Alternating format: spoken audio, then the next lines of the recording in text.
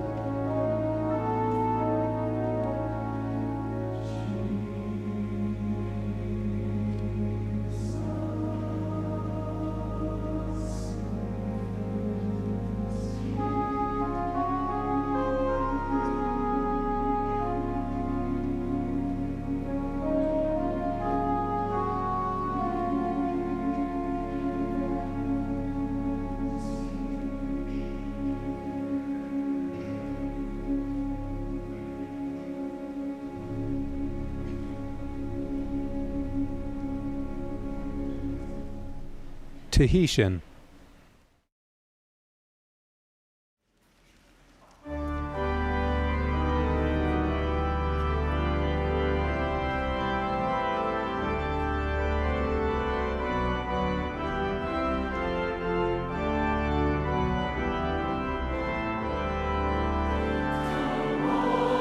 King of kings.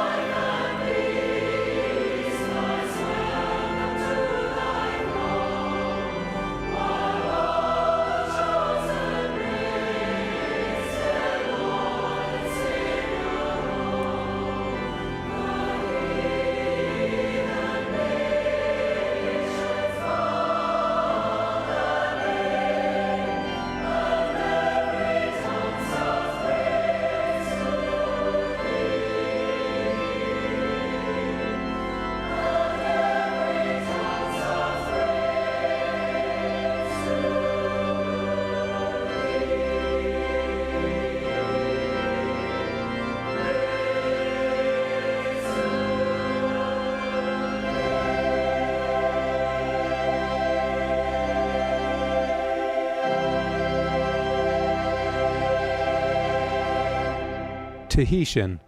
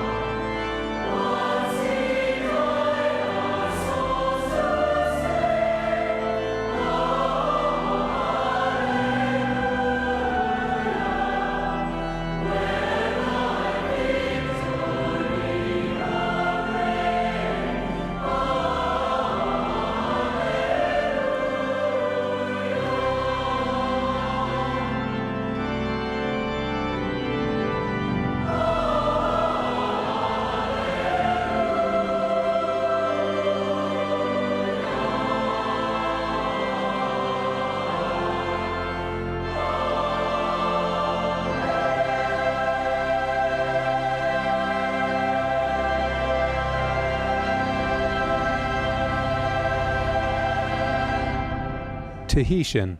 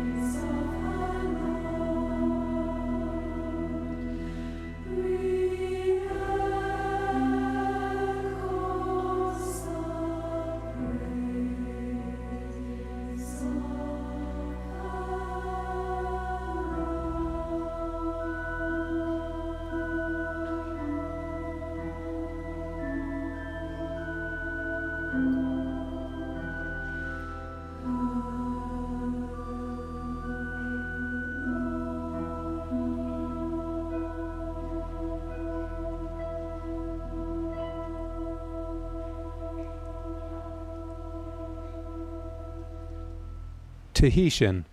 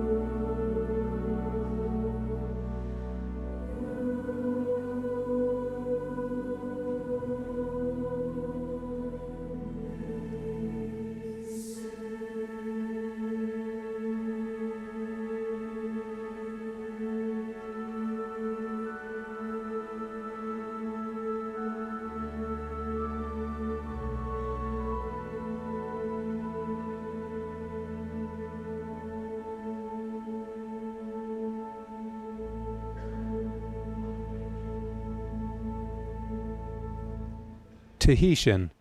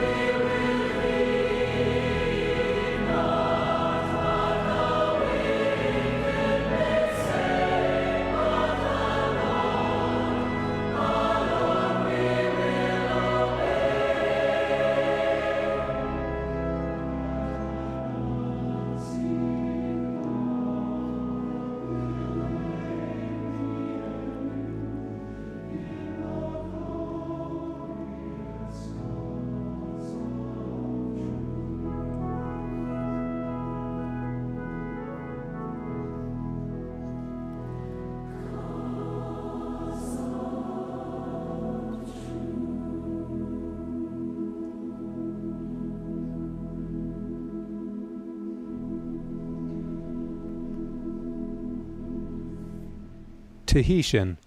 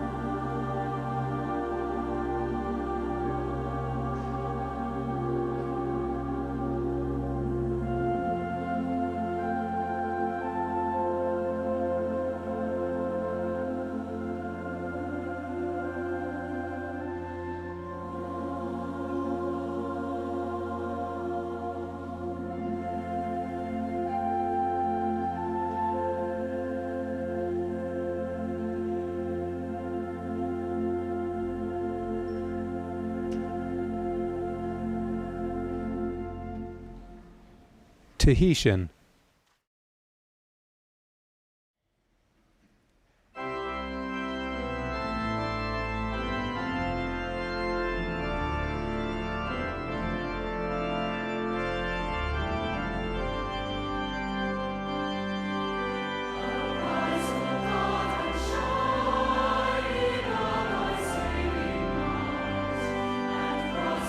Reach design to spread thy glorious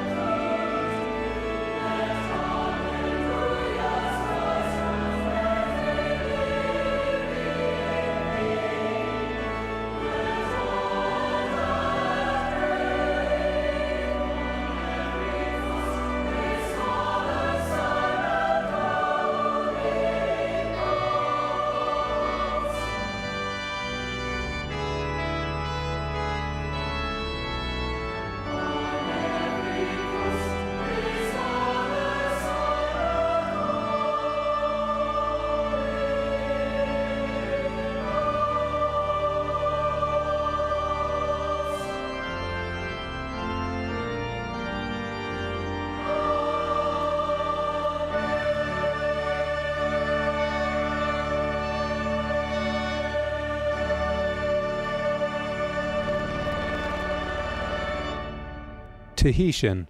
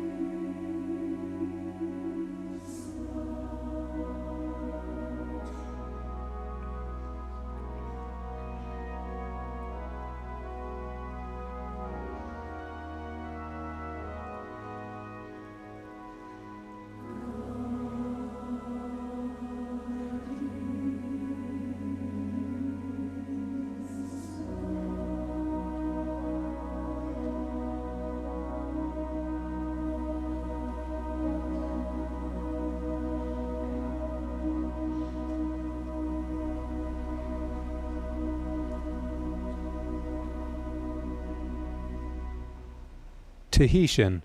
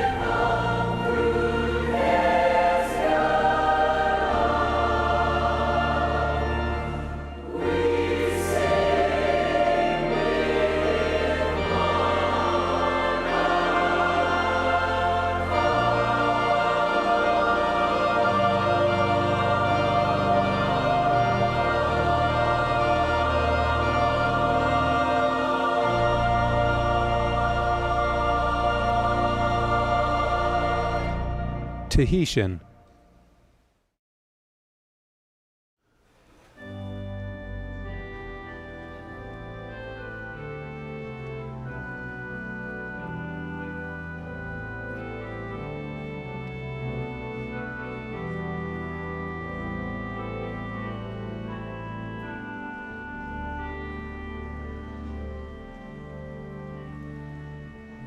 If I had been a little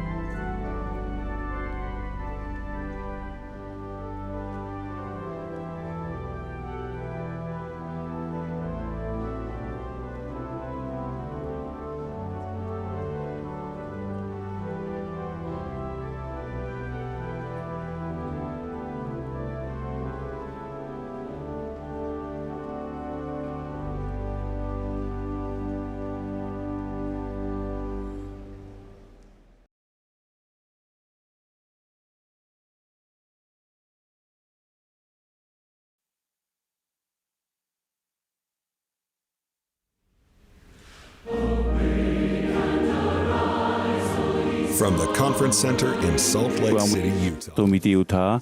Teie te tuwha purera'a no te poi Mahana Mope'a no te hanere wa ahuru maonora o te Amuira'a Rahi no Ēperēra a te taritia Iesu Mesia i te Feiā Mo'a i te Mahana Hope'a nei. Wa maiti mai te mau tā'āto'a no roto mai te mau te Ēperēra o te taritia.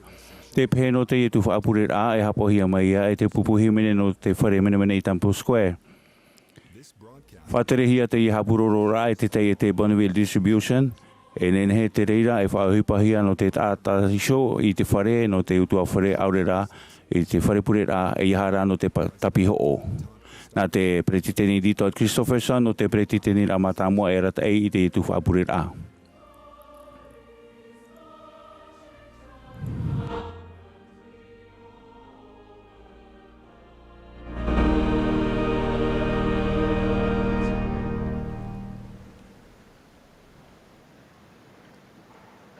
Brothers and sisters, Te motua hine e manawai o tau i te tuha purera'a no te pupui Mahana Mope'a o te hanere wa ahuru maonora o te Amuira'a Rahi no Ēperēra a te taritia i te Feiā Mo'a i te Mahana Hope'a nei. Te whate atu ne mātou i te aruwha i te maumero e te mahoa te āmui mai i roto i te Amuira'a na te ato'a nei te pure nei mātou ia whatetehia o tau. Āmui mai o tau i te Hope'a hepetoma no Pātate e i roto i te tīa'ira'a tae no te paturu i te whea whaatere o te taritia. Wani mai tarin ashokes e o te pretiteni nei te Amuira'a i harata e hiau i te tuwha purera'a te amaruru nei mātou i te mo hui mana whaatere rai mo te whaatere rai o te taime i te roara o te Amuira'a. E horohia mai te pehe no te i tuwha purera'a e te pupuhi mene a te whare mene i Temple Square i raroa e te arata ira a Mark Wilberg e Ryan Murphy o Andrew Answorth o Brian Matthias i te Harmonia. Te hamaruru nei mātou i te momero o te taritia no rāpea mai i te whenua marite o te himene mai i roto i te pupu himene i te roara o te Amuira'a. Wa haere mai rātou nā te whenua tane mata Peretane, New Terani, Norevetia, Paratue, Filipino, Puerto Rico, Paniora, Tuete e Wales. Wa iriti mai te pupu himene i te purera'a e te himene e Wake and Arise. E te ene e himene mai rātou te hiti mai nei te mahana. E muri seo e horohia mai te pure e Elder Michael B. Strong no te hitu hauru. E muri e ao mai te pretitini Dalian H. Oaksia tatou. Māti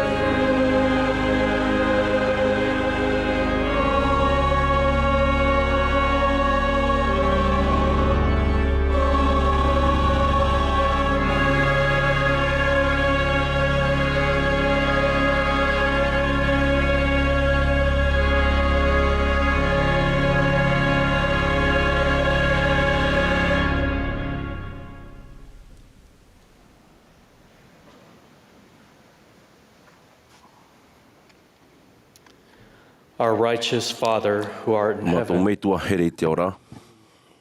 joyfully and gratefully gather Mā te oa'oa e te āau maruru, te haputuputuni le mātou no te whaite i tō mātou āau maruru no te putuputura'a. Maruru no te mau perofeta, no te mau apote toro. E tēnu atu i te hopoi a hanahana tāu i tuin i te Pretini Oaks tāu i Māti. Wa o mātou i te pāturuhiana. Tēnu atu i te mau apote toro o te ētarētia. Te ihe i te tauno te pāta, wa maruru ro mātou, e te amurine mātou. I tō tamaiti o Iesu Mesia. Maruru ro mātou no tōna tāra'ehia, tōna tusia tāra'ehia e tōna tia whahaura. Maruru ro mātou no tō e whanhaura no te ora, ia te e mātou, ia ora whahau. Te pure nei, he te atua e, ia parhei mei, te waru mai te ei. Ia te e, ia mātou, ia tā'āto'ara'a. Nārto i te mau himene, te pure nei mātou, ia te mātou, ia whāro. Nārto i te mana o te waru mai te ei, i te moa tīa'ira'a, ia tātou tātai tei. Ia te e mātou, ia whārhei i tō mātou whāro i tō tamaiti o Iesu Mesia. Nārto i tōnei oa. Āmene.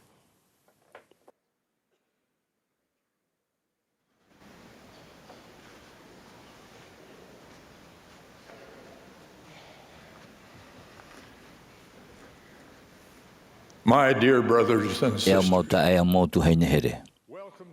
Mai wa i te tera mai i te Amuira'a Rahi. Te proporom nei au i te momero te tāretia i tu me te Feiā Mo'a i te Mahana Hope'a nei. Te hau i te hau mahitu milioni nā te ao nei. E te teie tu mau tāta e anana tēnei i te ōmuara'a o te tāretia e i te mau hapira'a whawhauruhia te e tāretia. Wai te terheira o tō ue te wai nei te mo Amuira'a Rahi e piti teime i te mataiti tātai tei. Ai tara terheira o tō i te e mea tae te Amuira'a no te Mahana, no te mea. E hamata te reira nānia i te mea tātou e pīnei te hoe Amuira'a hanhana. Hau atu i te hoe tēne tere. Wariro te i uhipa e uhipa Feiā Rahi no te momero o te tāretia. I roto i te hoe Amuira'a hanhana, e paturu tātou i te momero o te Pretini Mo'a, e te pupu no te tino horumapiti apo te toro, e te teie tu mau tia whātarerahi, nārto i te mau pupu au tā'āto'ara'a, e te teie tu mau pupu. E rawe no tātou i te reira i te Amuira'a Mo'a, i te reira hope.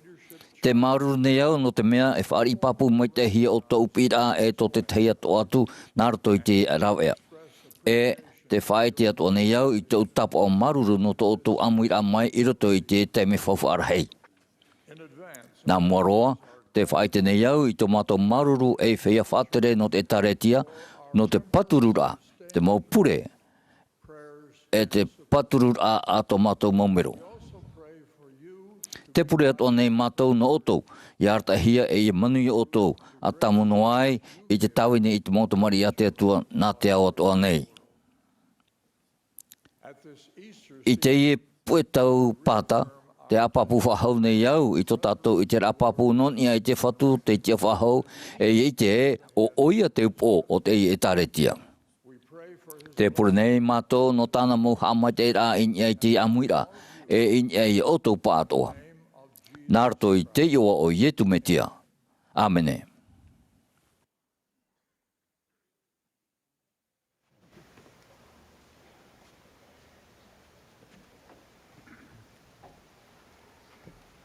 thank you, President Oaks. Maruru e te Pretini Oaks. Te muta e te motuhine.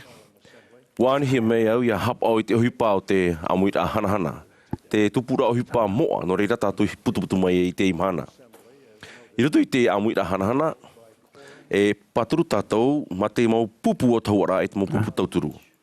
E pi mātou i te mau pupu o tā'ara'a i te tei, muri mai te tei. I te wahi te rere o tō i anihi o tō i a tia mai, e whaite mai ma te awhaira i tō tōri mai ni a, e ta o tō maiti a e paturu i te whea e wawohi atu i te moioa. E maiti no o tō i te teime e anihi atu o tō i a tia mai, e ta o tō pupu o tā'ara'a, aurera pupu tauturu. Whaite mai o tō paturu rā mai te mātou hia ma te awhaira i te rima i ni a. Mai te mea te weira te whea pātai te hoe o te pira tā'e, te ane atu ne mātui o tui wharere atu i o tō perekiteni titi. Hea mata tātou i te nei. Te profa ahone au, a tia mai e a maiti i te teime ana e anihi atu i ana reida. Hea mata tātou nani ai te mau mero o te perekiteni rā matamua. E tia mai te perekiteni rā matamua.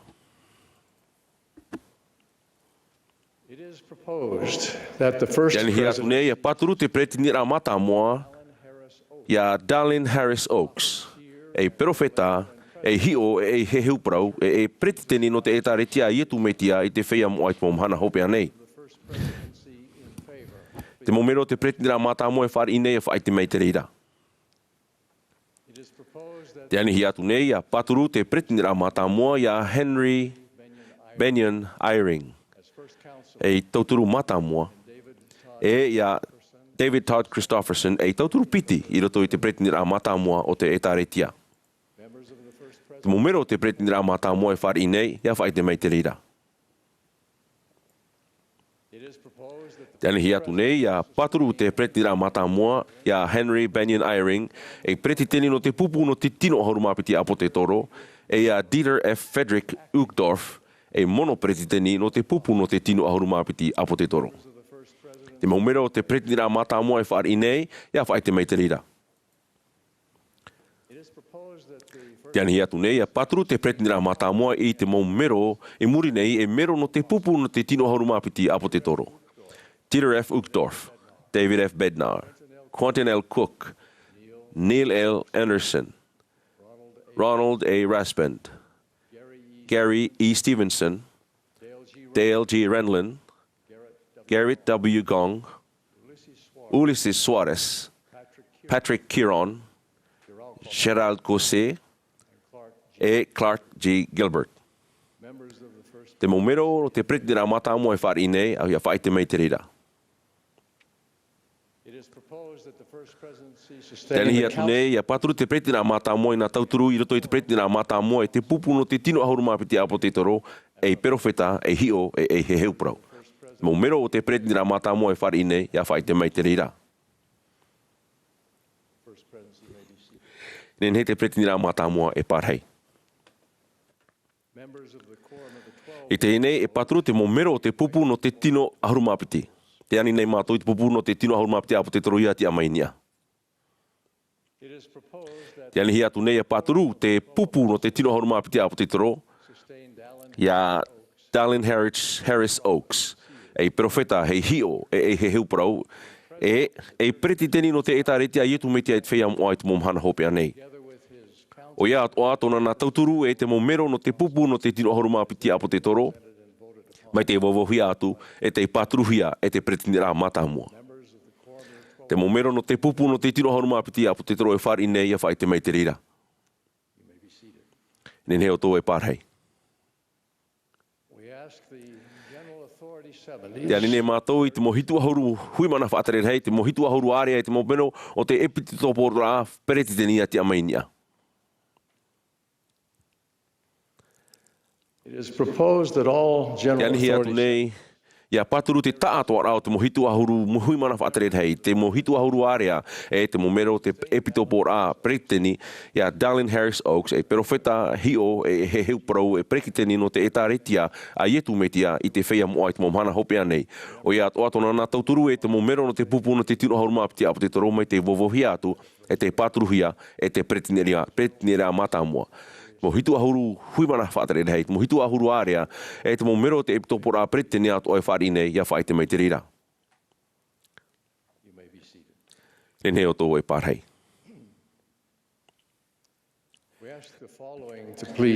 Ia rine mātou i te mo tātā e muri nei a tia mai ni ai te wahi te reira o tō nā te ao nei. te mau pātriareha, te mau tā'āto'ara'a, te mau preti putero ato'a, te whāto'ara'a.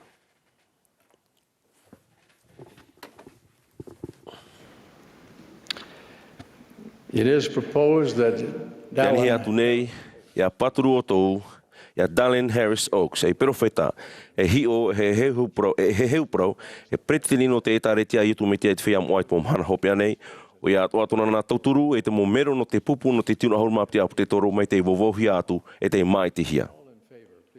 Te whea e whāri nei, ia whai te mei te rira. Te whea e pato nei, ia whai te mei te rira, ma te ho'ea tāpao. Ēperēra.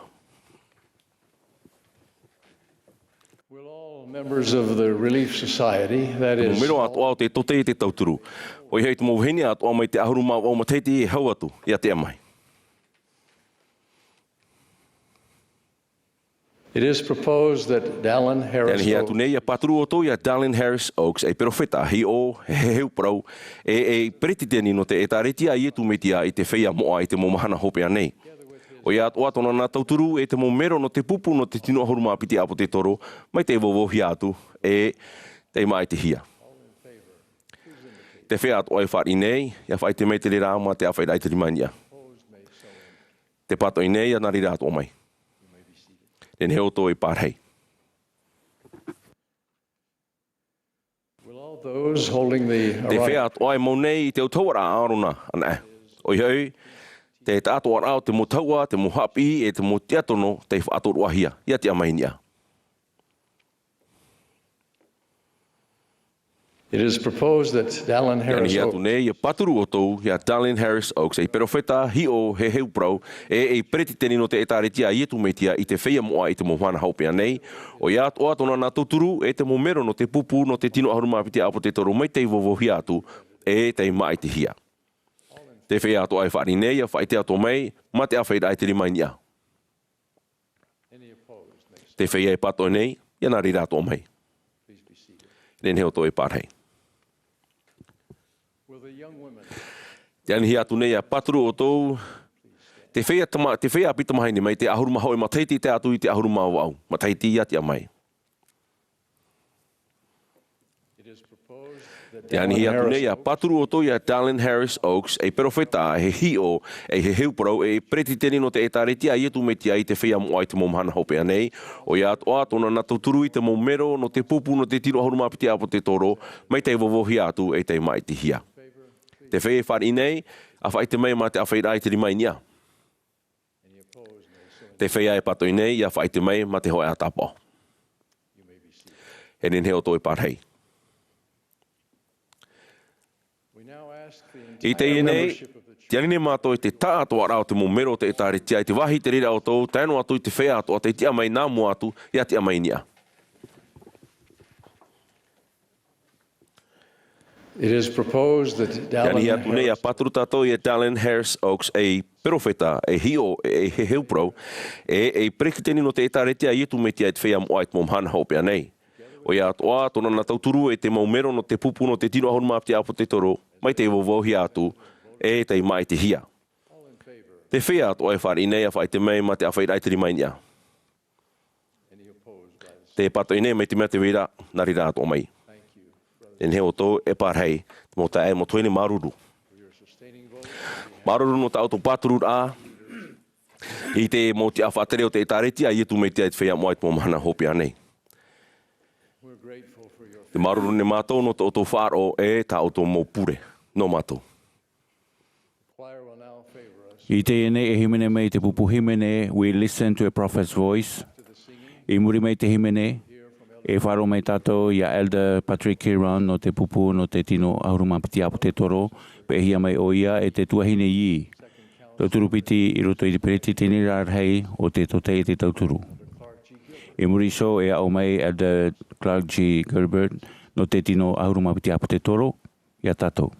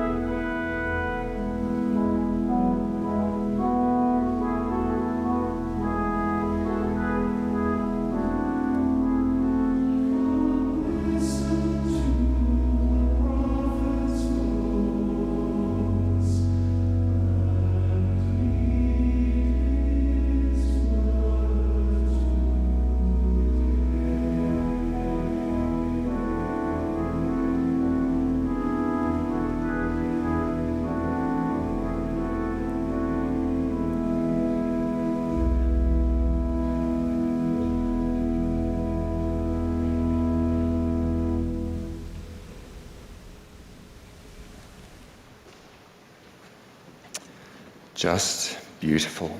Thank you. Hen he mau. I was baptized O paptitohia vau I roto I te tā'āto'a I tu metia Feiā Mo'a mo Mahana Hope'a nei to Māti I tipiti oru. I rone tonai wa āmui to hoa whea api paari I roto I tā'u whāro'a api I te hia mai. E te purera'a oro mata moa I muri to upaptitora'a wani hia vo hare mai I mua. E wani hia te Amuira'a ia whai to rātou rima I ea I tāpo fāri'ihia ia u I roto I te patiri roto I te pāroita I te taretia. E pei mātou ore te reira no u. Wahi ora vau I tera mau hoho mata atata, mei te hurura te whaituitora rātou ia u. Ma te oa'oa mau, wa I te hia mai ia u te whāroia I tu metia I te hinaaro ia pei ana. E rawerheo to umo hoa api te fāri'ihia nei te fāri'ihia e te tauira I te ōmuara'a whāro. Ho'oi he peto mai muri mai wani hia wo ia wharerei te ptitopo. Pātai mei tānei rawe no te hamatau ia u I te hapirahia wau I te momitionari. Whānu o ia I roto I tōna parahira. Ma te taeriri te hoe arate I reini I roto I tōna rima. E ma te prau te wharere rā māua no te mea e pira tāna no u. Wa pure o ia, no nia ia u. E wa prau mai o ia e hoona te pira no u e no tāu tāwini rānan hei I te whatu I roto I tāna I tāretia. Wa tū mai o ia I te pira e tauturu papa e prau paroita. O mana o vau tauturu papa e prau paroita e ere pāia tara no u na u. Au e rā, wa tae mai te mai te eino te rei mai pahono atura vau maruru. E whaituito vau ia hapi e aha te reira. E ha te rawe, ai ta rotu vau I te.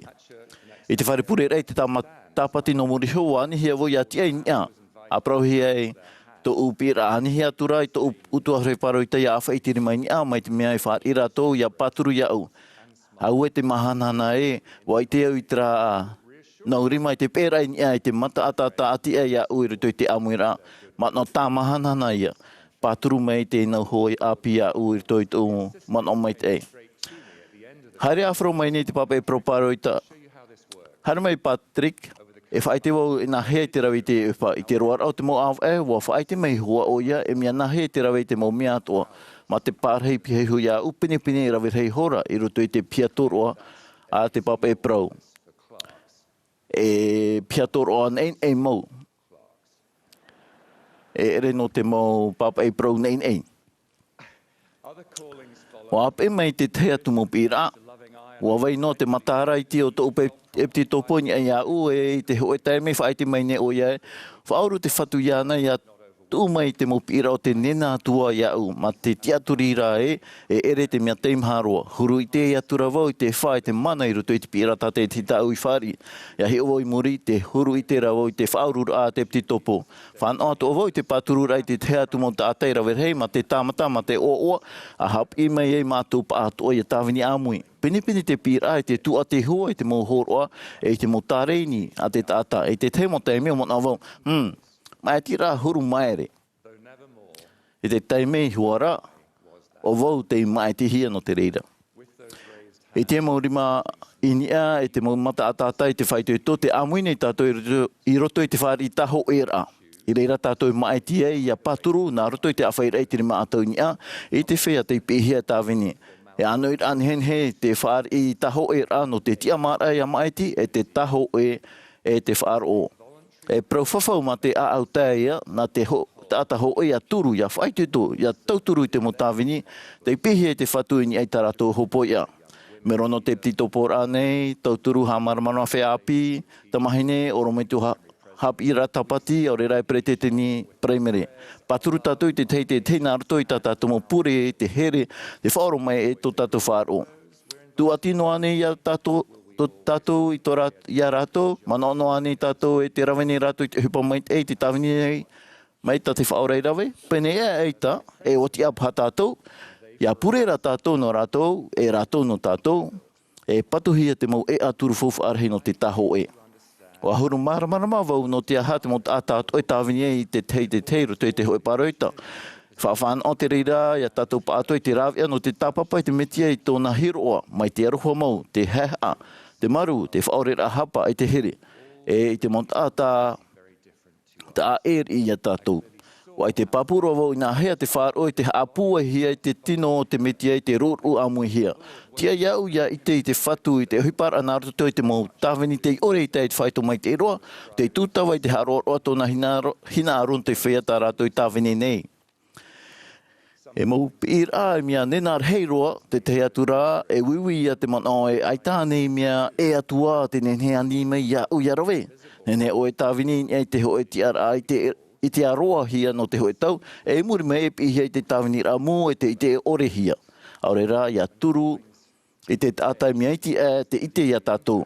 Ia tauian e te mōpira ia te imharoa e o tau, e o tau tua whare ni he te reira i tītau i te whāroa heiroa, e te aturi te whatu no te whaatano atu ia tātou. Te whai atu ane ia ue te veira rātou no te veira tā'e e te ni he whāri te hoi pira i tratai mi tā'e. Veiara no te whea whaatere au puru i te reira, e nā roto i te pure ni he te whatu i tauturi o tau, ia i te hate taime tano no o tau no te tāwini whaahua.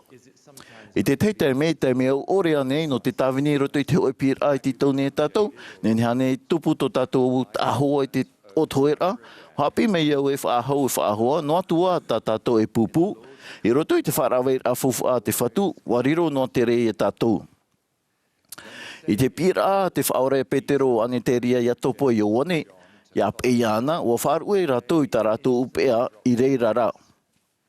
Ahani pa e taime au ore no te pite ho e tāta, Āmura'ā e taime huru e roa, o te e maupaia i te Pātate no tarirea, no atura ua pe rātou ma te whaaro. E hapa e no te mana haparuparu e te topatoa, wa te otau no atu te mau mea o tā rātou i te i putapu e i Rā'ere, ni tohia no te mau apo te tromatamo, te whahamano ramarua te whatu, e tāna tītau-manihini-hia tāpiti whaahua, ia whaamui tāna mo māmoe. E mai tira tā tātou tāwinira. E pupura e te atua e hamai tira. Wa te tātou ato'a e mea whauwhaaro te pure te emira papa e rāmo e te hamuri rai roto i te whare purera'a e te hiero no te tupura o tō tātou whaaro. Wa huru hi o ato'a nei tātou i tō tātou mōpira mai te huipaniu no te whaaano i tō tātou whaaro. Wa treitano hia te mōpira ano o mai te whatu no tō tātou tupura. Whahaihai tātou ia tātou hioa, hi o e o rāpai tātou. E a apo e o ia mau ia tāwinian e tātou i tō tātou mau tātou tupu te tāwinire e tātou i te atua. E ere mau te tiara tātou i tāwini nei o te hurura te mea whauwha no te whatu. E mea whauwha atoa no tātou ai te anana te ore ai roto i tera mau hoa tāu i whahiti. Te orara rātou i tō rātou whaaro ma te hope roa, wape roa i iau nei. E te roa vau i te oa'oa rātou i whaari no te pupu hope ai tō rātou veirua. Te ia tātou. I te Mahana. O whanau tātou i te taimino no te awhai tō tātou rimain ia no te turu i te pretitini Darlene Ash Oaks. No te paturu ia nei profeta na te whatu e hio e heheu prau. Papurua ia ue a hani o ia e hio. I niai tāntawini rai roto i te tāretia i tōna mō mateti pia horu i toru horu.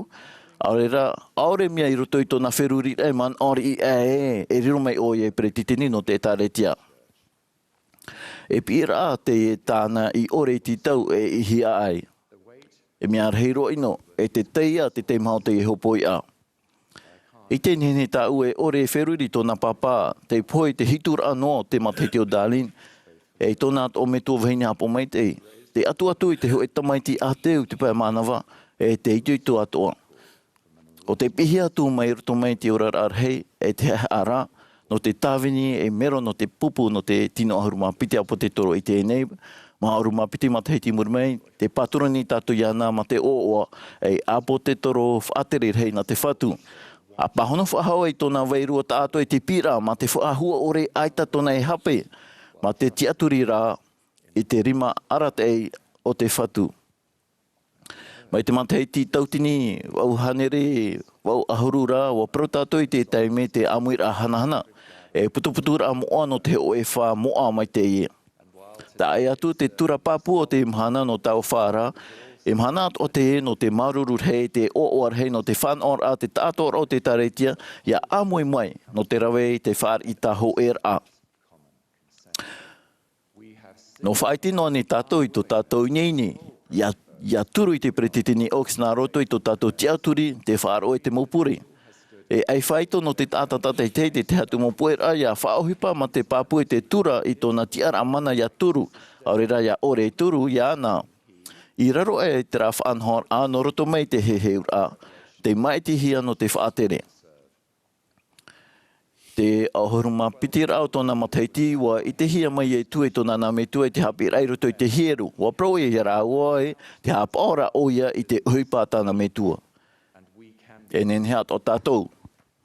Te maupira atua, no atua te huru o tāna uhipa ia fāri'ihia te reira ma te taha'a, e te ā'aute, e te hia ai, ia whaitoto ia tā māhanahana, e ia whaite i tāna poro'i mai te ei. Ai tā tātou e wha'i noa nei te hei whauera uhipa, ia pāhonoan e tātou i te hoi pira.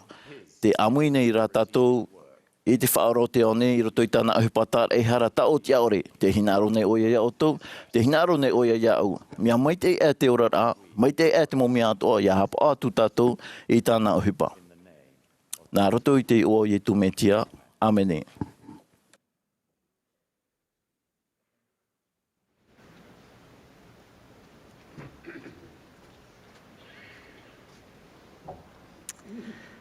In my first general conference, Amuira'a Rahi, aputo nahia te mana whatawi o te tāra'ehia te whaora i te tauira i te ōmuara'a tuatāne.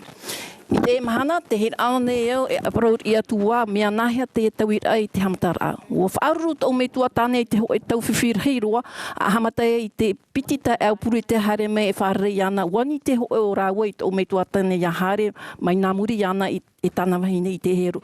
Ua whaari o ia te anira i te Mahana Hope'a te mātua i hare mai rāua i te iana i te whahoro.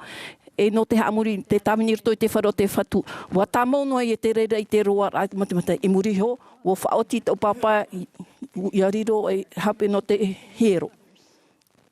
Te haone eo i te rai te mautau i rai to me tua tāne i te au te mera. E mea hap o mai te o i te mohin aro o wetahi e. Wa hap o mai te o i tāna ea. Wa hamata o i te hape api ai tōna aur ai te atua i muri ho i te mauaur āt o i rtoi tōna aurara. I hame te hia tēne nā whtaata whaipapopuru te tauturu ai tau pāpua. Ai te raua i haawai iana no te hei te reira o ia i roto i tōna aurara. Ua haere raua nā muri iana e o tauturu iana i a whaananea i tōna aur ai te atua.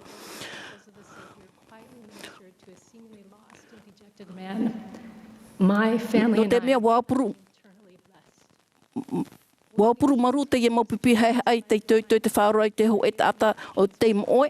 Ua hame te hia tau tua whare o vau nei e amuri no atu. Ia puruan e tātou te torura tātou i te pāhano te maupure a te teie. O tātou te mauri mo te whaara. Aue ia o marurur hei i te Feiā Mo'a te hame te mautua whare mai tau u, mai te ōmuara'a, mai te ōmihi. Wa i te au e ua i te mait e te whatu ia oto i te o mawhiwhi, a tutawa e oto i te hap o i te oto mo whawhaura i te ōmuara'a a te teie.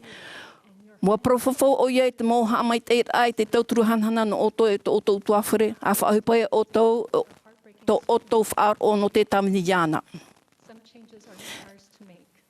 E te pata i e inhenhe e tata e te mo tupur a ohipa whiwhi Ēperēra te mawui mai tā tātou e ti eine. E ere te ia tātou te rāpia i te tahi mautawira. E nenhe rā tātou e mai te here i te aupuru mai tā te whaora i nā reira.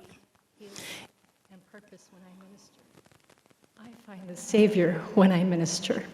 E te wau te whaora i apuruan e au e mea nārto i te reira te opurur ahanana. Te opurur a o te here a mauia i te rawera mai te ai i awe te e mai tā te whaora i nā reira. E rawe te e no te riror a, te rawea te e to tātou whaora o Iesu Mesia. E re te e te ho e whananha Ēperēra i te ho e tāpura ohipar a te opurua o te nātura mauia o te atua e tā tātou enhenhe e riro mai a ape e tātou iana. Ai tā tātou i pihia Ēperēra i a hamaruhia i te opurua e tuha a te reira no te rawe whaotira at mo whawhaur a tātou i rawe te papitro e i roto i te huira. Wa whawhau tātou e rawe i a tātou i te oa te whaora e riro mai tātou mai ana. A whatutia i tātou i te Mā'a i tātou i to tā'ato'ara'a iana. I a apuruan e tātou mai tāna e nā reira e hamata tātou i te wharu i te putapu i te here mai tāna nā reira.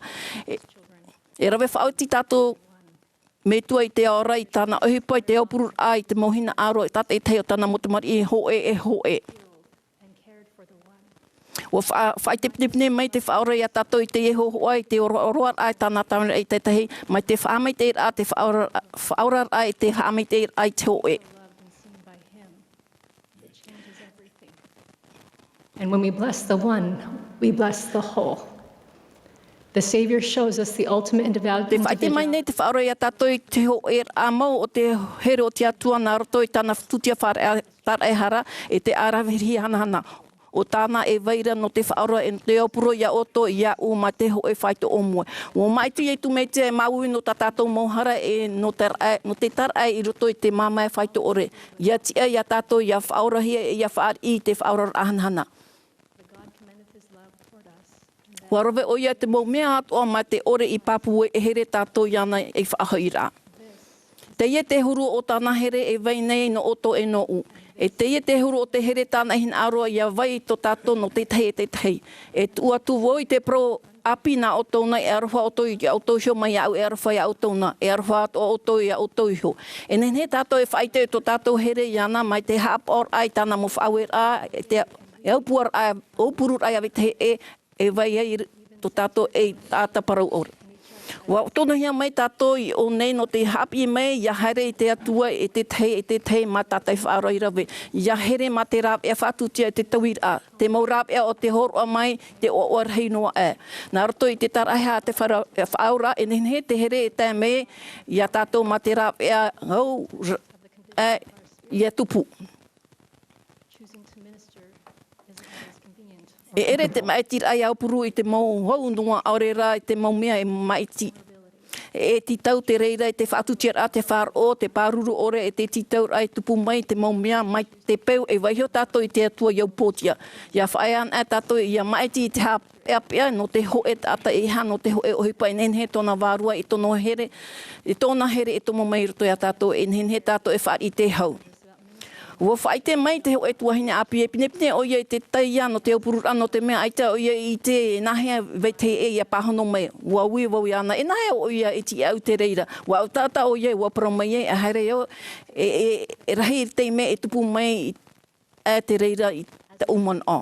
A apuru ai tātou ma te whaaro ai tātou a haere o tahinoa. E pārhei mai te whatu ia tātou ra e horo mai o ia e te mau rāwea e au e anhinhea tātou ia rawe e whaoti te mea tāna e whao mai a tātou. O ia hau te hamai te ira no te mau ato'ara'a te atua e hapo ai tātou I tātou mo whawhaura e tōna mana ato'ara'a no te mono iana I roto tātou whaoera.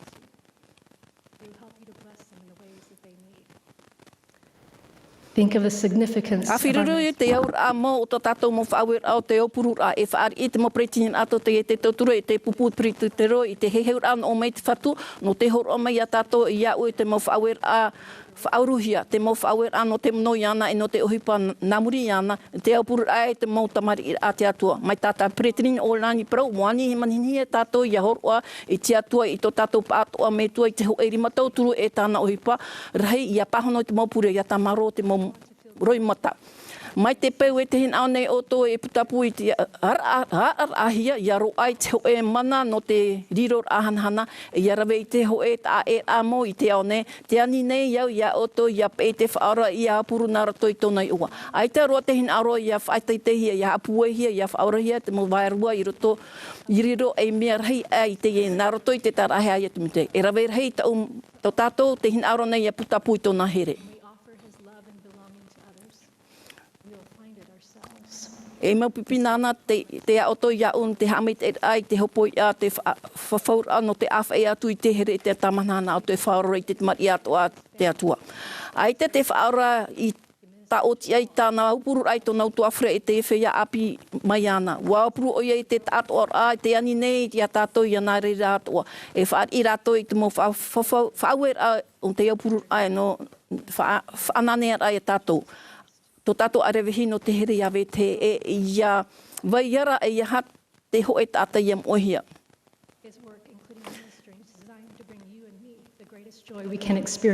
Te aturi nei au te hinano te me tua I te aora ia oa'oa wahere o ia oto. Te whai te papu nei au e ita te ōmuara'a e hopoi noa mai te moha mai te rao te re o te e a te reira o te rei. Te whai te papu nei au e te oranei te me tua, te ietu metia. A pe e tātou I tāna tutia mate here ai te purera'a mai tāna e nā reira. A mai te hia tātou I roto te o Iesu Mesia. Amen.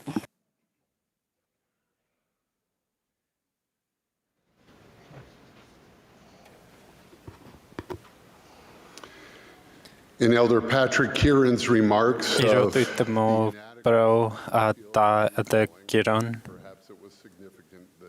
e mea whawha tāna whahitira I te hoe hapau I te maumero. A putapu ai Mā'a o Christine te Mā'a Rahi o te Ēperēra o maururu Mā'a no te maupure e te purera'a te mo tātara'ara'a. Ua hapu ai ato'a Mā'a e tā te Ēperēra tani tāna shoks āura'a matamua I apo te toro. Ua parau o ia e whaata vau I to'ua ato'a, mana ato'a, wherurira'a ato'a e puai ato'a no te mo tīa'ira'a te tu'ihia iau. I te mo hopo'a e shoa a te hoe I te ta'a no te iwa o Iesu Mesia I te au ato'a nei. I te mahana te tāwhewo nei au I te hoe a poro'i.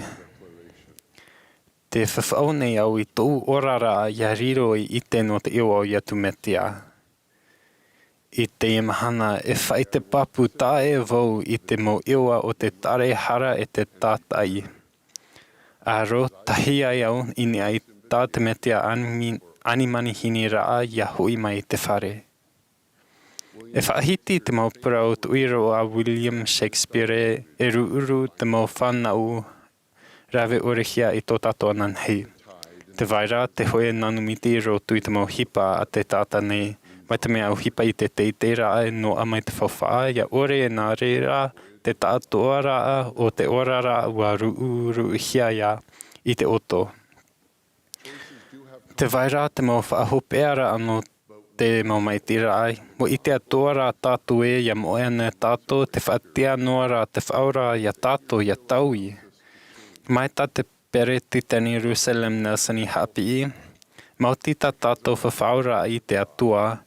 E ore roa o ia e rohi I tāna mau tā'āto'ara'a no te tauturu ia tātou. E tā roa atu tātou e whaarohi tōna whaura mai aroha ia tātou.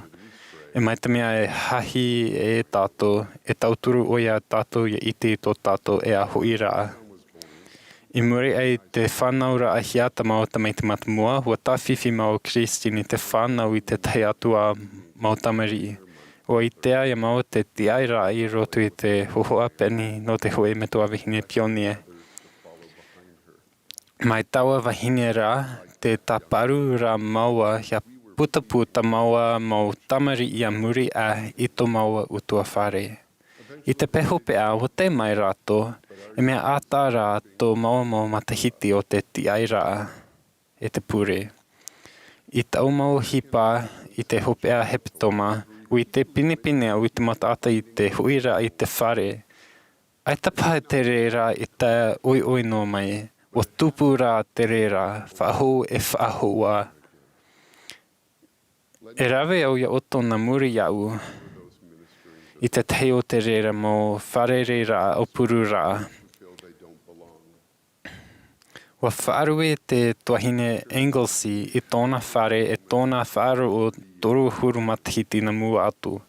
E mea mauro o tōna itera'e wa moe te hoe mea, wa nei hiara oia I te mana o te hoira I te whare purera'a. I te Hope'a wa putuputu oia I te ito, no te haere I te hoe opani iri te hero. No atu te nehne, wa whai te oia, te hoe no mea tau I te o te uhipa o te ore e tupu no, ai te tā'āto'ara'a e ai te oro'a hero. No atu te rera, wa whauru hia oia e taua te rera. No rera I te rā tapati, wa omo oia I tōna ahu, purera'a e wa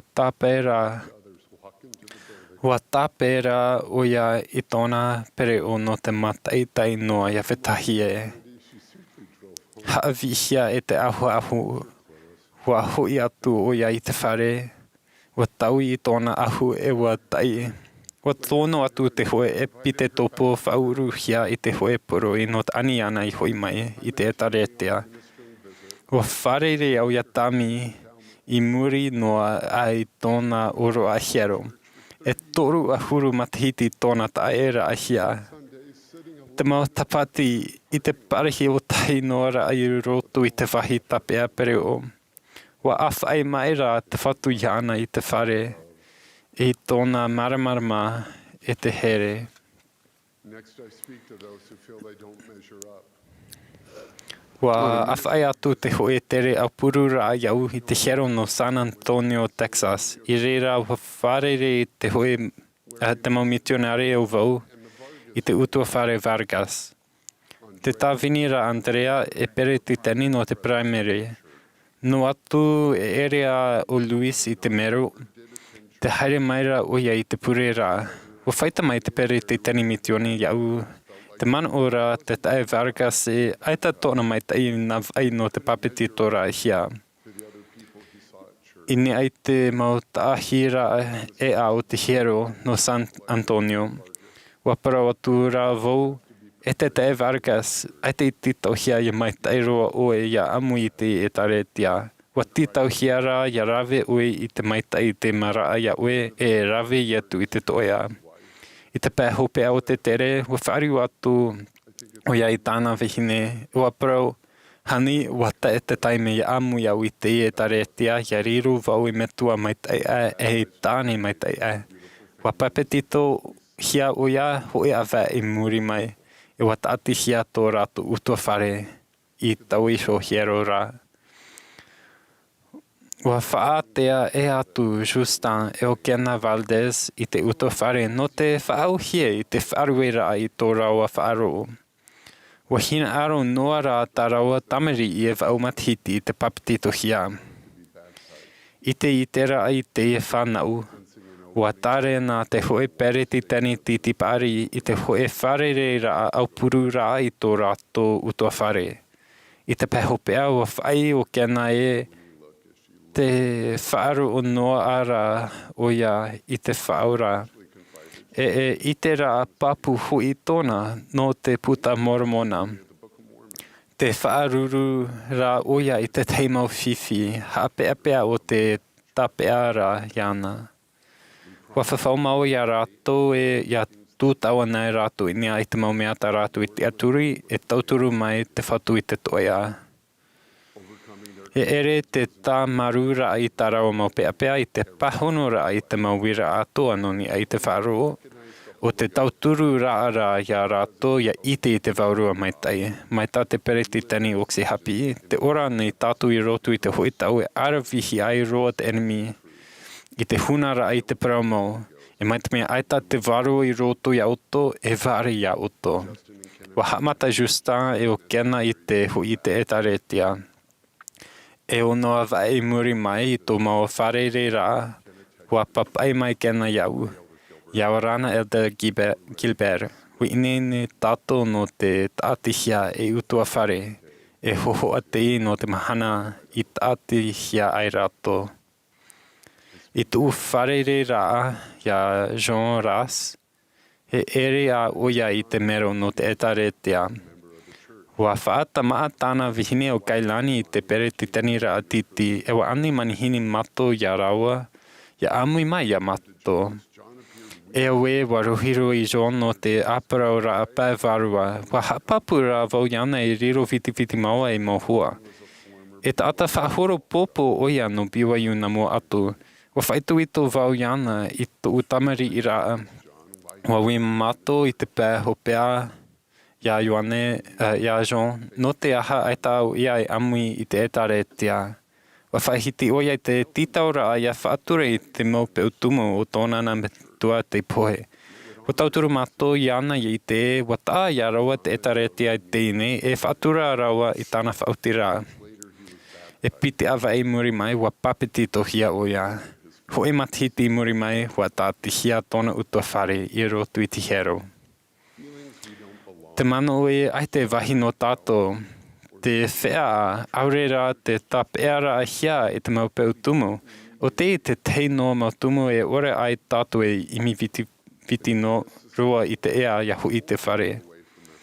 No atu te mautura ira a te totai e te ai tā te mauira a huhunu o te ōrara e haere e atu. Wa hapi I te pere titani Nelson e mea ruhi ai ia imi I te ōa'oa I te wahi eita aru atu e I te hia. Wa parau te pere titani okse hamata te tere hoira I te whare naro tu I te tūtau whaahura ini ai te whaura. O yetumeti ana o te nehenehe whaahui hope roa I taua maramara mai e te oa'oa. E ati tātou pātoa e tītau I te whaura mai raa, te tawini raa I te here. Kia rato te tamata I te tauturu a tāpea I te puromau, e hapau I ta otomau whawhaura. Kia rato te whiwhi, ia I te waherehia oto, e te piine I te whaura ia hoi mai oto I te whare. I te Feiā Hope'a e mea tia I te Mā'ata ato'a ia rawi I tā rātu iso mai tira. I te ora a te pere titani Dalina Shocks, ai te mauro nei biwaiu. Wa I hope te pumariot. Te vaira ra te teimau hanere parihira a rawe ore hia, e te tamatara te whea fāri'ihia imi te wahino rato, te hina aro a ia āmui te purera'a. Wa hamata te mau piahi o te ite ana I tō rato parihira I te tuama I tā rato mau moripata, no te tapau I te mau piahi I mariraue te wainoa ara te wahi. Mai te hurura e, te purera'a rato, a parihi mai I pia iso iau, wau pere mato I te tei parihira no oe. Te whautin ne iau, nā rotu I te hoe himene. Te auro ne iatu ma te maru e te aroha. Te auro no oto e no u. Te tiai ne e te hio ne iatu ma te whaoro mai. Te hio ne no oto e no u. Hui te whare, o oto o te rohi nei, hui te whare, matea au tā e te maru, te auro nei atu, e te tātara'ara'a, hui te whare. Te whai te papu nei aue o te meti ato tātou tāra'ehia, ia hapea nei tātou e tātai oia I te mawhati I rotu I tō tātou ōmuara'a. O here te whaura ia tātou pātoa e te auro nei oia ia oto e iau nei ia hoi mai I te whare. Hoi I te whare. Nā rotu I te iwa o Iesu Mesia. Amene.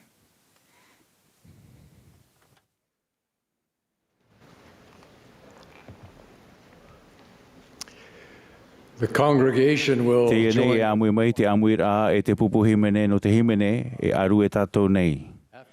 I muri mai te himene e wharo mai tātou ia Elder David Abedna no te pupu no te ahuru mapiti apu te toro pe hia mai oia na Elder Michael John Yute e hohe te besera no te hitu ahuru.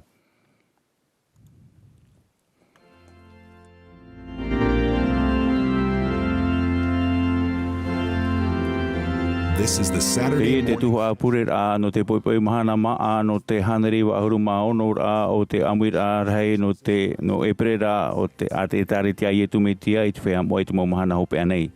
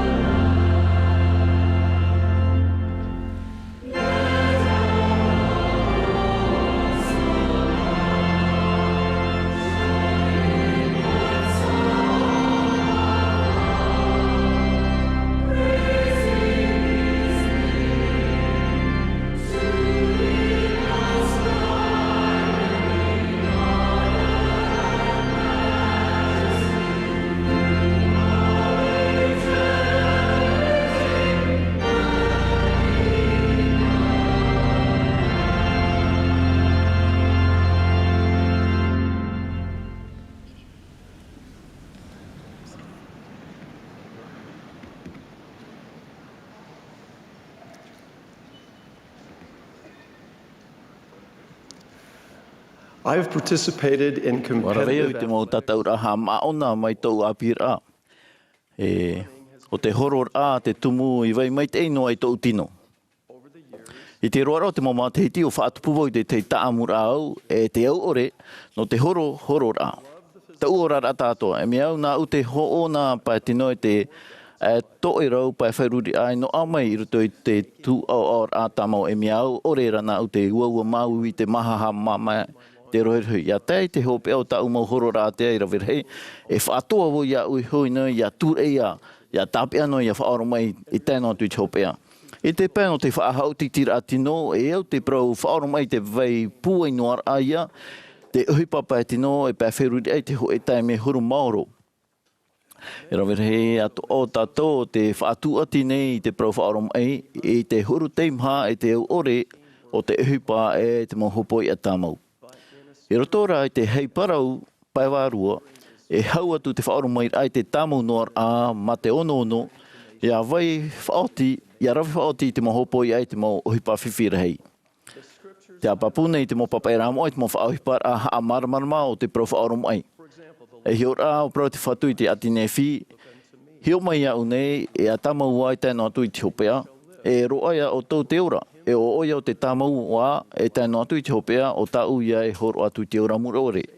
E wa he heu mai te whaora nā roto I te profetai o te whatimitae, mai te me hapa o e tāu mau whauira e tāmau noa e tēnā atu I te Hope'a e noa ia I te ia o te ora mure te horo a hau ai ia I te mo horo ato'a te atua. Te pure nei au no te tauturura a te waro mai te ia wheruri I tātou I te ho e haroaroa a teie e te Mā'a no te aura e whaoro mai e tēnā atu I te Hope'a e pipi na te whatu I te umetia I te ōrara tā'āto'a. Te ani mai nei te ewanerea te whaora I whaahia mai a tau'ehia tātou I te paiwarua. E hai ha mai te ino I tātou mau peu. A whaantanoa I tātou I tō tātou huru, I tō tātou mau hia ai, I tātou mau uhipa, I tātou here mau nei a piri atua I te hina aro te atua, e tia I te whaore a whaatupu I te tā'ira'a heiroa I te hope I roto I tātou. Tu tawa I tātou I te whaarue I te tātanatura nei, e te riro mai e Feiā Mo'a nā roto I te tāra'ehia te whaora, e mia tia tātou ia haere mai iana ia whānau whaahohia. Rūru I tātou I te metua I te tamaiti nā roto I te mo whawhaura ai te mo ōmuara'a. Horeo I tō tātou ini, ia rawe ini e tātou I te ua te whaora, whāri te ira no te waro mai te I te ho e tīa'ira'a hei te āau, e tāwini te whatu mato o tō ā'oa te pūai, te manao e te ituitu hoi. Te waine I tātou, ia riro e tā'āpi, I roto I te meitia. E tupono te tīa'ira'a pai wārua pūai, nā roto I te mau maite e rei, e te aroha I te maite e o te Feiā Mo'a. Tātou te tātatahudi nei, te roto tātou, e te hina aro rei roa I te Hope'a ore o te tauturua te metua I te ora e a te whaora no te whaatupu I tō tātou Hope'a amure ore. E moha mai te ira e arawahi te mau hor Hope'a waru te horohia mai te atua I tāna mo tamari nā roto I te mana o te waru mai te ei. No te mau tātātou e whāri te horoa no te waru mai te ei nā roto I te amanara au te huaratia e te tūrarima, e nenhia taratou e whāri I te mo horo Hope'a warua te ōpuahia. No te hamai te e a apiho I te tātā e here I te whatu e imi te hapa o tana mo whaauira. E whawh atumu e mea titauhia nā mua te mo horo Hope'a warua no te haere mai te whaora. Ia hamai te hia tātou I tōna hiroa e te Hope'a ia riroro atu ai mai anara. Te proiho horo Hope'a warua e hapira a titaurua hia ia I reira. E horohia mai tau mo horo ato'ara'a te atua mai te au I tōna hina aro I tāna tārena. E ere te whahopeara au tātou e api na no tātou noa tā'āto'ara'a tutonu e te hupa I tuito. O propapu moromona e, te aroha maura o te here ateateia o te metia e o te hau I te mo horo Hope'a warua ato'ara'a. Prau fofu aroa, te whahipahia nei te prau whaoro mai I roto I te mau Ēperēra Mo'a no te whātaa e no te whaahohoa I te aroha mau. E hiora, e wainoa te aroha mau e amuri no atu, e whaoro mai aroa e te imi te mai te nona ho e mea whaahapa ore te mo mea ato'a, e whaoro mai te mo mea ato'a. E mai tā o tau te motuahine I mātou mai te e ore roa te aroha e mau. O hapia o moromona e, o oia te itehia o whatuhia te horoa paiwarua no te aroha mau, ia tei te Mahana Hope'a e mai te ia tōna. Nā roto I te reo Peretane I aura apiti to te pro no te whatuhia. He tātou e whatu I te Aruha Mau, I te Feiā Mo'a e mea tanu na te Aruha Mau e whatu I tātou. Āmui te hia I tātou ia whāri te horo hanahana e tupu te heo e tauira I roto I tō tātou nātura Feiā Wārua I tō tātou huru Feiā Wārua. Ia whatuhia tātou I te horo Feiā Wārua no te Aruha Mau, I te hoepa e iau ia I te tupura Feiā Wārua I te nuur ai mua, te mau whāfofu a hau e hoi o te waneria te whaora. No te maupipi a te whaora, te roto I te Aruha Mau. Te mea tātou I rawe e te mea tātou I nenhe e riro mai. E whatu hoi te horo Feiā Wārua I tātou I te Hope'a roa. E te niora, te roto hoa ia I te Aruha Mau, te maohi paumihi, te hamani mai te rima horo ai ai awai tei e. Tāra'ara'a, e te hoe whai teo teitei e te Mā'a o te Aruha Mau, te Hope'a ho, no tō tātou whaaro mai noa. E riro ai e tā'āpi I roto I te metia. A wheruri nā, te nahiara te nā whaito tia fofu a hau e o te Aruha Mau I te whaatahia I roto I te horo a whāroa a huruma toru. Te tūrei nei te a whāramata moa I te prau no te mau ohi pāroha I te peu mai te ei. Te tia turine mātou e mia tia I te tā'āto'ara'a ma te prau tia, ma te haware ore, ma te vivi ore, ma te āmui te ei, ma te hapo mai te ei, ma te hamani mai te ei te mō ato'a. Te hapapu nei te piti o te āwhāra'a I te huru tā mau tō tātou tauira Feiā Wārua. Te tia turine mātou I te mō mea ato'a, te tia nei mātou I te mō mea ato'a, o whaoro mai mātou I te mō mea Ēperēra, e mai te ei e. E tia mātou I a whaoro mai te mō mea ato'a. Mai te mea te waine te mō mea mai te ei, e te whaahihia te ro mai te ei, te pōpohiara, ti tau ia mātou I tāua mō meara. Ia o te hiro a Mā'ha Hope'a no tātou, ia rawe tātou I te mai te ei, ia riro I te ata mai te ei, ia whaoro mai te no atu I te Hope'a, no te haere mai, e no te pe te whaora, e no te whaari te horoa, atera e ia here mai, tāna e here nei. O te natura hanahana, e te huru hanahana o te whaora te puna no te aumihi mai te iroa I roto I tāna tāwinira ai te tahuti nei. O whāri o te tāra'ehia o te ao, I tō rāpae ma te here te tāwinira ai te teime, a whaaru e o iei te ati Feiā Wārua ōrera I te mauiwi pētino. E mutur ai ia no te tāta natura I roto I tātou tātai te hei, e whāriu o roto, mai te tāpipi, ma te hap ono ia nei hoi mai te rima pou. Ia ora tātou mai tāna ia nine ia tātou ia ora, e nā roto I tāna tauturu, e te roar o te tau e rhei atua tō tātou nātura I tō tātou huru, I te riro mai ia nā te huru. Ape e tātou a herea ia tāwinia I te whaora, e iti mai te mai tō tātou roteira I tō tātou iho mohia ai mohina aro. E rhei atua I te maramara ai te pahonora I te mohina aro a wetei e. E ta tātou I rawe noa no te moha, I te mo ohipa mai hamani mai te ei, ai tā, e tauhihia rā tō tātou huru tāta, e rehei noa tua tō tātou huru metia. E reira te Aruha Mau e whatu ai ia tātou I te Hope'a. No reira, pure atu I te metua ma te pua e hopero o te āau, ia I o tau I te ine here, e a whāmai o ia rā, e riro ia tātou mai ana ra te huru, inha e I te hoi tātou iana I tōna ra huru mau. I aura e taro atu te whanau rai hamai te hia tātou I te tahutine I te ho e tuha aiti o te huru e o te hiro o ie tu e tupu, Tāra'ara'a. E ara te mei o ie tātou, o ia tō tātou aweia. E nenhe te mana o tāna hapira tumu I te mo whawhaura'a, I te mo oro'a, I te hiura'a, e hamai te e tātou I roto I te mo tuha o tō tā'ato'ara'a. Te hohoa no te tupura Feiā Wārua te I te pāpuhi I roto I te orara o te whaora I te tahuti nei, e tano atu ea no tātou tātei tei. E te me tuara I e tu me tia I te Mā'a moa, o tātou atu ia. O ia o te haere mai e o te parhei hui I roto I te tino nei, e ore o ia I whāri I te ira I te Mā'a moa, whāri no mai rā, te mai te muri e te mai te e tēno atu I te teime o ia I whāri I te ira. E tamarina te atua, e nen hea atua tātou I whāri I tōna ira I te tau, I hap o hia, mai te au te whanhora, te mai te ei muri I te mai te ei, mai ta te whaora. I tēnei, te o atu au, e toru papa e Mo'a te roto te rāprau whaoro mai e tēnā atu I te Hope'a. E tu atu voi te prau te whatuhi I te here a te ateo te metia. I roto I te irawata te hei, I apo mai tātou I te hapira ti taurohi e te mure ore. Wa hapi te whaora tāna mo apa te toro i te heitora o te tātara'ara'a e tāpea mai te tēnō atu i te Hope'a. Ōmuara'a te whatuhia i te herea te ateo te metia o te oraia. Te piti wa prau pāpune whi.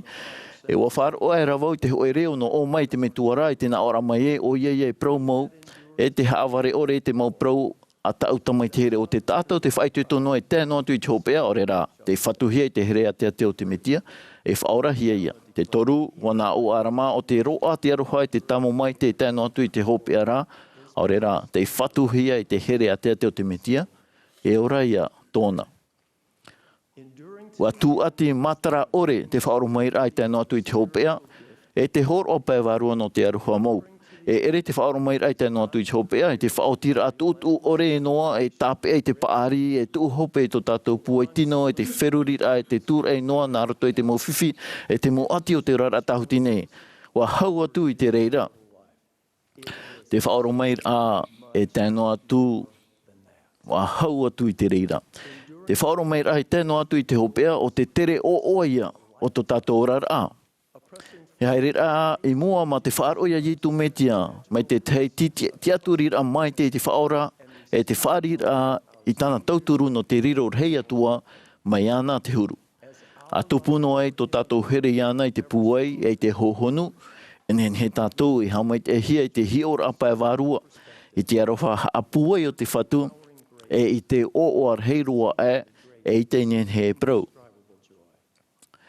Te prau i roto i te Feiā Mo'a, haere mai ia o nei, o te anira ōmuara'a ia apo mai, e ia rawe i tāna hāpira tumu, i hamata i te ohi papai wārua no te whānau whaahura'a. Te prau i roto i te Feiā Mo'a i whaoro mai i tēnō atu i te Hope'a, whaamanaora a tāpiti ia no te tauira papai wārua pūwa i roto i tō tātou āau e mia tano, ia tupu noa i te roar au tō tā'ato'ara'a.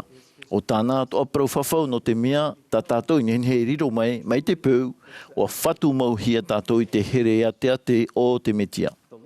O he heu te whatu i te profetai o te whatimeta e he heu hia mai te mau terono, e te mau hauari, i te mau patria, e te mau mana, e tūhia tu hoi, i niai ho i a rātou atoa o te tāmau i te ito, i roto i te evaneria a Iesu Mesia. Te whai te pāpune i a ue.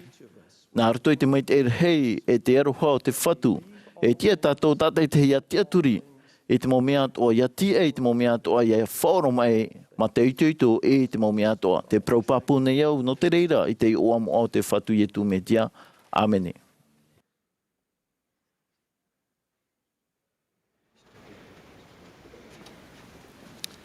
To the rich young man, Jesus said, Wa prau o Iesu i te tā'ato'ara'a e ho'o oi, i te mau tau o ato'a nā oira, a tufo ai nā oi i te tā'atari'i, e tau i te Ēperēra, a haere mai ai, e pe'e mai ai iau. Aita te e ta'atapi i te te ea i anihia atu iana i haere, e aratai ia i te au, i te taua i te raira. Te maururu nei au no te moha apira a tau i fāri'i i te roara, o te mau Tahiti. O te tauturu ia ue pe'e maita i te whaorara. No tōura wha i te mahana te hina aro nei roa au e rotahi i te hoe. Ia au i te himene primere a pe'e i te perofeta wa i te oia i te ea. No o mai te pereketani Dallin A. Jokes i te e prau au. E ere te pe'e rā i te meitia i te hoe o hipa no te tahiri i taimei noa. E prau whawhau tamau au huru ōmuara'a te aratai ia tātou i te mautaimei ato'a e te mau wahi ato'a. E whaatoro tono moha apira e tono hi'ora'a e ea no te mau pipi ato'a a Iesu Mesia. Wa whanau hia tō una me tua i te whenua Filipino. Tarara e tupuno tinito tō rawa tō opiti. Mai te mota atu atoa i te whenua Filipino wa fāri'ihia i te Feiā Rahi o tōu nei whenua aia. No reira wa riro tō mato utua whare e ano i rā mai tai.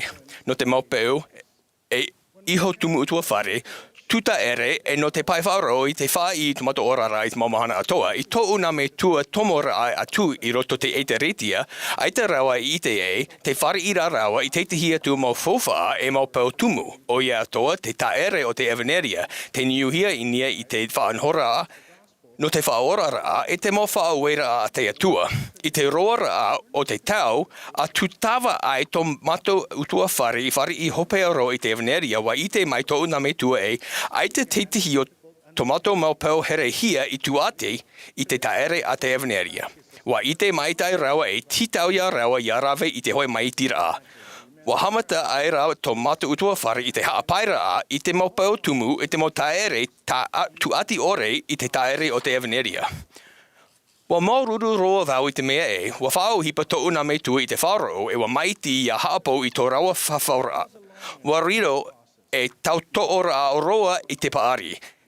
To'u whaoruera ia rato no te ora o vau ana isho wa rawe tamo noa rawa I te reira. Noa atue aita au tomato utua whare mea tīa'ira'a wa atea roa tamato hairea. Wa haapi I mai te reira ia te fāri'ihia I te tā'ere o te Ēperēra o te poro'a ia I tō tato mo whawhaura'a. Wa haapi te perekateni oaks, te titau nau te Ēperēra Iesu Mesia ia tato ia taui.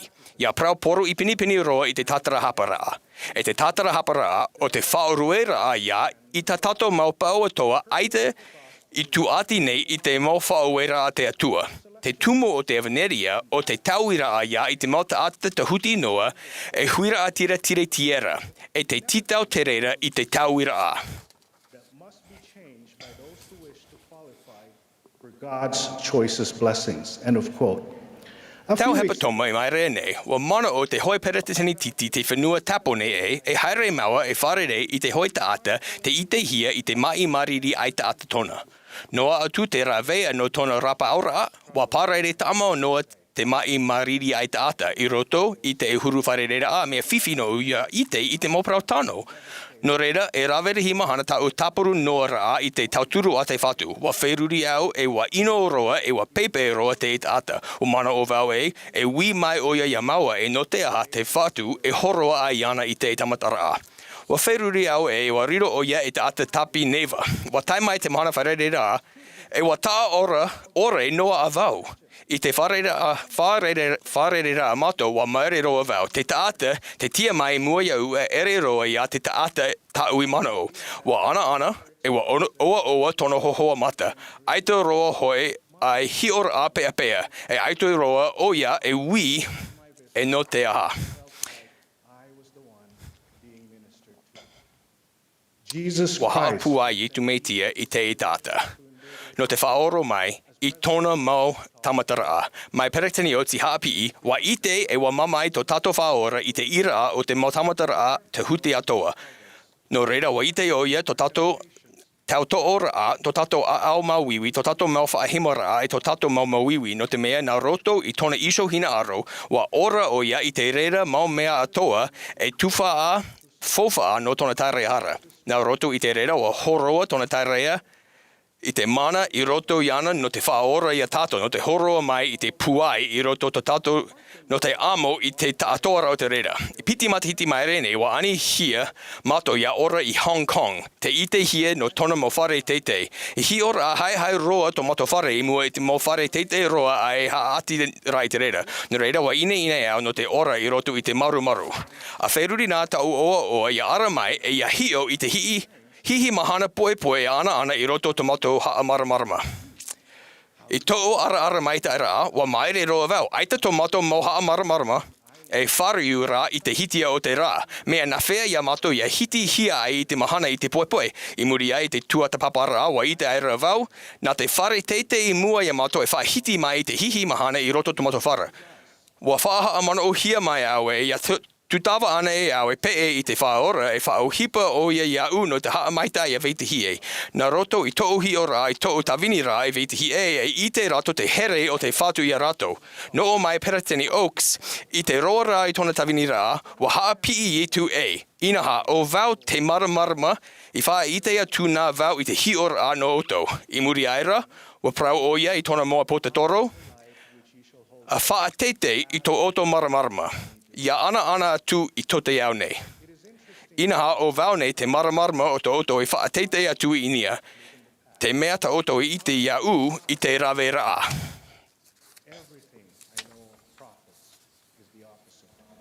They actually see into the future as watchmen on a tower.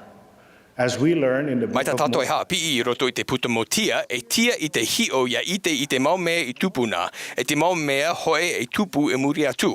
E nā rato e fāri'ihia mai I te mau mea ato'a, oia hoe I te fāri'ihia mai I te mau mea mo'e, e tai mai hoi I te maramarama no te mau mea I huna hiara, e te mau mea I te ōrehia e fāri'ihia mai e ia rato, e fāri'ihia ato'a hia mai I te mau mea aore I tia e fāri'ihia nā roto ia rato.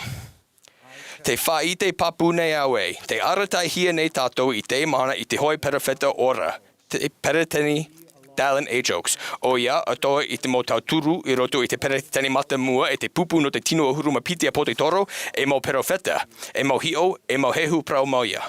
Ia pe'e ana e tātou I tā rato moha ēperēra I te mau hiora, mau ruru au no te Amuira'a hana te e poi poi. Ia pe'e, ane pe'e rā ia tātou I tō rato ēperēra e pe'e tātou I te whaora. Te oa Iesu Mesia. Amene.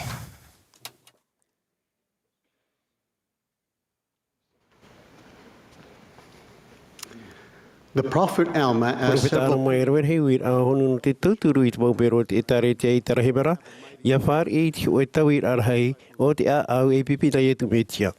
I murisho wa hapi o ye te mauta ata no titiona. A tai o iau haru mai to umata I te teimia tānei hapi. Wāre me iau ma te tīa'ira'a I whaia ana oto I oto I shoi moi te oto atua. Ai ta oto I wai rito I tau a pea I ara mai tato tātou mautai I tara'ehia. I roto noa I tau a ōmuara'a. Wa parau whahau o ia o teie to uhina aro aore o tau e wai rito I tau a whāro'orera I wai ai to tātou kura mautai ai. E ha te ie whiwhirahei, nā te whātā'ara'a I raro I te api, I roto I te irawa ahurumaro e horo o mai pānorā. Te hapi nei te apo te toro I atopai e tatamu, e tā'āto'ara'a e te papu ore I tōna ato'ara mauhare'a. Te hoe tā'āto'ara'a o te hoe I tā'ata whea a papu ore aorera ā'a e tā'ata, aita I tauto no te hoe whā aorera te aturira. Ho e rāwea no te upotia I te āaupiti o te hapi ia I atu I te atua nauaroa I roto I tō tā'āto'ara'a. Wa hapi I Iesu Mesia e mata anara o tau I te imi I te pāteria o te atua I te parauti a nānara. Mai te ōmuara'a o te tau hapi I te atua I tāna mautamari I atu I ana nauaroa I roto I tō rā'tomura'a. E hi ora wa horo ate patu I atamu e wai te mau whaau e rai hamori rawa I te patu tō rau atua e ia pupu I te whanau a mata mo tarawa maunana e o I te whatu. E ua hapa o atamu I te mau whaau e rā te whatu.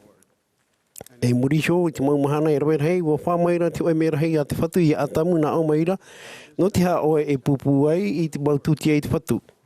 E ua proatura atamu I ana I te mau I te Māori rā wa whaau e mai te whatu I au. E reira wa promeira te mera hei nā ōmuara'a e hoho o teie mea no te tutia te whanau tei a te metua te I te arawha e te paramau. Ahi ona, wa whaau e te whatu I a atamu e ewa, I a pupu I te mau whanau a mata mua taraua nana. E nehen he parau e wa whaau e o ia I rawa I atu I te atua namuaroa no te ape I te whiwhi pēwarua o te āaupiti. Te mano nei iau I te oi te rapu wai e Rā'ere hei ma Tahiti tēnei te hapi I au nahea I atu I te atua namuaroa I roto I ōmuara'a. E me tua tāne te whaipepo a pīhia o pīhia wau I a tāwini I roto I te Ēperēra tēnei rā Mā'a. Mo tā mai Elder Clinton Cutler no titu ahauru e paraporo I tamato Mā'a e muri e wa paraporo wau iana. Ia I te oia e te mana on e iau wau I mei oia iau te wera nei te teime Ēperēra ia oi. E, a pahano o iara, te whiwhine iau I te pāmoni e tui tāu teie te ohipa e ua mairi iau I roto I tāu awhaurai tuwha ahauru e te mau o. O ui meira oia iau, te wera anei tā oe ho e mea whauwha. Ai toa haman āra I te te atu mau mea tānei parau. O whiruri iau I tāna uira e Rā'ere hei mahana. Te mea no atu tāu e whauwha o te oe Ēperēra o tāu hinaro no te whaarahei I tāu tapihi ora. Wa whautira wau e tamata wau I te oi tau Ēperēra no te rā, wa tāma wau e wa whaana I te reira, e wa tū I te oi whaatiani rāna te o. A papune eo ai tau, Elder Cutler I ani mai au I hoi tau Ēperēra. Wa whautia I te reira I muri ai tau whiruri a I tau hina aro e tū I te atua nā muaro. Tau mahana I muri mai, wa hare mai tu e tātai te whare no te hio I te pereo. Mai te hurura wa ananata oia wa whaahoro I te oia I te pereo wa hoi mai. Wa horo mai oia I tāna tārita hipa wa itea era wau tātara'ara'a hipa ho pereo. Wa taiar I iau no te hipa tupu mai. Te ōmuara'a ia I te moni ho. Waui mai oia iau, ia te whaito moni tāo hinaro an te pereo. Hinaro wau I te oe whaito moni papu mai tei. O numera wau I te mea tītau-hia iau no te au te moni tārau I te pereo no te au tu whaoru. Prau maru mai nei. Nā reira, hoi whaahau mai iau I te tītau-mahana te prau au whau. Wa maruru oia iau wuhare atu. A waere roa wau I te reira, ai te ōmuara'a, ai te manianiara, ai te whaatitora. Tau mahana I muri mai, wa hoi whaahau mai oia ma te au whau ai te tino moni tā uiani. O maere au wa fāri'ihia a te rea tuai oia nā Ēperēra. O tara wau I te moni wa au whau I ta utu whaahoru. A wheruri au I te hipa I tupu I te era wau ai tatou Ēperēra no te tāmau ta u tapi ora. A wheruri noa au wa pi mai te hoa iau na Āmui ioke. Me au na au tu preo rea nei. Tra teime I aroa noa pai te noa tu preo. Wa whaaman au mai o iau wa hapu tana o hine na Mā'a wa tītau-hia iana ia ho mai te Ēperēra Rahi wa wiwi noa hinaro ane iau I tona preo. Te mei o mau te reira. A wheruri iau I te hipa I tupu wa wiwi iau aha pei te mea I whaatiaturi iau ho I tō preo iau whau tau tu whaoru. Te hamanane iau I te oe pō tua whare te te mea whaite ai tō me tua wahine I te oe te rapapupu e non I ture no te whaoru. Warawa tau nā me tua te whenua mari te nāroto I te hipa te whaati ai mātou I whari I te oe nho ramana. Te rara o wharere mātou I te whiwhi pēmoni mai te mauta ato'a ha mātou I rātou I te oe whenua te wharaweira a whauwha api. Ma pro o ia ma te toi tio mata papu. Te mea noa te ei a tātou iahi o te rima mau ia o Iehowaihio no te Ēperēra Rahi te hamai te ei nei o ia tātou no tō tātou au rai tu whaahuru. Wa hapi Gordon Himpli. Wai ti au te roto te mautātai te ora awhiwhi. E rawe hei o rātou ai te ohipa. E rawe hei o rātou te rawe nei te ohipa no te moni I ti hei noa. Te rara e rātou I roto I te mau whare nei te tana ore iau noa I te pe I a rātou I au whau. I tā rātou matara I rāpai te wewe Māori rā au whau rātou I tā rātou tu whaahuru. Te nei, te puetrau, no te hamau, I te puae I roto I te ewaneria, nā roto ia I te au whau rā I tu whaahuru. O te hapora ia I te whau rā te whatu te mea whau whaamau. Wai te au tano te whahiti rā prau no tō tātou pē tino, no tō tātou ato'ara'a o rā pē wārua. Wa papu iau hamai te au whau rai te tua'ahuru te mau I tō tātou arawihi pē wārua. Atua I tātou I te atua Ōmuara'a a pūpua I tātou I tā tātou mau Amuira'a ma tāmua no te nana. Te whai te papu ni iau, te mai mana pē wārua te ara te eira pē wārua I te orehia I rutu I tō tātou-ara'a hapa I tātou I te tua'ahuru. I te hia te papu rā te promau I rutu I te hiti rā ohi a te whatu. I taua mahana ara, wa topa te waro mai te ei atamu. No prau elda me nā te whahohoara o te mau haamaramarama o te rei whaohipahi marati hapi rā rahi roa ia. Nā te haamaramarama whaihoi te maramarama ia tomo I te whare. Mai te reira ato'a ninihia mai te maramarama te hio rā te pēwarua nā roto I te mahaamaramarama o te rei roto I tō tātara'ara'a a whaatura I tātou te ture no te whaauru. Whai te papuni iau o ie tū te hio rā mai te eiroa no te tūrai te atua Ōmuara'a I roto I tō tātara'ara'a. Te whai te papuni iau horoa o ie I tōna ora tāpao no te auraro hoperoa I tinaro te metia. O oia te metia, te whaora te tāra'ehia no tātou pātoa. O Darlene Oaks, tōna profeta, te horoa ni au tō I te rapa putura te ora nei o ia nāruto I te Iesu Mesia. Amen. We express gratitude. Te whātai atu nei mātou I tō mātou marurur hei te pupu himene a te wharemenemene I Temple Square no te pehenehene taratou I horoa mai te maruru nei I te whea atoa te āmui mai I te ipuipui. teie nei, himene mai te pupu himene, have I done any good? To tātou Mā'a Hope'a, no te tuwha purera'a, o te pretiteni Henry B. Iringia. Tauturu ho'e, i roto i pretiteni ra mata Mo'a, i muri mai i tāna ora e opani te pupu himene i te purera'a. Maruru mātou e te atua. E horoahia mai i te pure Hope'a e Elder Christopher Ashkem no te hitu ahuru.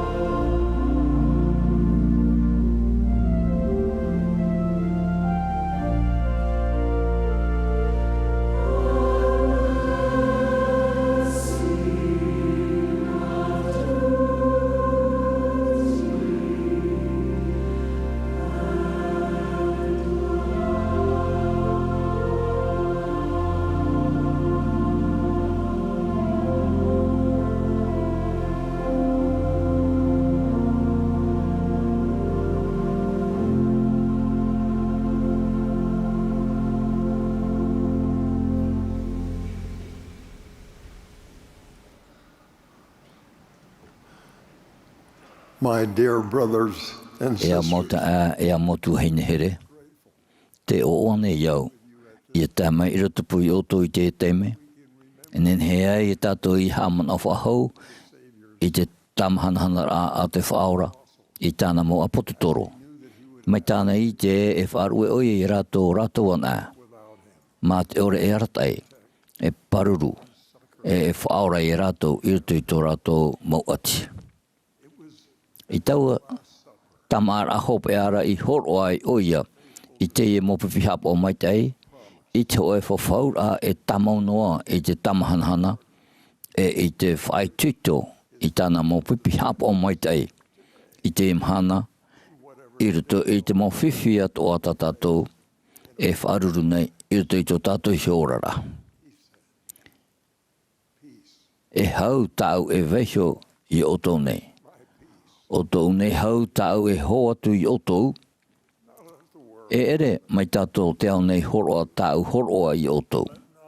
E ha e teia to otou a au. E ha hoi e matau.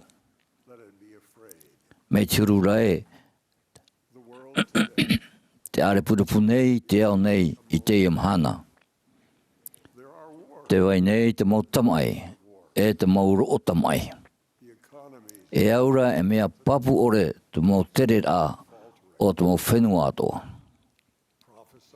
Mei turura e te hawhiwhira te ino I tohia a whatatai te huira mai o te whaora. No atura, te are purera'a e te whiwhi.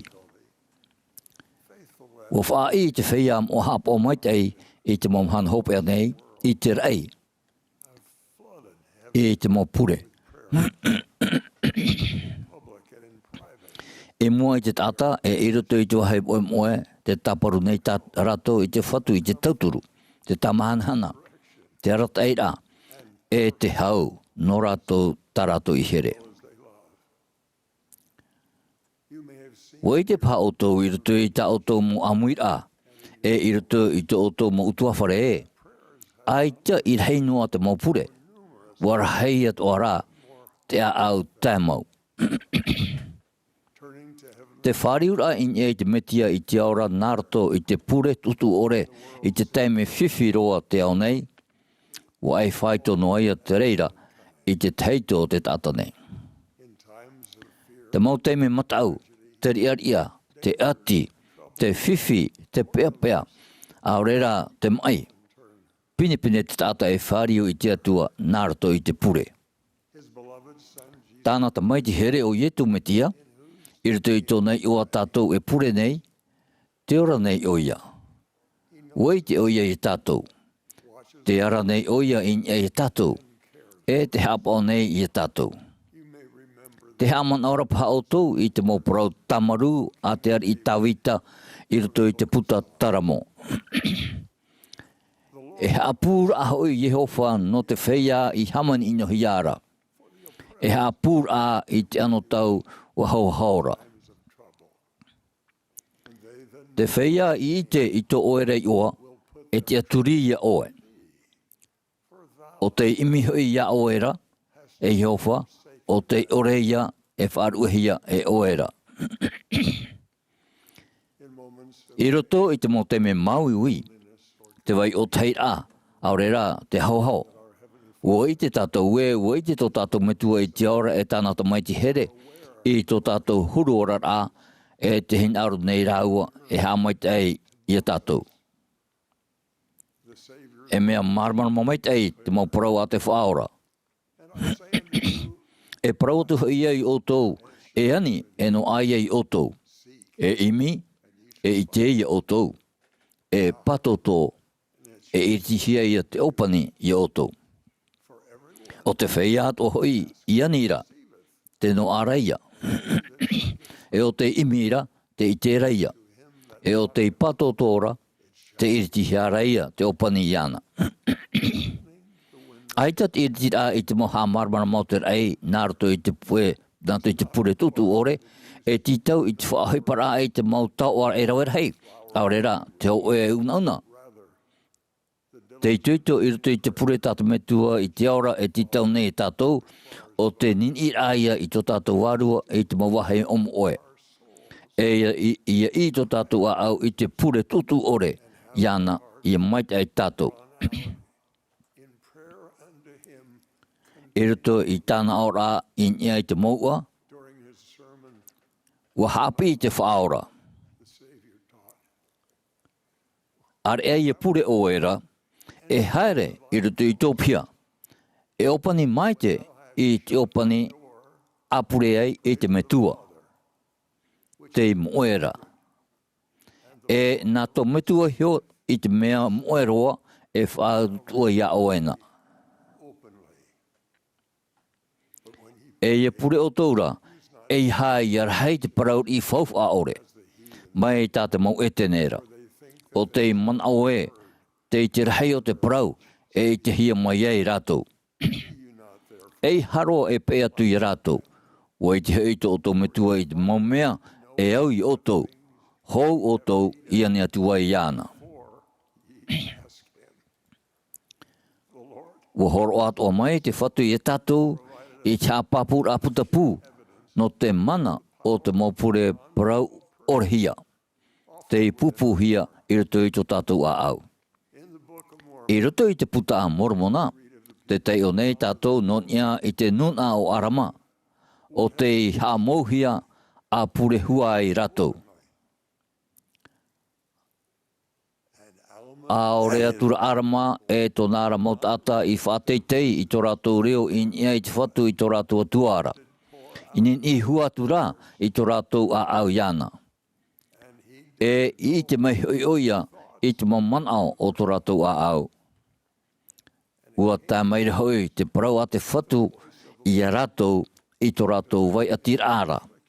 Nā o maira, e whāteitei na o tō i te upo ia mahana mai e nā uhoi e ha māma i te mohopo ia teiha i tuhia i te oto tapono.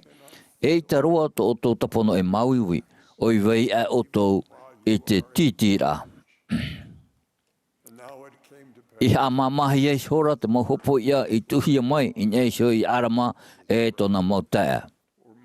O ia nā te atua rātou i whaituito. I te ai rātou i te whaoromai i te mauati ma te paruparu ore. E wauraro hiora rātou ma te au tā e te whaoromai i te hinaro ato'a o te whatu. Te whai te papu nei au e, te whaaro nei e te pahano nei te whatu i te maupure o tō tātou a au, mai tāna irawe no arama e tōna mautata. E nehene he tātou e pe i tāna whaauera, i e pure tā mau noa, narto i te pure tā mau i roto i tō tātou a au. Mai te mau perwheta i hapi e roer hei te me muara, e i te pā tātou e man aoe e pure tātou aurera, e i te pā tātou e i te e hate parau. Te whaaro nei rā te atua, e i te mau pure omoe o tō tātou a au. Te maumana o tō tātou o tō a au, e te here i tō tātou metua i te aora, e i tāna tamai te here. E nehen he te reira, e riro, e mea tamau. Nā reireia tā o tō mō pure, e mara a tamau ai i te atuara.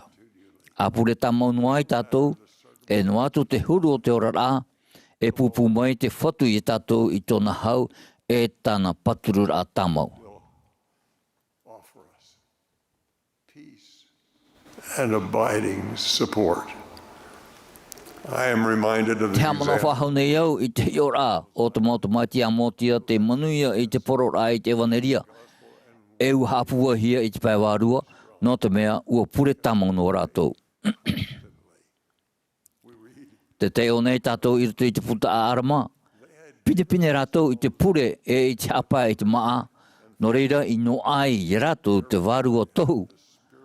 E te warua hoi o te heheur aparau. E mea whauwharoa, i te mea e ua tā mai tō rātou pūa i pēwarua, nārto i te pure tamau. E i harā, i te tīa'ira'a i pure i te teime e tā mai te whiwhi a hinaro maua i rātou i te tauturu a te atua. Te pure tamau rā, i te mauteme o oanei āorera, i te mauteme ati e te oto papu mai te ie, e ha maururu hia te reira mai te au i tōna hinaro e tāna tarena mai te ei roa. Wai te au e te ora nei te atua, te metua. Wa here o ia i tātou. Te whaaro nei o ia i tātou mau pure. E rauer hei teime e pahona mai o ia ma te man au hau. Whahaua mai roto mai i te puta mormona, e tēnei ia whaia te hau o te atua i o tōna, e inia hui i te oto ma utua whare e te mau whenua, e inia atoa i ta oto mau nana mamoe, e te mau nana puatoro, e te tā'āto'ara'a na oto. E ini ato'a I tā'ato-manihini e tā'ato motomari mai te au I te oto whāro e tā'ato hepa mai te tai mai te ne tau e amuri no atu. E o teie tau parau. Mau ta e te motu hine. Te whaitene iau I tau I te rapapue e parau maut whawhaur a te whaora e whāturahia te o e purera'a no te hau I roto I te oto a au.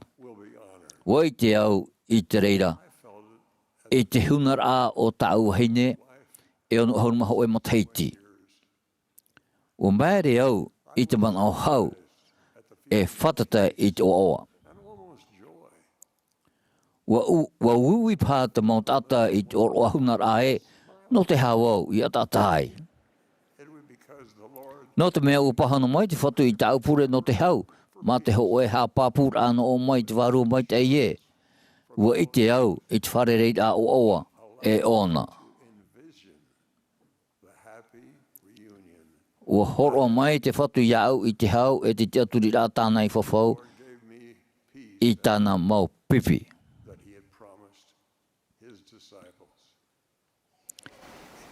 E hau tāu e waihio I o tau nei. O tau nei hau tāu e horo atu no o tau. E ere mai tātou te au nei horo a tāu horo ai o tau. E ha e teia tō tau a au. Te whai te papu nei au e, te ora nei Iesu Mesia. Ua here o ie I tātou. E te hamait nei o ie I tātou. Te tamau nei o ia I te horo mai I te hau I tātou I rutoi tō tātou orara a nārto I te purera'a auta e te utut u ore. Te whai te papu nei au I te reira. I te Feiā Mo'a o Iesu Mesia. Āmene.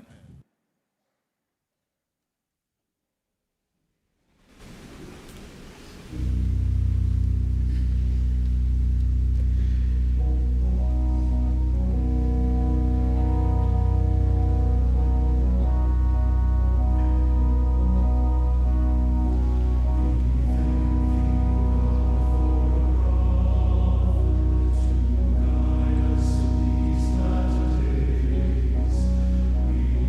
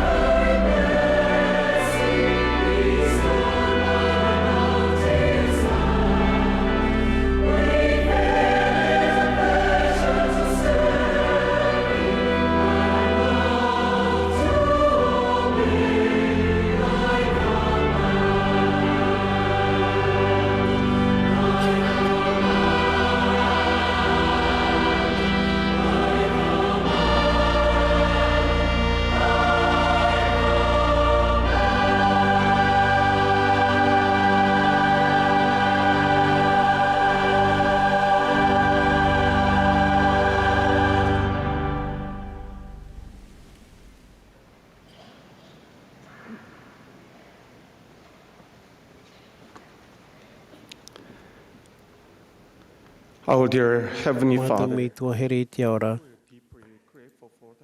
Wa maruru ro mātou, no tau e tamaiti e tu mitia. No tōna arofa e tāna tau tia tāra'ehia.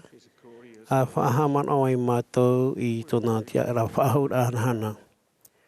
Maruru mātou, no tā oi Profeta Dalina Shoks. Tōna nā tauturu e te maumero o te tino ahuru mapiti apotitaro. Tā mātou ia e paturu nei e whaahanahana nei. Te ani mātou, te ani ne mātou. Ia mait e i peritini o i te mait e whaurura.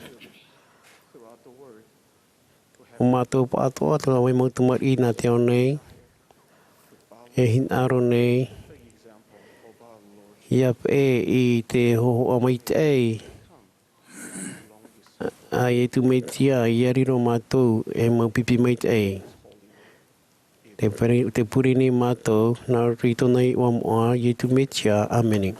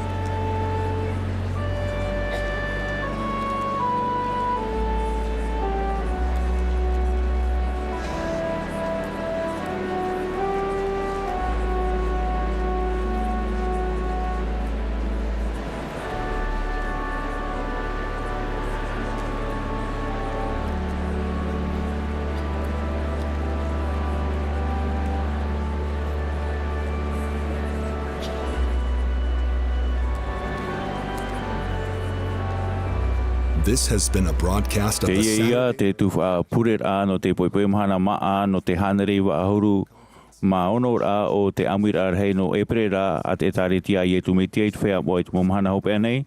Ua maʻitihia mai te maut ata o no roto mai te maut i awhaatere o te tā'aretia ua hapohia te himene e te pupu himene a te wharemenemene i te poskua. Te whaitutohia nei te maut ata o ia mata i te eia whaite atu i te mau poro'i no te Amuira'a i te hia inia churchofjesuschrist.org.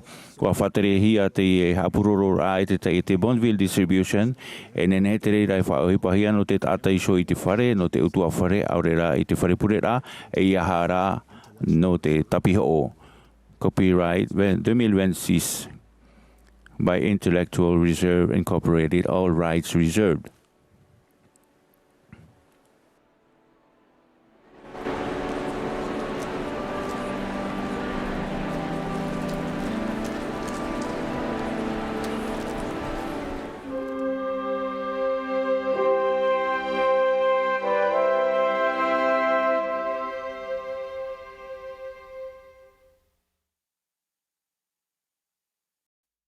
For pausing, for listening, for opening your heart. From homes and cities all over the world, we gathered to hear the words of Jesus Christ. We brought our questions, our worries, our faith. And in return, we felt Him. In quiet promptings, in simple phrases, in the music and words that connected our hearts. The Spirit doesn't leave when the conference ends. It stays with us in how we live, love, and care for each other. If something you heard sparked a question or feeling, we invite you to reach out. Learn more at churchofjesuschrist.org or connect with missionaries near you. So, wherever you go from here, in whatever moment you need the Savior, He is always near. Hear Him. Thank you for joining us.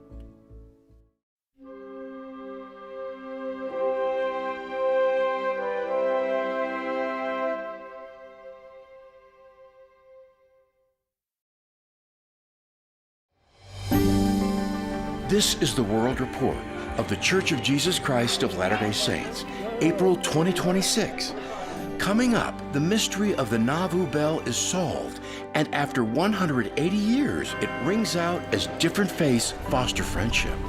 Handcrafted stained glass lets a new light shine at the Salt Lake Temple. But first, it's a time of expansive growth.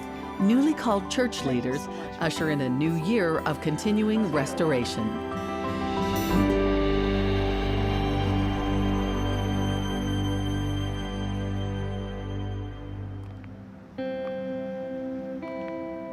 It feels new to be the president of the church. It's very holy responsibility, and I'm trying to grow into it. I'm just sustained by the fact that the Lord has prepared me and now called me to do something. I don't flinch from that responsibility.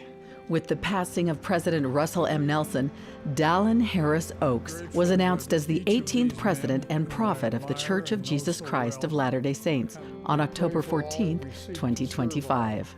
I accept with humility the responsibility that God has placed upon me and commit my whole heart and soul to the service to which I've been called. President Oaks called Henry B. Eyring and D. Todd Christofferson to serve as first and second counselors in the first presidency. The next day, they sat down for an interview with award-winning journalist Jane Clayson Johnson. What advice do you have for families today as the new prophet? The whole purpose of mortal life is to prepare us for a heavenly destiny in a family organization. My invitation is not just come and see, come and be. The message really is Jesus Christ is the way. Beginning his ministry, President Oaks traveled to Burley, Idaho, where he dedicated his first temple as church president. He also visited Brigham Young University, where he delivered his first public address as the prophet, a campus where he once served as university president. With the consecration and leadership of this community, BYU will become the great university of the Lord. Not in the world's way, but in the Lord's way. Following his address, a plaque was unveiled with an inscription from his talk. This will accompany another plaque with a quote taken from President Spencer W. Kimball's dedication of the university's Carillon Bell Tower. And as a part of this Easter season, the church released videos focusing on the greater love of Christ and a special Easter message from the First Presidency. Jesus Christ's atoning sacrifice and resurrection are the ultimate evidence of God's love. Filling the vacancy in November and following the passing of President Jeffrey R. Holland in December, Gerald Kosei and Clark G. Gilbert were called and ordained as the newest members of the Quorum of the 12 Apostles. I felt peace. I knew it was coming from the Lord. I've always said yes to the Lord. This is an amazing time to point people to the Savior, Jesus Christ. And when we do that, we can find joy and comfort and peace in Him. Elder Kosei served as presiding bishop of the church for more than 10 years, and Elder Gilbert had been serving as the commissioner of the church educational system since 2021. In addition, Elder Dieter F. Uchtdorf was called to serve as acting president of the Quorum of the 12 Apostles. It's a time of historic growth for the Church of Jesus Christ of Latter-day Saints. President Nelson used to speak often about the gathering of Israel, and I believe that's what we're seeing. In the first 6 months of this year, conversions have risen by more than 20% over the previous year in Europe, Africa, Asia, the Pacific, and Latin America. In North America, we have seen a 17% increase. Behind this growth, lives are drawing closer to Jesus Christ as his gospel brings hope, purpose, and direction. We have an explanation for the purpose of life and activities that lead you along to a heavenly destiny. More than 85,000 missionaries are serving worldwide. As the number of missionaries continues to rise, the church announced the creation of 55 additional missions in October. Makes me feel great just knowing that there is more people out there that are willing to receive the gospel. And in November, the First Presidency announced young women can begin mission service at age 18 instead of 19. I started crying because I was so excited. We love what this does for these young women, is it gives them an opportunity to think about all of the options that are available for them. Being able to serve a mission right now just gives me my purpose in life. The Lord has reserved a choice generation to face the challenges of this generation and to prepare all of us for the return of the Savior. A record number of youth and young adults are participating in the church's extracurricular spiritual education programs, institute, and seminary, which together are set to have 1 million students worldwide this year. The Lord's word continues to move forward in powerful ways. These rising numbers are a clear witness that the gospel is touching hearts and changing lives everywhere. I'll venture a prophecy. The growth of the church will accelerate. I join in that prophecy. Amen. As an educator, university president, and apostle of the Lord Jesus Christ, President Jeffrey R. Holland developed a profound love for gospel knowledge and shared it with others in a deeply personal and relatable way. People thought my dad was their best friend because he really thought so too. He really was the original people person. President Holland was sustained as an apostle of the Church of Jesus Christ of Latter-day Saints on October 1st, 1994. Obviously, my greatest thrill and the most joyful of all realizations is that I have the opportunity, as Nephi phrased it, to talk of Christ, rejoice in Christ, preach of Christ, and prophesy of Christ. With the passing of President Russell M. Nelson, he became the president of the Quorum of the 12 Apostles on October 14th, 2025. Jeffrey Roy Holland was born on December 3, 1940, in St. George, Utah, to Frank D. and Alice Bentley Holland. He served a mission in London, England, and in 1963, he married Patricia Terry. They're the parents of 3 children, with many grandchildren and great-grandchildren. President Holland received degrees in English and religious education from Brigham Young University and degrees in American Studies from Yale University. He taught as a Church Institute teacher and director before becoming the Dean of Religious Education at BYU. From 1980 to 1989, he served as BYU's 9th president. No matter the challenges presented in life, President Holland believed that solutions ultimately rest in the atonement of Jesus Christ. To all such I offer the surest and sweetest remedy that I know. It is found in the clarion call the Savior of the world himself gave. He said it in the beginning of his ministry, and he said it in the end. He said it to believers, and he said it to those who were not so sure. He said to everyone, whatever their personal problems might be, "Come unto me, all ye that labor and are heavy laden, and I will give you rest." 250 trucks for 250 years. The church provides record food donations around the country. And providing thousands of laptops in Mongolia helps teach and inspire a rising generation.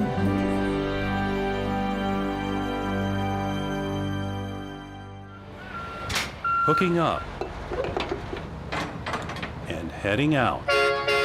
In October, the church donated semi-trucks of food from its Bishop Central Storehouse in Salt Lake City to help with several challenges.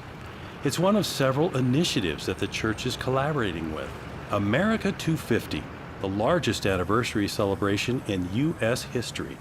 It's nice to see you. America 250 committee members met with church leaders on Temple Square as part of the kickoff.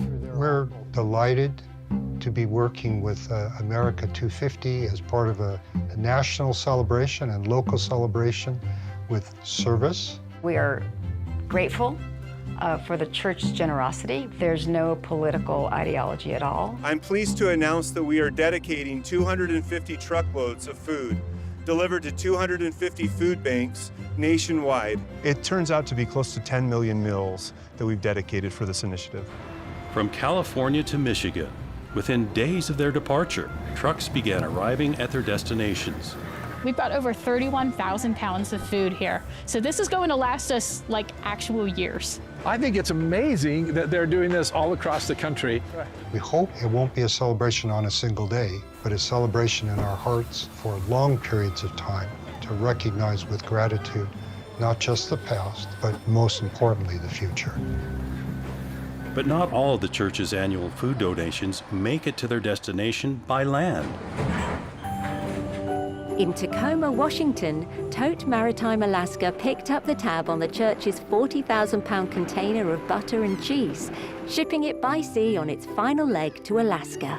The Church of Jesus Christ of Latter-day Saints has stepped in to just provide shipment after shipment after shipment of support. Just a few days before Thanksgiving in the United States, several churches around the state, such as the Real Life Church, the Wasilla Bible Church, and the Church of Jesus Christ, became extensions of the Alaska Food Bank's annual Thanksgiving blessing. Happy Thanksgiving! It's a 2-day event that provides the makings of 12,000 dinners, including butter, a pricey delicacy in a state with only one dairy that can cost up to $10 a pound in some places. Being a single mom with all my children here, when it comes to Thanksgiving, you still want to provide that good meal for your family.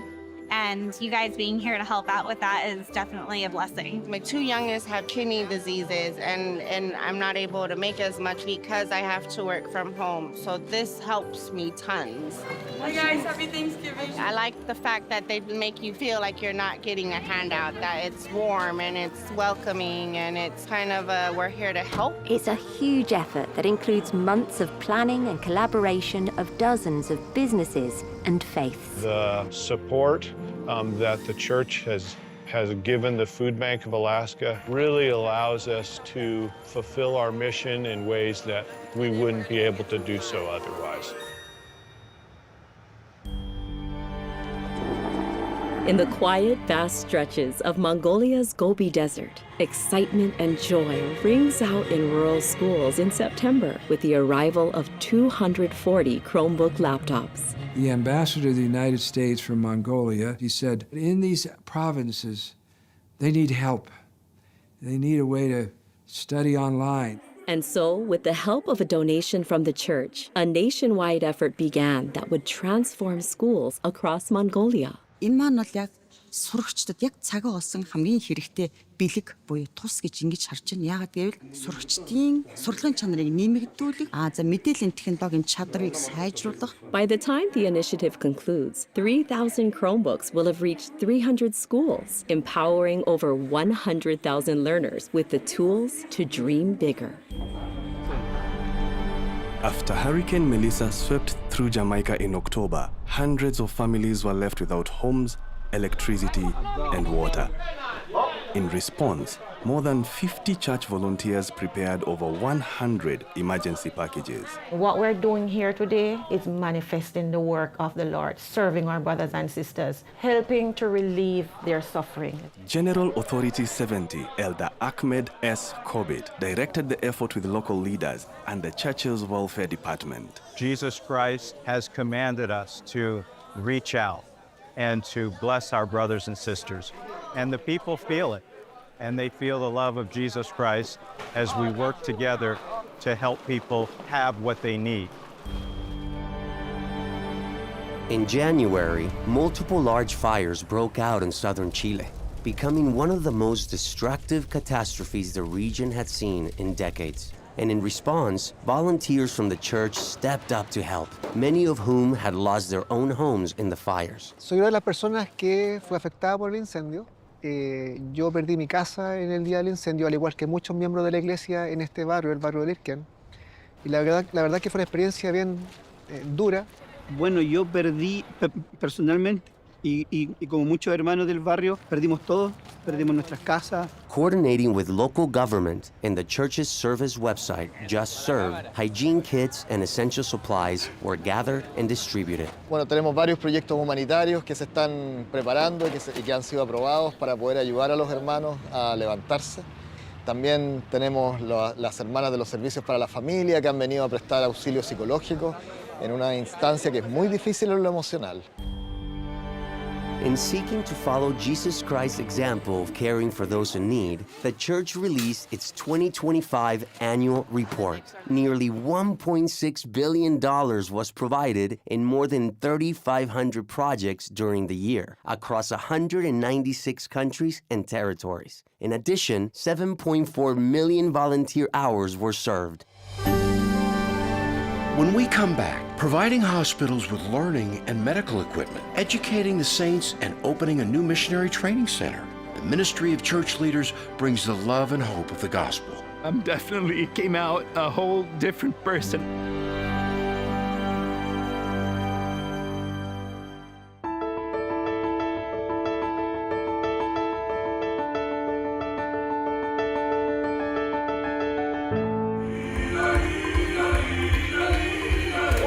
Aloha. At the end of February, President Dieter F. Uchtdorf, acting president of the Quorum of the 12 Apostles, and his wife Harriet spent 5 days in the Hawaiian Islands, serving, teaching, and bearing witness of Jesus Christ. This is a place of refuge, a place of peace, a place of joy, and a place of education. While there, he spoke at a devotional at Brigham Young University, Hawaii, and took time to minister to students one by one. For some reason, I feel like I don't good enough, smart enough to get here, but somehow I made it here. And you are good enough. You're smart enough. And you're great because you're a child of God, right? He loves you. And you are good. Past few weeks, this past few months, it's been a struggle. With your faith and with your talents, you will always find a hope. At BYU, in the community of Rā'ere, you find the culture of Jesus Christ. Focusing on Jesus Christ is something which will bless not only this part of Oceania and the Asian Rim, but it will bless all the world. In my ministry, I've had the chance to visit with political leaders all over the world. and we don't go asking for things. Rather, we go offering our service and help. In November, Elder David A. Bednar of the Quorum of the 12 Apostles traveled to Azerbaijan, where he met with faith and government leaders and had an opportunity to participate in a special milestone for the region: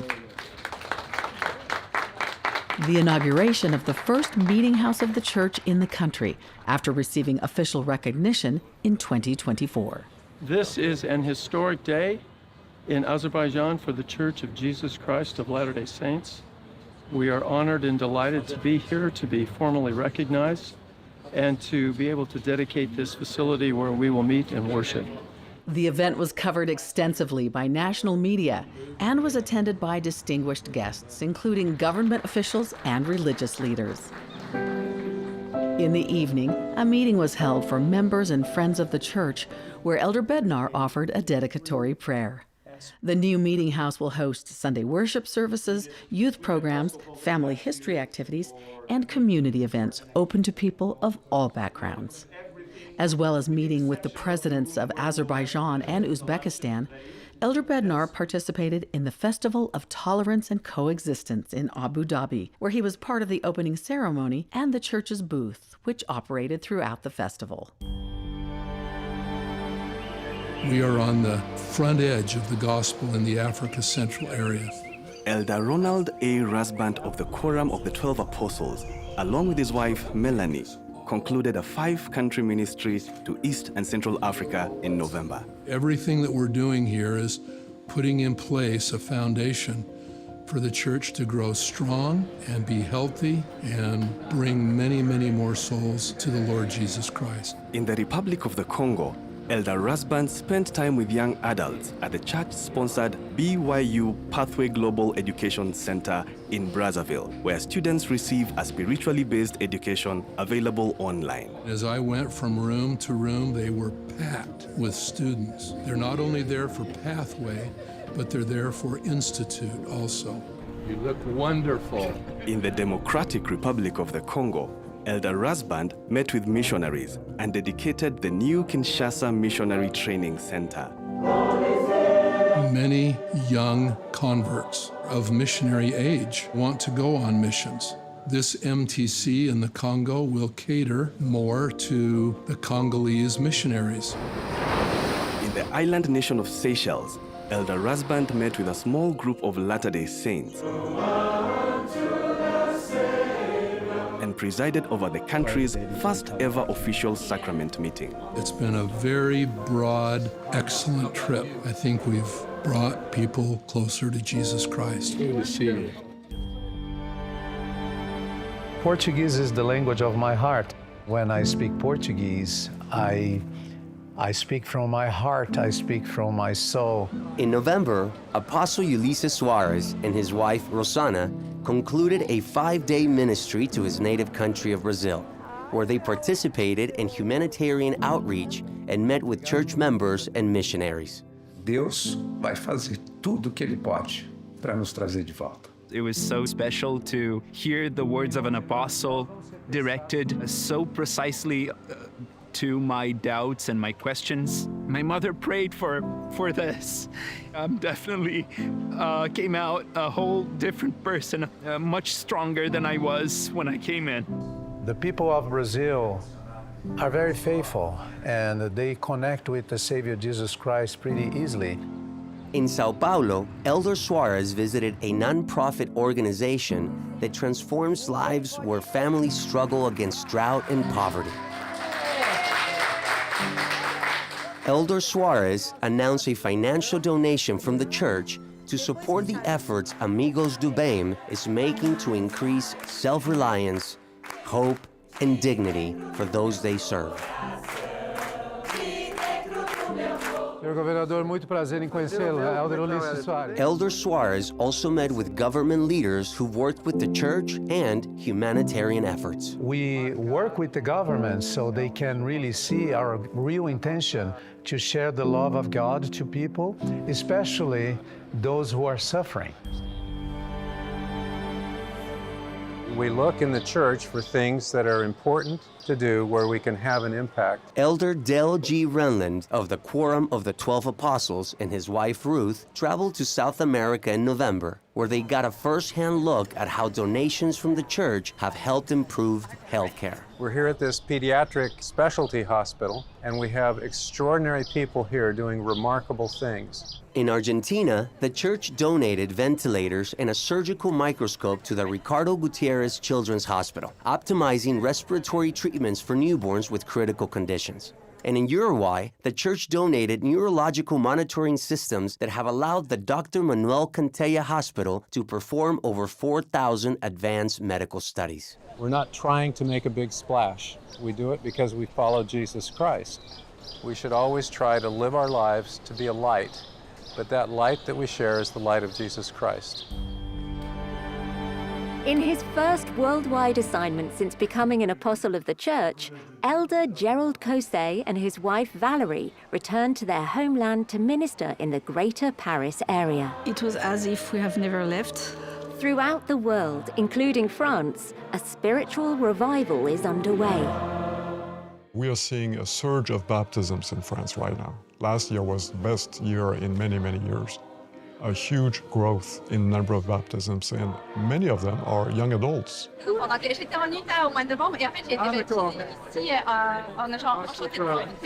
There is a new wave, or the new harvest, and of those new members, a lot of them coming from migrant families from all over the world. It was beautiful to see. At the Paris Temple Visitor Center, Elder Kosei spent time with newly baptized members. Il faut du courage pour changer.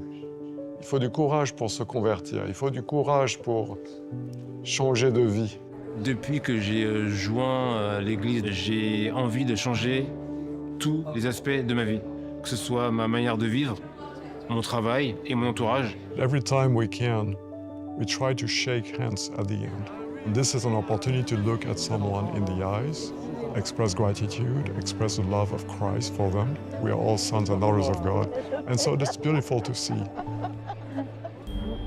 Are you sharing? That's so good. Relief Society General President Camille N. Johnson of the Church of Jesus Christ of Latter-day Saints launched a ministry in Eurasia at the end of February. Her visit started in Bishkek, Kyrgyzstan. The highlight of my time here in Kyrgyzstan is seeing that the work of LDS Charities is so consistent with our global initiative to improve the well-being of women and children. President Johnson visited humanitarian projects supported by the church, including an orphanage. Are you so happy today? We had the opportunity in that orphanage to be with the children. That was a tender opportunity to wrap our arms around those dear children. You happy to be held? The church is also assisting a national hospital to save the lives of babies and their mothers. The people here were so very grateful for the efforts of LDS Charities to bless them with the materials they needed to teach medical professionals all across this country how to care for those babies. Across the border in Kazakhstan, the church is growing. There are several congregations and a new meeting house in Almaty. We were blessed to participate in a baptism here in Kazakhstan. 3 new members of the Church of Jesus Christ of Latter-day Saints, a husband and his wife, and then another dear sister. Here in Kazakhstan, we had the opportunity to visit an orphanage and see a puppet show that's being used throughout the Eurasia area. It's a way to teach children about healthy habits. It was the missionaries who were actually performing the puppet show, which was delightful. It was an opportunity for them to serve and bring hope and relief to those children.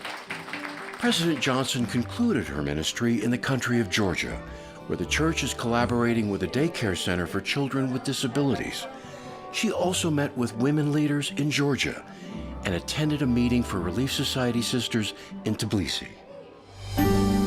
Up next, with the push of a button, the gift of pigs changes the lives of families in need. And completing a story 1,200 years in the making, church historians work with the Shoshone Nation to return a piece of sacred history.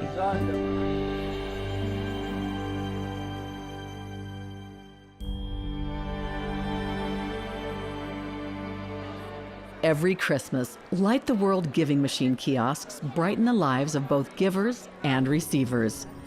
These machines, sponsored by the Church of Jesus Christ of Latter-day Saints, allow people to donate items and services from a variety of nonprofits. In this case, piglets, provided by the Academy for Creating Enterprise. Nung binigyan po kami ng dalawa ay inalagaan po namin, inahal po namin yung baboy. So, sobrang masaya po kami na. These pigs provide a path out of poverty. Sobrang malaki pong tulong po sa aming pamilya yung.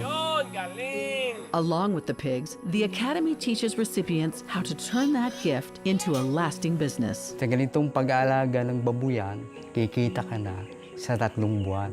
A lot of these families, just by growing the pigs and then bringing them to market, they're able to double their annual income. Bigyan ako ng baboy nga 2. Nga para nga may karoon ako nga ipatayo sa bahay. For many, the impact of these donations reaches far beyond their monetary value. Years ago, the Aguilar family lost their son to a terrible illness after having sold all their pigs to pay for his care. But the pigs they recently received from the kindness of strangers have offered them hope. Nabago yung pananaw namin sa buhay doon sa program. Nakatulong yung Light the Word na lalo kaming magsumikap para palaguin ulit yung. This is just one of the many ways lives are being changed through the Giving Machine Initiative. In 2025, these kiosks were in more locations than ever before, and from the year alone, more than 4.8 million items helped families around the world, with every single donation making a difference. Kusang loob po na ibinigay po sa amin.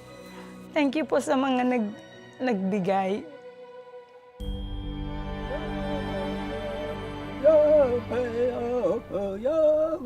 It's a sacred relic to the northwestern band of the Shoshone Nation, who lived and hunted in these mountains in northern Utah. This was a very important area, especially for my family. It's a very spiritual place. This unassuming stone started the last chapter of its extraordinary story on a chilly morning in December at a meeting house of the church in Tremonton, Utah. Historians say the Fremont people, ancestors of the Shoshone, created the engravings on the rock called petroglyphs around 1,200 years ago. But around 80 years ago, the artifact was removed from its original location and hauled to the church. The story goes that around the mid to late 1940s, a group of men or Boy Scouts, depending on who you talk to, procured the 2,500-pound rock with just elbow grease and a pickup truck. I can understand them looking at that and thinking, wouldn't that be nice to have in our community? In 2011, amateur archaeologists discovered the rock, and historians of the church began working with the Shoshone Nation on a plan that would allow the church to restore and return the stone to its original location. We do have a moral and ethical obligation to care for things like this that are in our possession, and in particular to return those things that are, in this case, very sacred objects to those rightful owners. Yeah. The ancient artifact began its journey home after being carefully removed from the concrete and transported to Provo, Utah, into the eager hands of conservation experts, whose goal was to clean and preserve the petroglyphs, ridding the rock of years of lichen growth. A painstaking and delicate process, to be sure. We have to be extremely careful when we're removing it from these areas of intact patina that we don't pull any of those microfissures or surface with it. On an unusually warm and sunny winter day, the sacred artifact, cleaned and preserved, was transported back to its original location near the Utah-Idaho border to once again join its companion petroglyphs, to be separated no more. Super emotional, seeing it get set almost instantly in a perfect setting, and so grateful for everyone that's been involved. To mark the momentous occasion, the tribal spiritual leader offered a blessing. He's prayed that everybody will be blessed that helped, and really emotional hearing him say that in Shoshone. Coming up, temple building continues around the world, and we'll give you an inside look at the Salt Lake Temple renovation to see how stained glass shares the light of Christ. The unexpected things in this have been the moments of divine intervention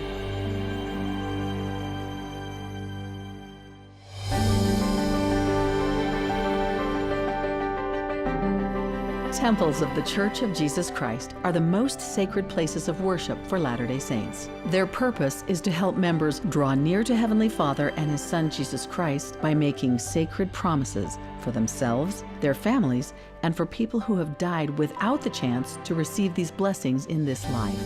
On December 14th, the church's Northeast Area President for the United States announced a temple to be built in Portland, Maine. The Portland, Maine temple was the first recent temple to be announced outside of General Conference, a practice the church president, Dallin H. Oaks, spoke about in January. It has occurred to me for a long time that the best place to announce a temple is in that temple district. On October 12th, Elder Gary E. Stevenson of the Quorum of the 12 Apostles dedicated the newly completed Elko, Nevada temple. And in the Mountain West, the late President Jeffrey R. Holland dedicated the Grand Junction, Colorado temple Sunday, October 19th. In South America, Apostle Ulysses Suarez dedicated the Bahia Blanca, Argentina temple on November 23rd. And on January 11th, President Dallin H. Oaks dedicated the Burley, Idaho temple, his first temple dedication as church president. In Southeast Asia, Apostle David A. Bednar dedicated the Alabang, Philippines temple on January 18th. And on March 1st in Southern Africa, Apostle Garrett W. Gong dedicated the Harare, Zimbabwe temple.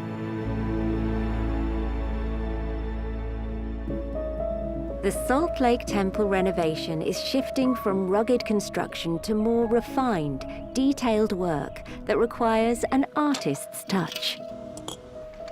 I knew when we first were entertaining the idea of taking this project on that it was a monumental opportunity. Trying to keep this one front and center. Bringing it all together is quite a task. It's a mammoth 7-year undertaking to create individual pieces of art glass. Over 6,000 pieces, but that's just a single layer. We're averaging 2 to 3 layers of glass for every section of this window. So it makes it 18,000 pieces of glass.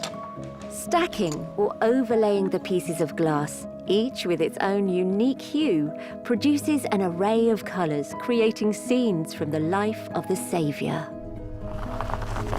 There's nothing static about this window because of the light. It's ever changing and evolving with the season, the time of day. In the evening, this window will only read like that, but in the morning, as the light comes, these colors will emerge. Some of the unexpected things in this have been the moments of divine intervention. The biggest hurdle was who makes drapery glass? No one makes drapery glass any longer. I found him on the internet doing a lecture. And as I'm working, I hear someone say, it's been my life passion to work with Tiffany glass. Little did I know that it was his life's dream as well, to have this opportunity.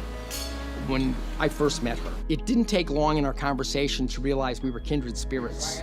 I love working with passionate people. The lifting becomes very light when you do it with the right group. And those moments aren't by accident. They are divinely inspired, and I've had them happen to me countless times in this project.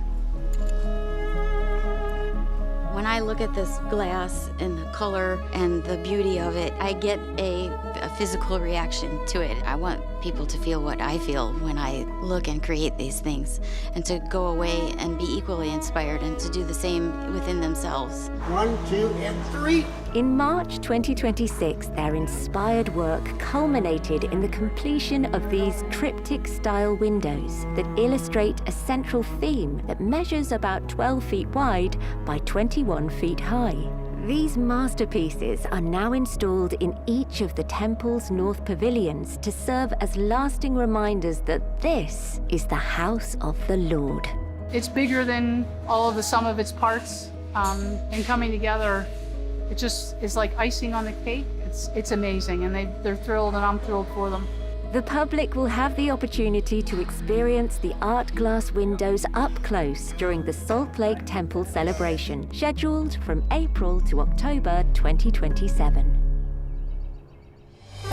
When we return, Reliving History, a 93-day sailing honors immigrants seeking religious freedom. Hundreds of municipal leaders hear an apostle and join in service, and the church prepares to again welcome the Olympics to Salt Lake City. These stories and more in the news.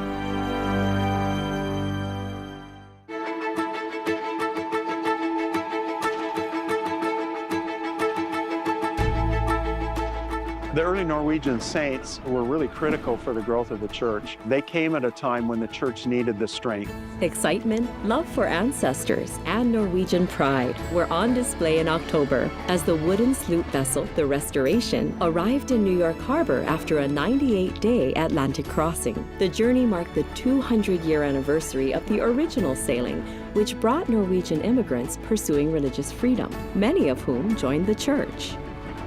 Following the devastation of typhoons Tino and Uwan in the Philippines, Apostle Patrick Kieran and his wife Jennifer visited the area in November, where they met with affected members and friends of the church. In response to the recent disasters, the church provided emergency assistance to families in Cebu, including food, hygiene supplies, and water filtration equipment. When you're in the service of your fellow beings, you are only in the service of your God. During the National League of Cities annual summit in November, 270 government leaders gathered at the Salt Palace Convention Center in Salt Lake City as Apostle Gary E. Stevenson spoke on the unity fostered by acts of service. The gathering was sponsored by the church's community service platform, Just Serve, which provided NLC members an opportunity to serve alongside the church's Relief Society as they assembled hygiene kits for the Crossroads Urban Center. 32 years after the 2002 Salt Lake Winter Olympics, the worldwide sporting event will return to the Rocky Mountains. And at a media event at the headquarters of the Milan Foreign Press Association in February, the church announced its commitment for a financial contribution, venue support, land use, and thousands of volunteers.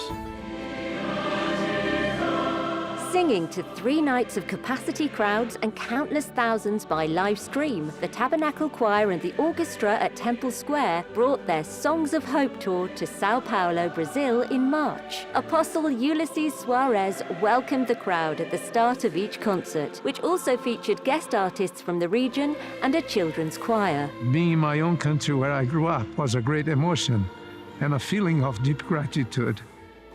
The annual Family History Conference Roots Tech was held in Salt Lake City in March. Hosted by Family Search, Roots Tech 2026 highlighted emerging trends in genealogy and featured a wide array of notable guest speakers, including Elder Ronald A. Rasband and his wife Melanie, who spoke at the event's annual Discovery Day. Our faith is not ours alone. It is a gift passed from generation to generation.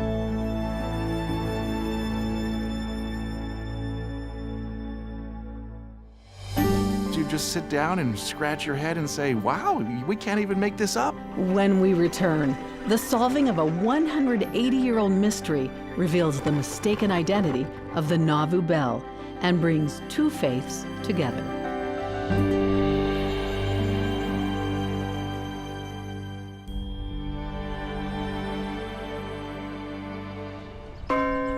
On a sunny autumn day, a beloved bell lost for nearly 180 years is finally back home in Iowa. Its whereabouts during that time, a wild story involving theft, trickery, and mistaken identity.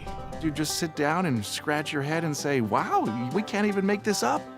Long believed to be the historic Nauvoo Bell, placed on Temple Square in Salt Lake City for more than 60 years, it's actually the Hummer Bell, stolen from the First Presbyterian Church of Iowa City. But don't jump to conclusions just yet. It seemed to be one surprise after another. The story begins in 1948. Pastor Michael Hummer, co-founder of the original wood frame church, was dismissed, believing he could take the church's bell as compensation for monies owed. He set out to do just that. Hummer was granted the rights to movable items. And so that became the question. Hummer thought the bell was movable, and the congregants didn't think so. Hummer was in the process of lowering the bell from the church's belfry when the townspeople removed his ladder, thus trapping him while they hid the bell in a nearby river. A while later, a small group of men who knew of its location stole the bell from the river and headed to the California Gold Rush.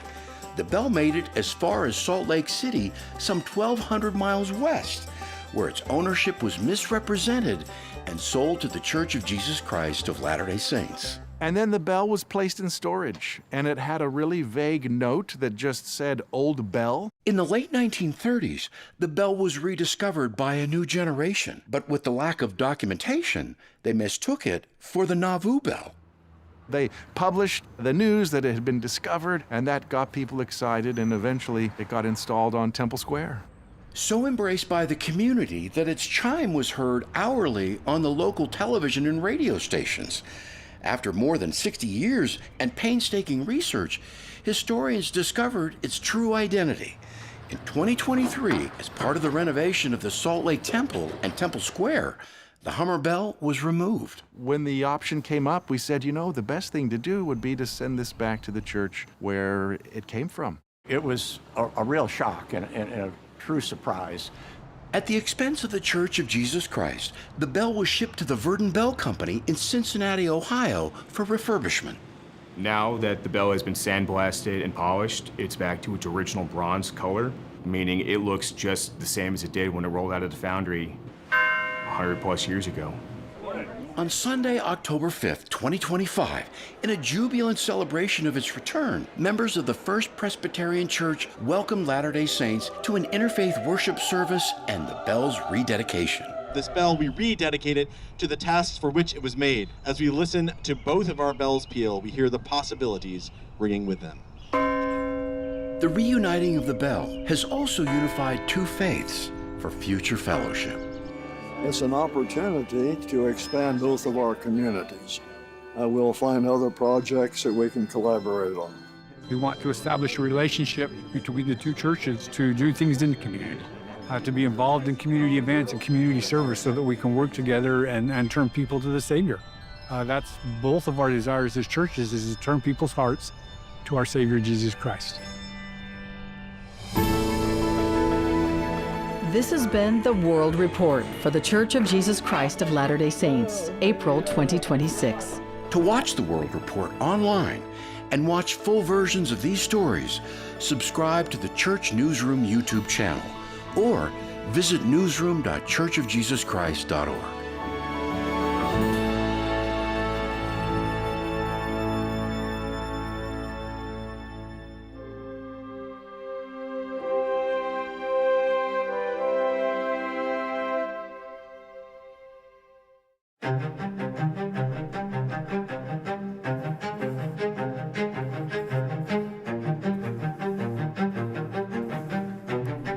As an artist, this is how I express myself. I'm not very eloquent in words. The painting is my testimony in brushstrokes. When people look at it, I want them to feel my testimony. I believe in beauty. I believe in the pursuit of beauty. I believe in connection. It's a really intimidating process to paint things that are so near and dear to me, especially the Savior.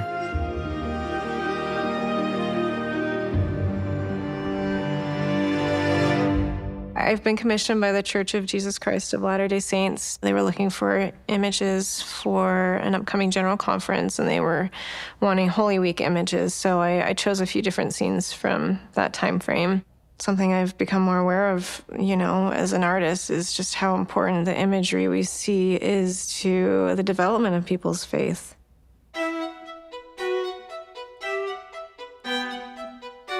And as I look back on my life, I can remember specific paintings that I looked at as a child, maybe in the primary classes or whatever, that actually made a big impact on me, and how important it is for people to be able to have that visual imagery to connect in a way that, is different. It's a different modality than maybe just hearing words.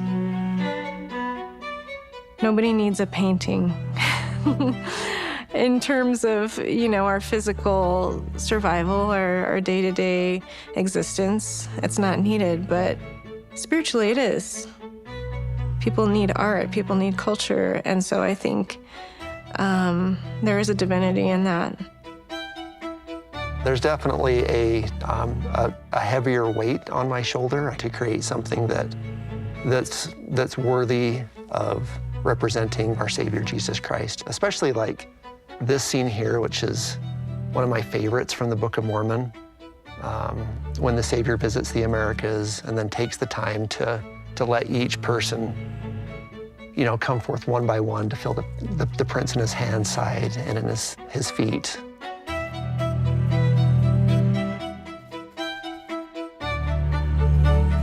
Painting the Savior in Gethsemane is one of the most pivotal moments in the history of forever. And tackling that, you know, it's intimidating.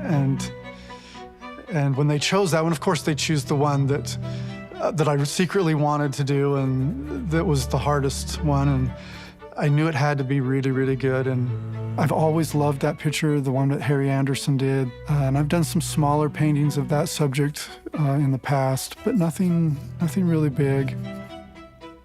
But I just loved the idea of doing a really moody painting of the Savior when he was most vulnerable, the hardest time of his life. But yet it was just a nice, calm, peaceful night when he was going through the hardest thing you'd have to do. Every painting is an act of faith. You start with a blank canvas, and when I'm standing there, nothing on it. Each part of the process is this step in a direction, and every step takes faith. I've painted him a few times in the past, and it's always a spiritual experience. I tend to, you know, turn off the distracting parts of my day and, you know, turn on conference talks or church music or the scriptures just to be in the right frame of mind to paint. There's a different weight to representing something that inherently has so much meaning. Yeah, well, usually when I started painting, whatever the colors are that I want to end up with, I start with the complementary color underneath. You know, pine trees are green, but there's a lot of red in them, and without that red, they just don't feel real.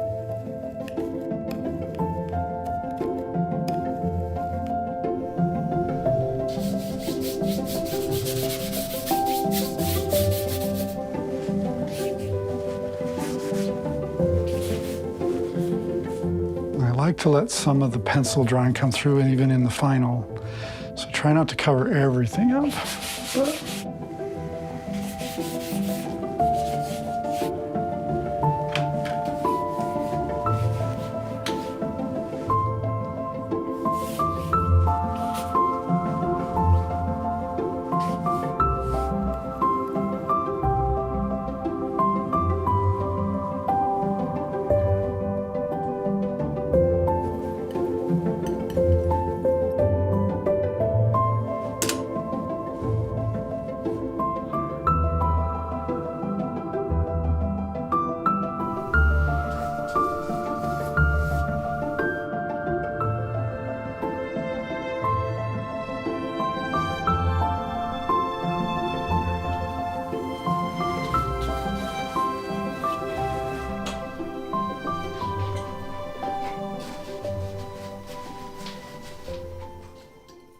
This is a good way to start it, with a bunch of red.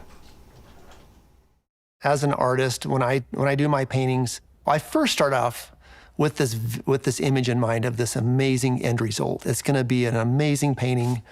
It's going to be probably my best painting ever, right? That's what I say with all of my work.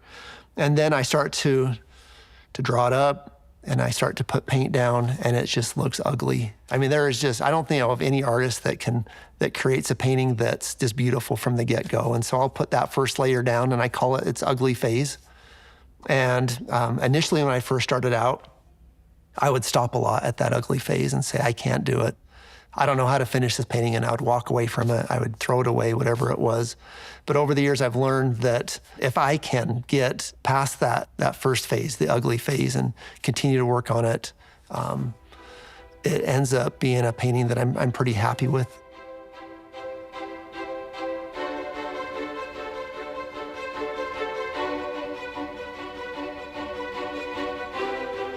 In the end, I sort of have to trust the process that I will be able to get out of that phase, and something beautiful will be the end result.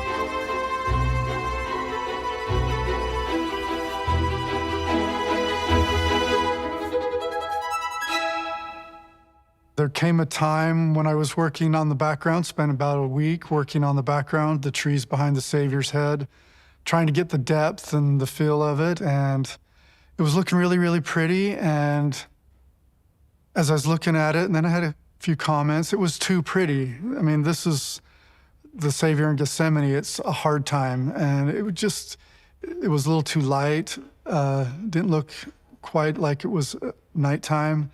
It was a little too fairy tale pretty, and I'm just like, as pretty as it was, I knew I had to change it. And so I got up one morning, just got out my biggest brushes, and I just painted it all out. It was a week's worth of work, and in a few hours, it was all gone, and I'd adjusted what needed to be there. And it was a relief to see it come to where it needed to be. I knew it had to change.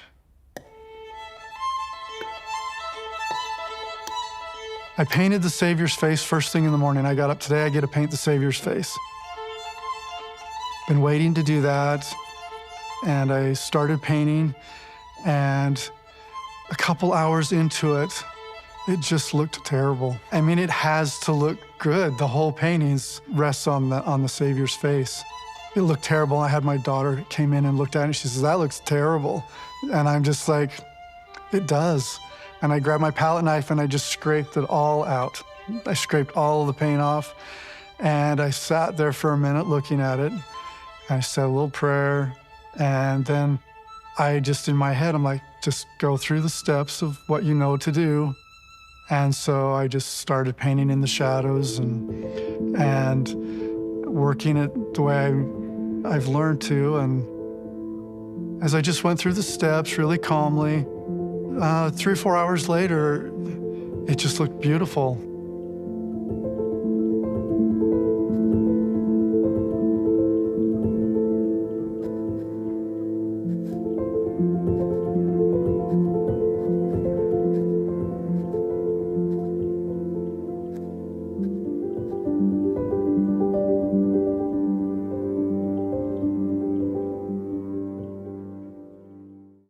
As an artist, I'll take a painting that most people would say, "Hey, this is a really good painting," and I can see that it's a good painting, but I want it to be I want it to be a great painting, and to make that happen, sometimes I have to be a little bit like rough on it, you know. And so I'll have a painting that most people, my wife, my kids, my dad would say, "Oh, that looks great," but I can see that I could push it a little bit further to be that much better. And so a lot of the times as an artist, I will take unconventional tools, particularly sandpaper, and I'll take an almost finished painting and I'll sand it down. It looks like I'm trying to destroy it, but in the end, I'll come back with a few brush strokes here and there, maybe glaze it, a few details, and it makes it just that much better of a painting. And so I think in life, Heavenly Father's, you know, like we're doing okay, and we're making we feel like everything's great and everything's okay, but He might, you know, sand us down a little bit here and there, because He knows that in the end result will be well worth that pain right then and there. And there's been times when I've thought, what the heck did I just do, you know, type thing.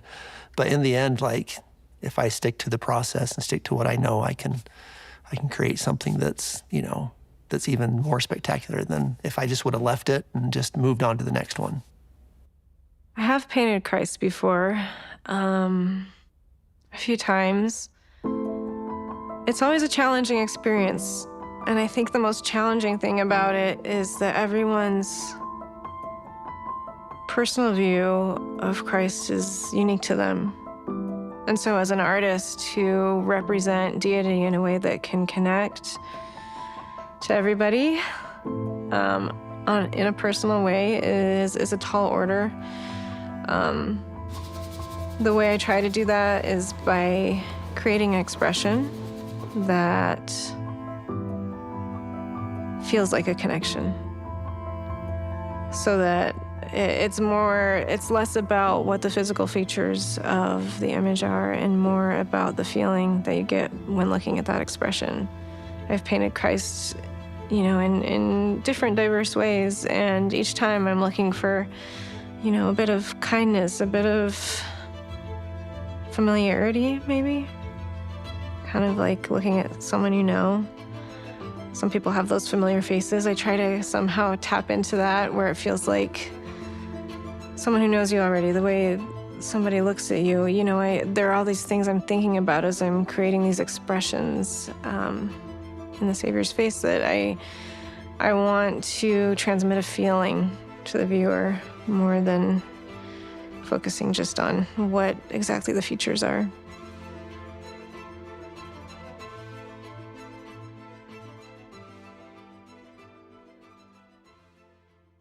I think the Easter story has such beautiful symbolism in it. And for me, it's all about rebirth and renewal and hope for change. I think the message of Easter is that each one of us can take advantage of Christ's example, his sacrifice, and become new people.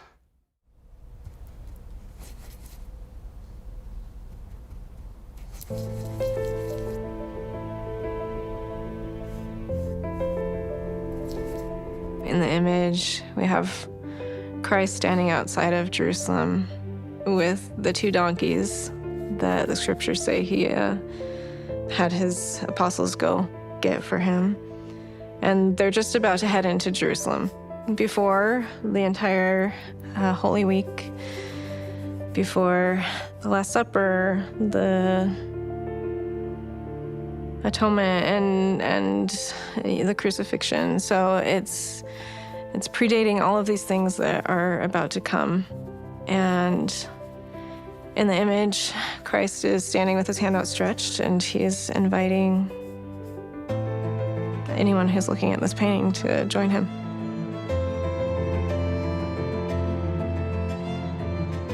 That's exactly why I made it at this scale. I wanted it to feel like Christ was almost life-size, like he's standing right in front of you, and that you're there.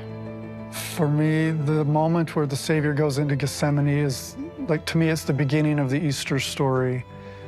I think it even surprised him how hard it was. But yet he was still willing to do it because he wanted to do his Father's will. And as I was working on the painting, I wanted to portray that moment, like, this, you know, this is hard, and I would rather not, but he does it anyway. That he does what his Father asked him to do and what he came to do. And to me, that's really important, that even as hard as it was, he went ahead and did it for us so that we could come back. He did it for us.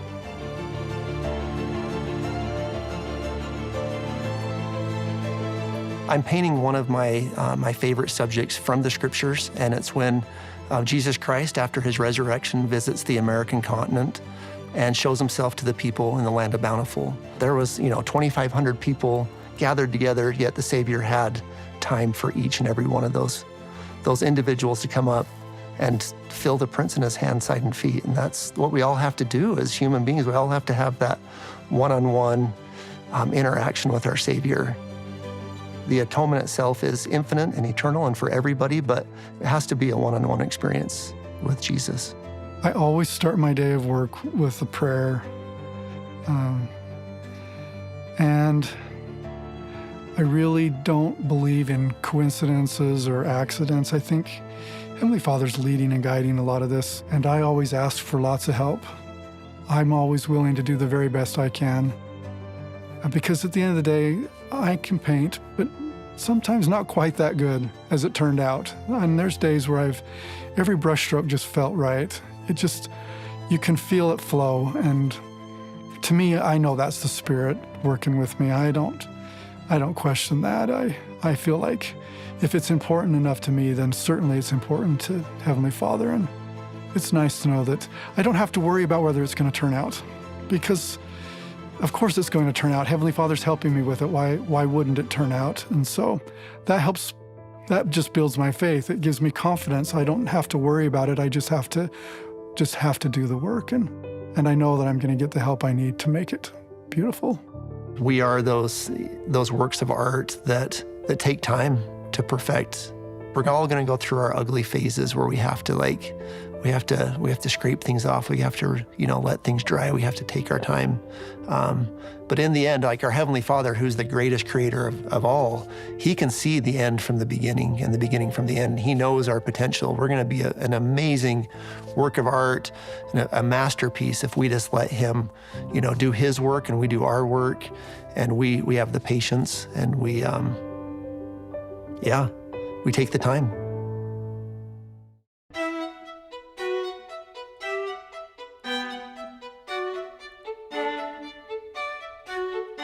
I think what I really want people to feel when they see this painting is that they are invited too, that they are welcome in this party, in this journey, and that they feel welcome. It's not just about hearing that message, but also feeling it. And so as I've been creating this painting, I've wanted to create a feeling of light and warmth and welcoming with the invitation that is given in the painting.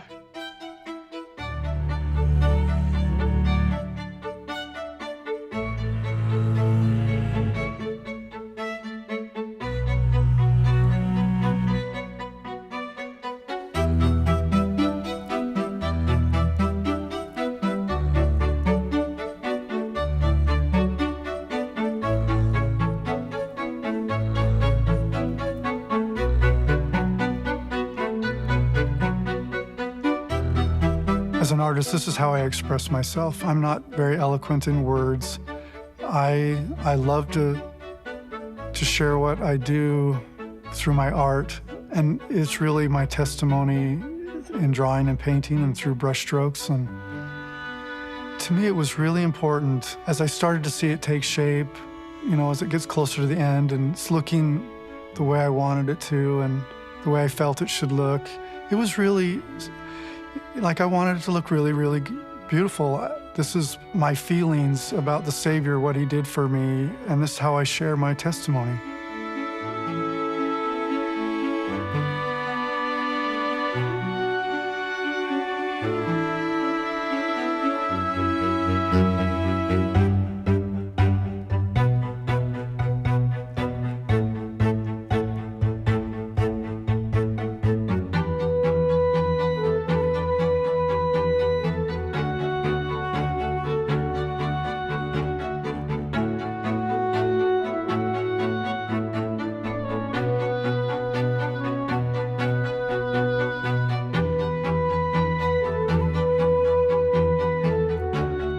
I want the viewer to see the Savior first in my paintings. I want them to see the Savior. I don't want them to see the beautiful clouds in the background. I want them to see the Savior, focusing on Him. If one person could grow closer to the Savior by viewing this painting, I feel like I've accomplished what I was setting out to do. He should be the main focus, and everything else will work out. We'll be good.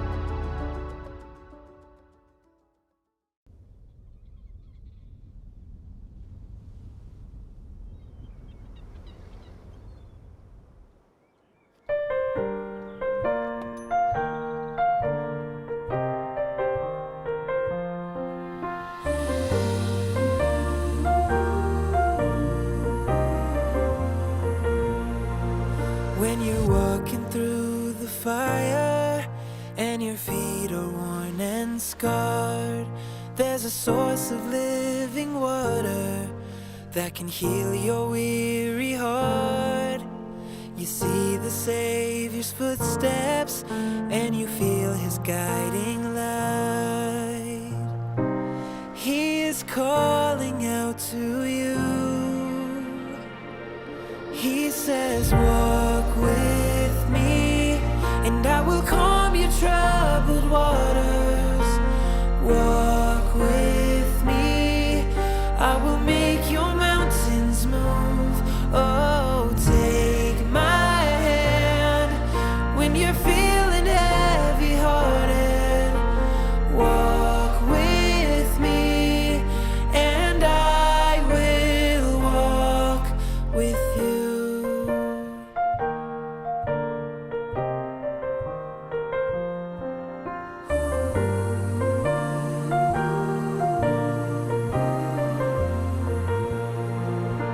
He walked on desert highways to go and find the one. He lifted up the broken and showed the world his love. And when we walk beside him, he gives his power to us. He is calling out to you. He says, walk with me and I will calm your troubled waters. Walk with me, I will make your mountains move. Oh, take my hand when you're feeling heavy-hearted.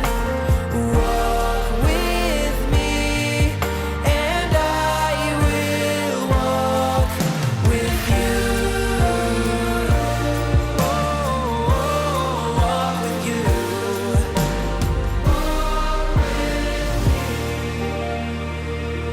He says, walk with me.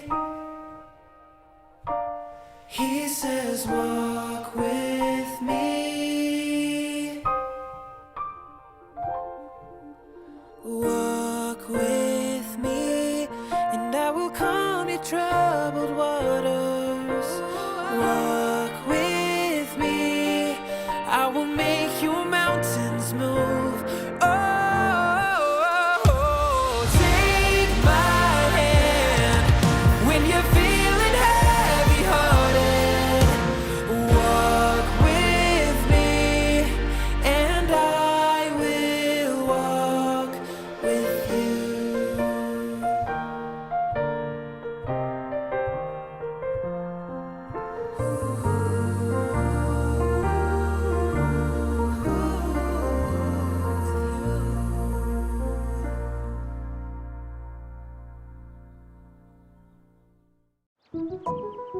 This is a church.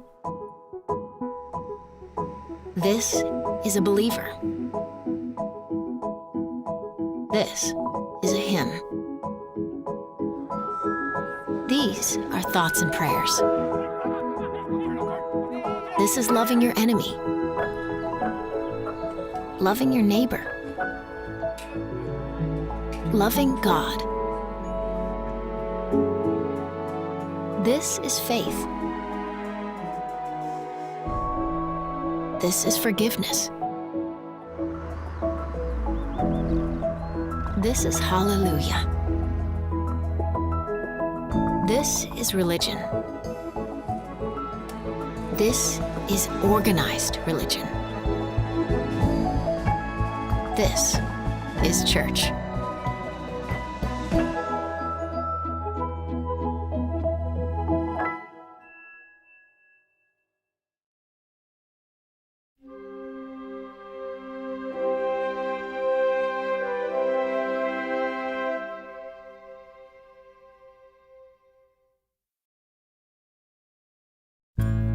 When I was about 6 years old, I remember taking something from a store.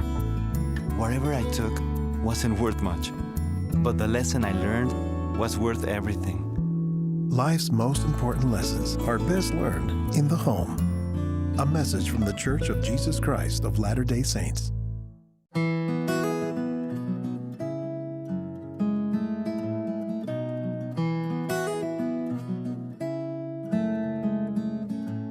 The most important thing to me is being in the habit of reading my scriptures. When I read my scriptures and ponder and write things down is what helps me a lot. The scriptures and the church is what makes me happy, and I wanted to share that with Danelle. I've known Danelle since our sophomore year in high school. Danelle didn't really know a lot about the LDS community until she got to high school. Then all of a sudden, she's in a high school and surrounded by all these LDS kids. She was in a school class with several of them when she got cancer. Found out she had cancer, and then me and my good friend Andrew went to visit her one time in the hospital. Tim, he's been the type of person that if someone like especially one of his friends, if they're going through a hard time or they look sad or in trouble, that he likes to be the one that kind of, makes them happier. These kids knew her and were concerned about her. And it especially meant the world that they just didn't do that one act, that they just kept coming. It was very consistent and truly became her best friends. Heavenly Father puts us in places where we need to be. And for her to be in the hospital with cancer, going through that rough time in her life, I just felt like she was prepared to hear the gospel. And he had asked me if I had a Book of Mormon, and I did. He asked me if I ever read it, and I had told him no. I asked him why, and he said because the Book of Mormon is really important to him, and the scriptures in it make him really happy. When she got out of the hospital, she wanted to go to church with us, so we set that up when she got out.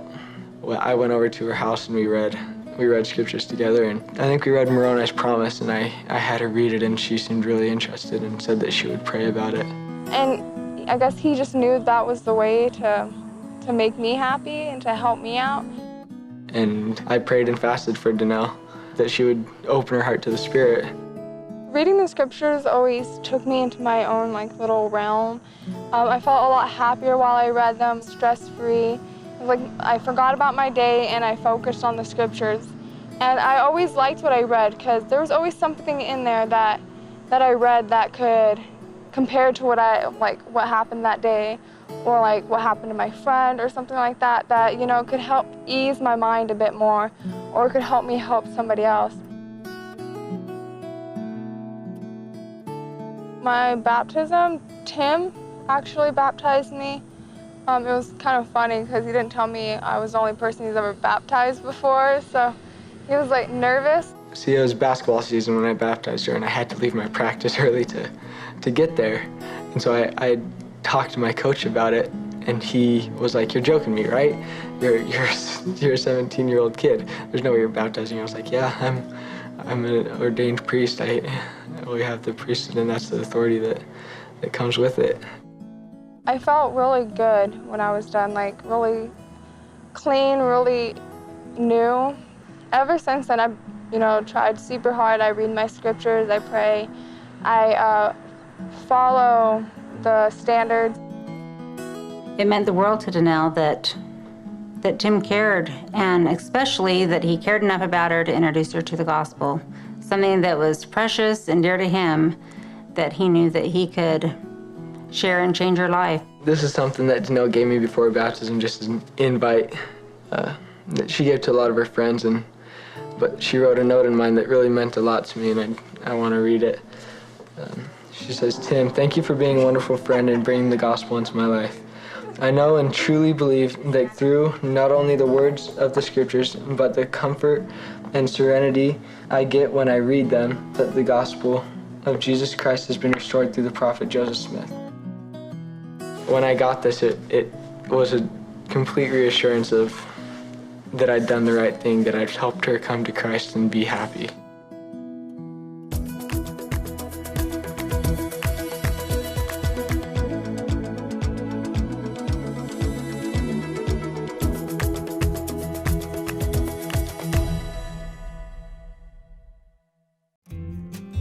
My name is Dan Ito, and I come from Japan. I have the disability called spinal muscular atrophy. I am 22 years old, and I am also a full-time student at Elders Business College. I moved in Utah with my mother and one of my brothers, Tatsu. Tatsu and I were actually hoping to study. We had a strong desire to serve our mission, but we just didn't know how we could do it. My brother Tatsu first decided to do this mission. Just simply, he always wanted to do what Heavenly Father wanted him to do, regardless of how weak his condition was all of a sudden, but he had to return to Heavenly Father.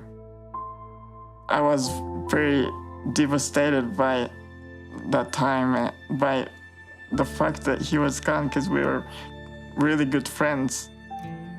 I went to the temple, and I am pretty sure that Tatsu was talking directly to me in the temple. And I have to serve the mission like my brother was faithfully doing. What I do as a service missionary is to respond to feedback given on eldest.org. I am the only one that can write Japanese. God is constantly reminding me of who I am through this mission. Even though I have the disability and a lot of my body parts are not functioning very well, I know Heavenly Father loves me, and He had sent me here on this earth for a very great purpose. I am extremely grateful to be able to serve the Lord.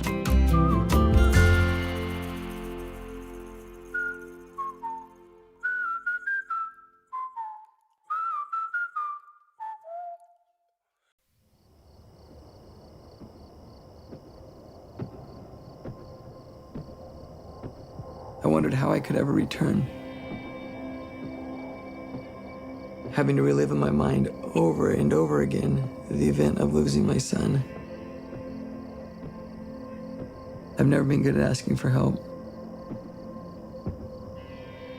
Maybe because my life was so ideal, almost perfect. Troy Russell moved into our neighborhood. And then through church, I was assigned to watch over his family. And we became good friends. For years, Troy and I played basketball in the mornings. But then he stopped coming. Troy adored Austin. He was his right-hand man. He was his basketball buddy.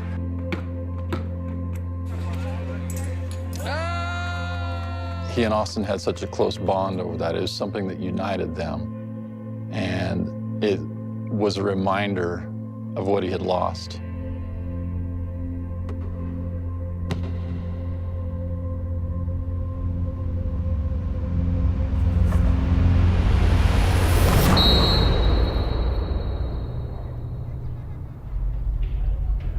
Our family was cleaning out our garage, and we had a pile of things that we were going to donate.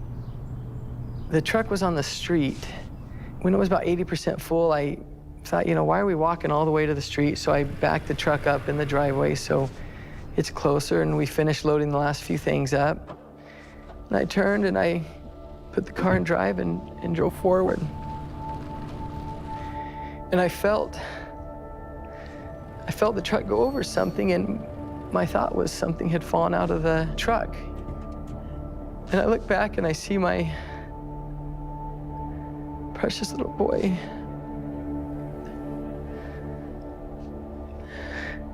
I instantly knew what had happened. So I grabbed my phone and called 911. I saw Austin lying next to the truck, and Troy was just standing there in shock. That's when I started to panic. That's when I started to really panic. And then all of a sudden, there we are, following in the ambulance. And then there we are in the hospital. And then there's the chaplain talking to us. And as soon as we learned how the accident had happened, it was like the second heartbreak, because we already knew that Austin had passed, but then there's the heartbreak of Troy. For me and Deidre, there was absolutely no joy in life in anything. It felt as though a house had landed on top of us, and we couldn't budge it, we couldn't move it, breathing was difficult. It was even hard to talk to each other. We just didn't even know what to say. Even though it was so hard for me, I knew it was 100 times worse for Troy, and my heart broke for him every day. They say that grief is heavy, and it is true. It feels like a huge burden that's on you, and you just can't get out of it by yourself. I don't normally really pray for my buddies, but I prayed for Troy. He still has 4 kids to take care of, a wife to take care of, a business to run. How do I help? There was a lot of people around trying to help, helping take care of temporal needs. And so when I would go over there, I couldn't see anything that I could do. And I tried several different things, and basketball was one of them. One of the things I'd done regularly is gone to early morning basketball, but that was the last thing I wanted to do. You know, Troy was having a hard time getting out of bed, and there was no way he was going to get out of bed and drive himself there. We thought, let's let him know how much we love him and get him back out to some version of normal. When I first called Troy, he wasn't really excited about it. He was there at 5:15 in the morning. If he didn't show to pick me up, I would have stayed in bed. With a little bit of encouragement, I did tell him that I would come in and get him if he wasn't out front. And we were in the car, and I just talked. And Troy is a good talker. Talked about what I was experiencing, what I was learning, feelings I was having. John basically just listened. If we were in a band, he would be the lead singer, and I would be off in the corner playing bass or something. He can talk.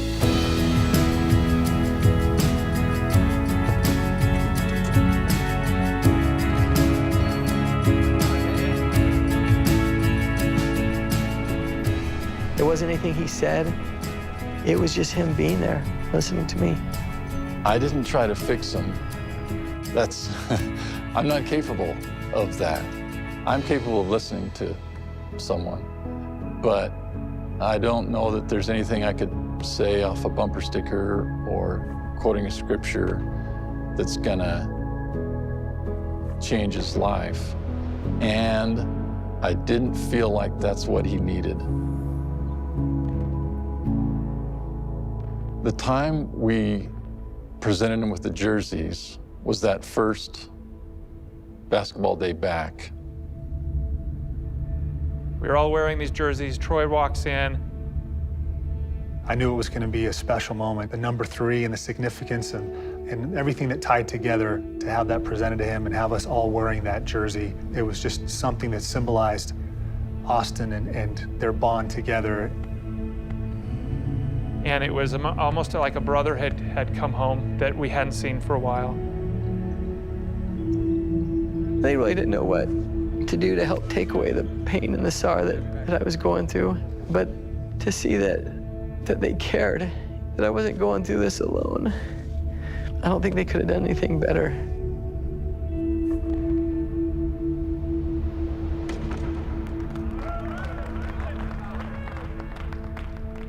I went that one time, but I wouldn't have gone back if John hadn't continued calling me, texting me, picking me up over and over again. It turned into something that was difficult, to something I was able to do, to something I was actually, once again, looking forward to.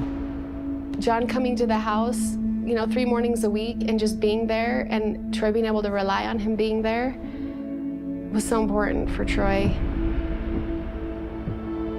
After losing Austin, just the intense pain, the sorrow, it feels like there's nothing that can help. Why did I back the truck into the driveway? Why didn't I leave it on the street? So many things going through my mind, and so the pain that I felt was a combination of everything. And it had gotten to a point where I couldn't take anymore. don't know how to explain it, but I felt like I was gonna burst inside or I was gonna be crushed. I could not bear any more of that pain. And I dropped to my knees and I prayed to our Heavenly Father. I said, oh, please take this pain from me because I can't take it anymore. And at that moment, I felt him speak to me, not to my ears, but like he spoke to my spirit. And he said, I can take away the pain, but I'd have to take away the 9 years you had with your son. Or you can keep those 9 years that you had with your son and endure the pain that comes with losing him. And at that moment, it completely changed my perspective because I would not give up anything for those 9 years I had with my son. I knew that the road ahead was going to be long and hard, but I knew that it was going to be okay.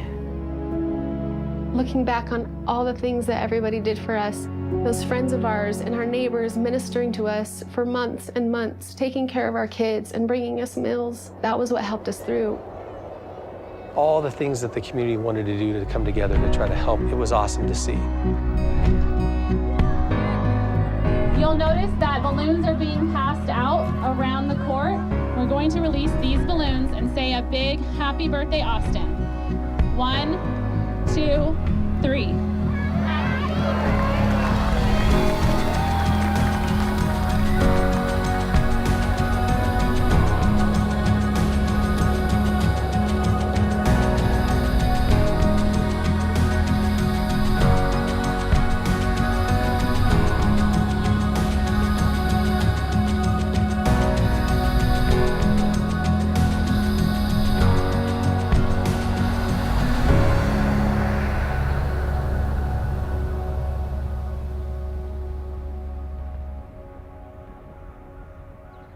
I don't think I could have been as helpful to Troy without having a friendship before. And to me, ministering is synonymous with friendship. I don't know that there's much difference between the two. This experience has changed the way I think about God. God wants us to love each other and take care of each other. He doesn't want to give us a list or recipe of go do this, go do that. I think he wants us to just look out for each other, notice, and go do.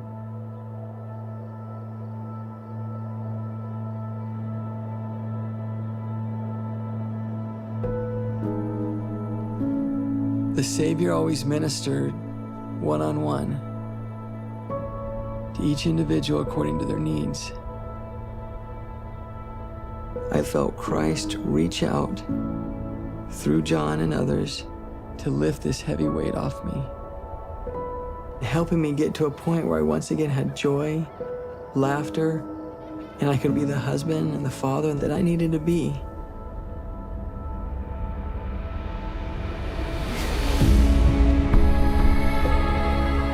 And while I miss Austin and wish he was with us, I know that through Christ that we'll see him again.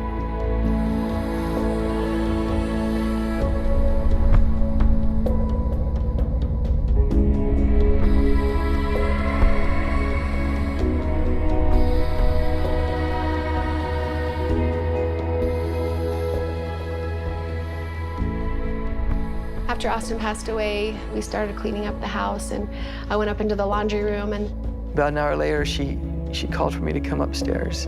And I reached into a pocket of a pair of pants that Austin had worn to church the previous Sunday, and I came out with this note that he had folded and put in there, and it says, "Remember, the worth of souls is great in the sight of God." One of the things that have come to know for sure is that Heavenly Father is so aware of us. He knows everything that we're going through. Our worth is great in His sight.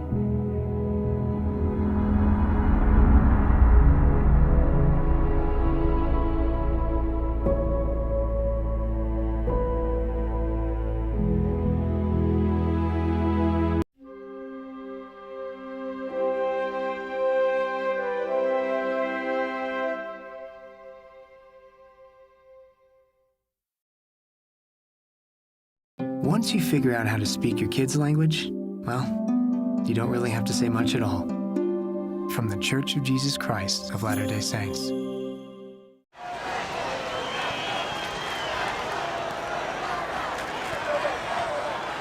Heavenly Father, are you really there?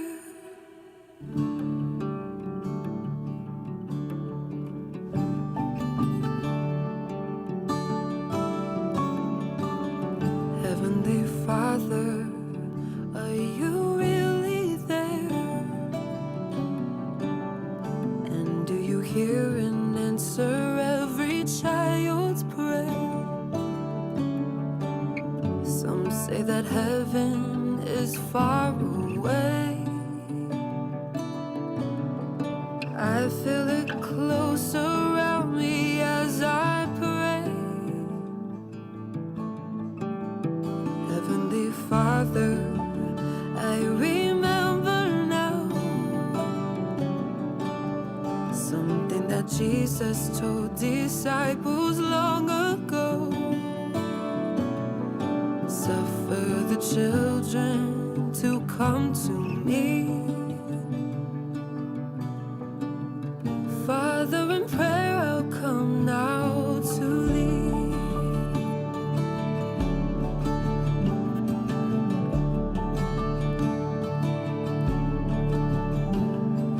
Pray, he is there. Speak, he is listening. You are his child. His love now surrounds you. He hears your prayer. He loves the children of such is the kingdom, the kingdom of heaven.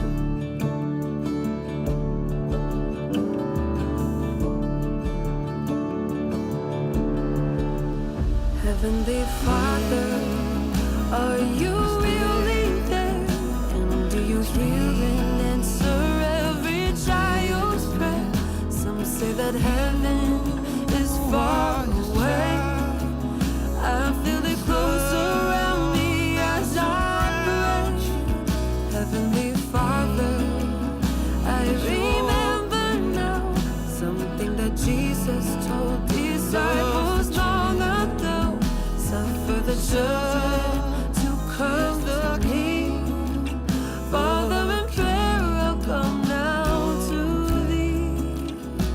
Oh, such is the kingdom,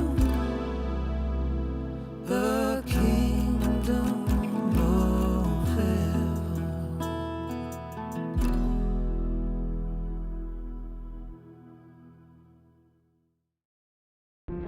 Recently, a conference assignment took me to California, where I once again crossed the iconic Golden Gate Bridge, regarded as an engineering wonder of the world.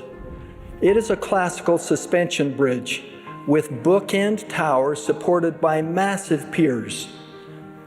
Today, I invite you to look at this stately bridge with its ascending twin towers built on a strong foundation through a gospel lens.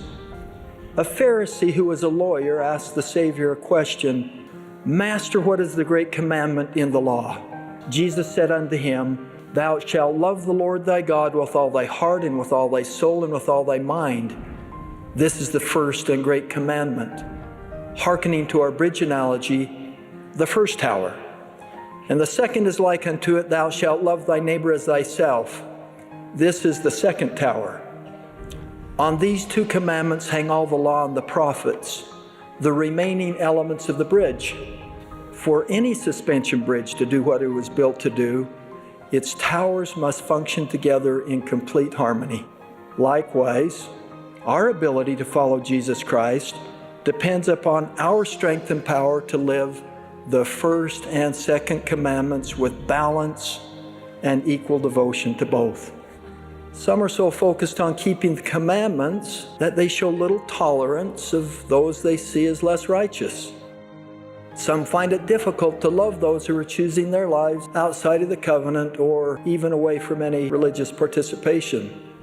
Alternatively, there are those who emphasize the importance of loving others without acknowledgement that we're all accountable to God.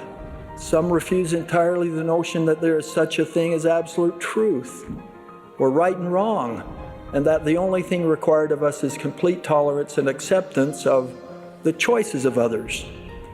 Either of these imbalances could cause your spiritual bridge to tip or even fall. We build our personal spiritual bridge with hearts and minds devoted to Heavenly Father and His only begotten Son, as well as to our brothers and sisters with whom we work, play, and live. May the Lord's instructions inspire us. May our hearts and minds be lifted upward to love the Lord and turned outward to love our neighbor. Margot! Margot! Margot! Paolo! Hey! Hey, what have you been up to? Teaching Kiwi manners. Yes, please. See? I taught her. Yes, please. Isn't that so polite and cute? You were so cute. Nice. Hey, do you want to go on an adventure with me over to Theo's? Sure, we'd love to go. Yes, please. Theo still has a hurt leg, so I thought I'd serve him by taking him a plate of goodies that I made with Grandma. Goodies? Yes, please. Kiwi. They're for Theo.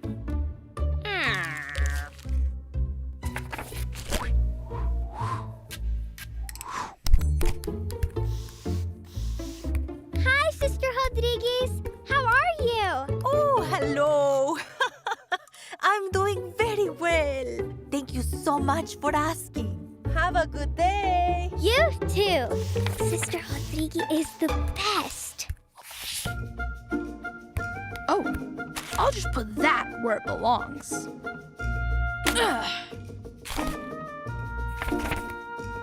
Theo! Hey, guys! We brought you a treat. For me? Yes, please. Nice try, Kiwi. These would make you sick. But I do happen to have one of your favorite treats, walnuts. Yes, please. Yes, please. Yes, please.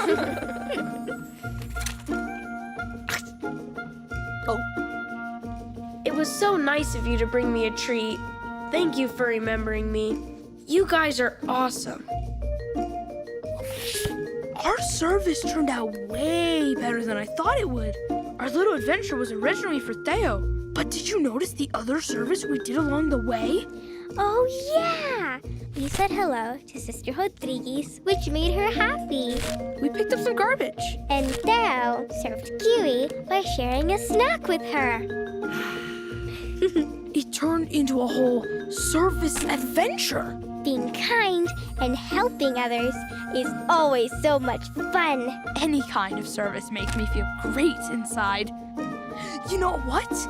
We should go on another service adventure right now. Yes, please. Yes, please. Yes, please. Yes, please. Yes, please. Oh, Kiwi. The Lord's restored church can be an incubator for a Zion community. Love is spoken here. We may disagree politically or on social issues, but find harmony as we sing together in the ward choir. We nurture connection and fight isolation as we regularly minister with our hearts in each other's homes and neighborhoods. When we serve and sacrifice in the gospel together, we find fewer faults and greater peace. When we let Him, Jesus Christ helps us speak His love here. I promise that love is spoken here, there, and everywhere as we answer yes to serve the Lord in His church by His Spirit, Sociality and service often go together. Young adults know if you really want to get to know someone, then paint side by side in a service project. Of course, no individual and no family is perfect. We all need help better to speak love here. Perfect love casts out fear. Faith, service, and sacrifice draw us beyond ourselves, closer to our Savior. The more compassionate, faithful, and selfless our service and sacrifice are in Him, the more we may begin to fathom Jesus Christ's atoning compassion and grace for us.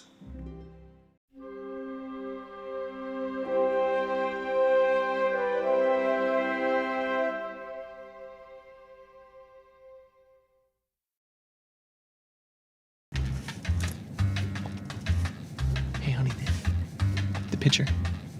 Hey, we couldn't help but notice, are you a believer in Jesus Christ? You know, the question for you really is, have you ever heard of the Book of Mormon? Well, it's actually a book about Christ when he visited the American continent right after his resurrection. And it changed my life. In fact, I've got another copy in my bag. Give me just a minute. Oh, not that bag. I think it's in this bag. It's not. I don't see it. I don't see it. No, then take all that. Take this. No, that's. Sorry. Why don't we just? No. I got it. I got this one. Give me just a second here. Got it. No, that's not it. No. Ah. This is the Book of Mormon, my friend. I'm gonna leave that with you. You're in for a treat. Ah, disculpe, pero no hablo inglés. Come again? ¿Está en español? Of course. Un momento. Actually, I just scan this code, este código, and you can read it in Spanish. Puedes leerlo en español on the Book of Mormon app. Ah, gracias. De nada. Okay. De nada. Oh yeah, this is all mine. Forgot. Got it all. Thanks. Wow, that's a game changer. It's ready when you are in over 100 languages. Scan, download, and share. It's just that easy. God has unfinished business with the world.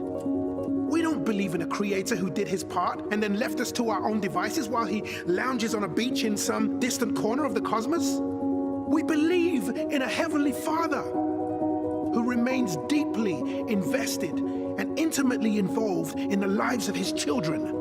We worship a personal God who never sleeps, never rests, never takes a day off in pursuing his work and glory of enticing us to share his life.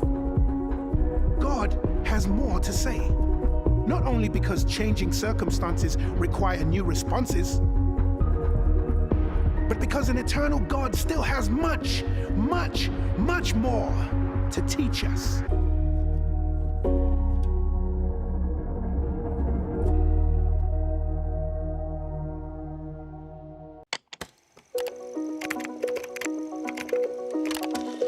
Is there a God? That's a question that I Googled when I was about 12 years old. My name is Jimmy Ton. My story starts in Atlanta, Georgia, where I was raised by a loving family. My family is originally Buddhist. They immigrated from East Asia to the United States in the 1980s. You could say that they were Buddhist culturally, although they didn't inherit a religious lifestyle that much, and it was a small part of my life.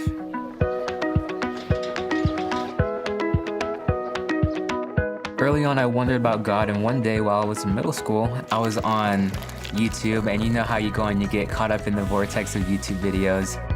I came across a family vlog that grabbed my attention. They were fun, they were zany, and there was something different about them that I really, really loved. And I know that I was drawn to their light. What really resonated with me was how happy their family was. I was wondering one day, what makes this family super happy? It was different than anything that I ever experienced, And it turns out that they get that question a lot. And in one of their videos, they said that it was because of their faith in Jesus Christ that they were so happy. And they were members of the Church of Jesus Christ of Latter-day Saints. And that really interested me. And so I went to the church website. I read about God, I read about Jesus Christ, of whom I didn't know a lot of before. And I read about this book called the Book of Mormon. And I didn't know what the Book of Mormon was, but was on my phone one day, and I believe that it was through divine guidance and inspiration. I was on the App Store and I found the Book of Mormon app on my phone. And I downloaded it right away, and I started reading it every single day. And it was about Jesus Christ. And reading about Jesus Christ brought a lot of light into my life. My family wasn't open to learning about Christianity when I told them. They weren't really supportive, and I wasn't old enough to be baptized on my own at that time. But I felt that this was the path that I needed to follow. I was a rebel. I was a complete rebel in high school, and I kind of wanted things my own way. I would read the Book of Mormon all throughout high school, and learning about Christ, it gave me perspective to be able to do things in His way, and to do things that were right. That brought a feeling of peace that I needed.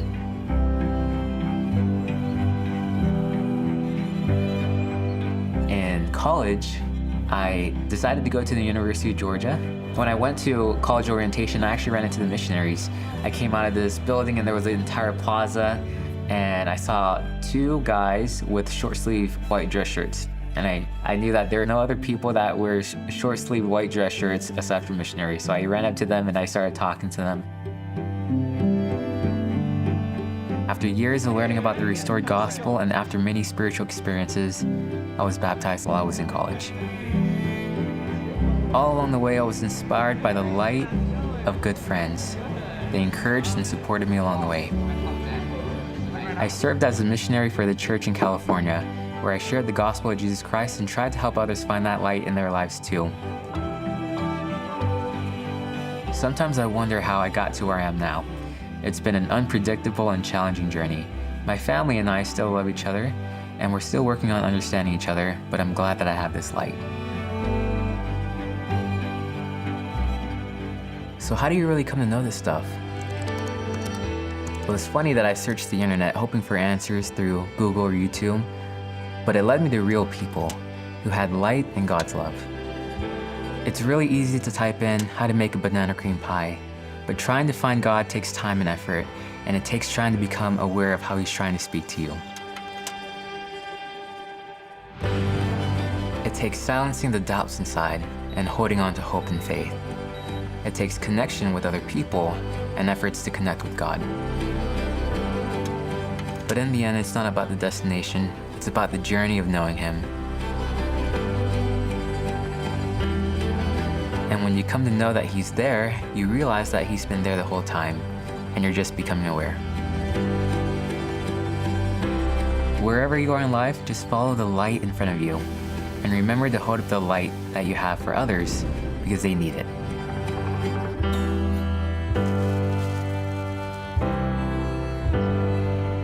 And that's my story.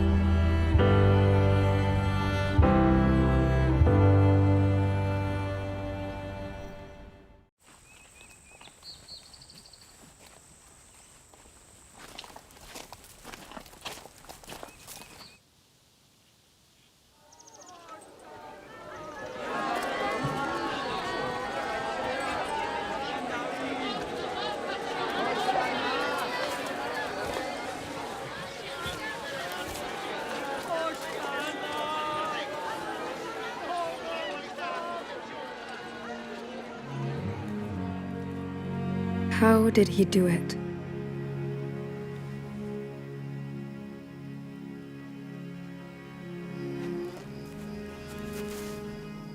How did he get up again after collapsing under a burden so great he bled from every pore?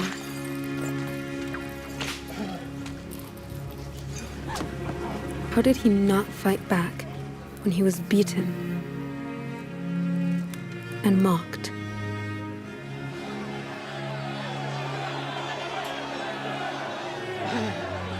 How did he not give up when they nailed him to a cross.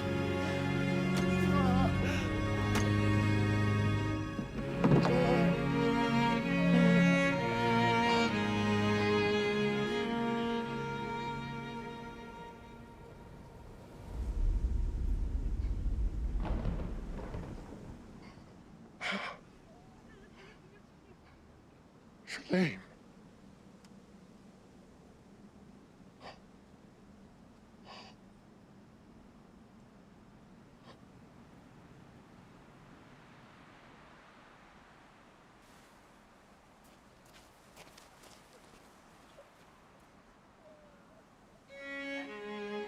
How did he endure to the very end, until his Father's work was finished?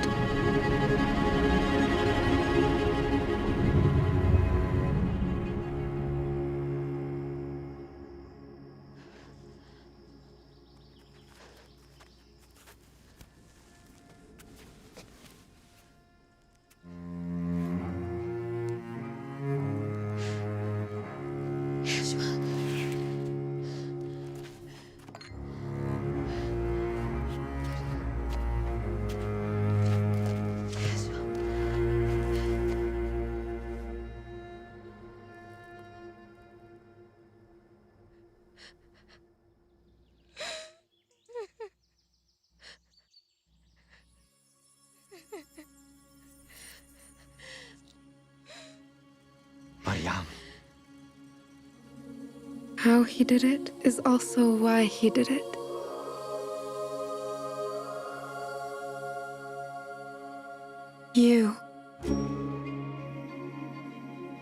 You are loved.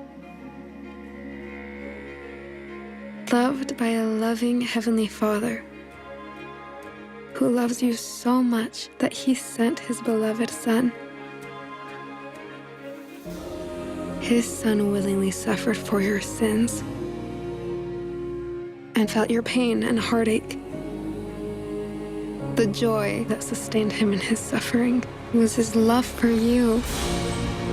Through the resurrection of Jesus Christ, all will live again. Through his compassion, no one is forgotten. Because of him, you can experience a fullness of joy. This is greater love.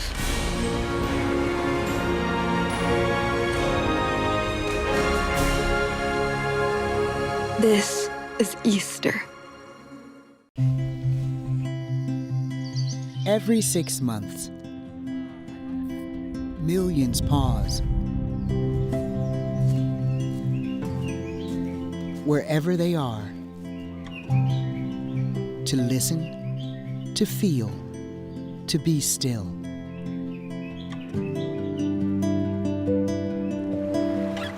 From islands to cities, mountains to villages, we gather in many places, but for one purpose: to feel Jesus Christ near.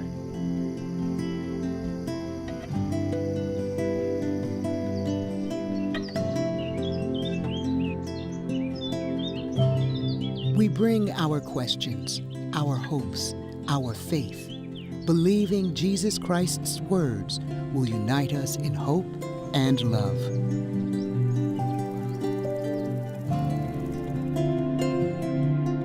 This General Conference is more than a broadcast. It's an invitation to hear Him, feel peace, and come closer to Jesus Christ.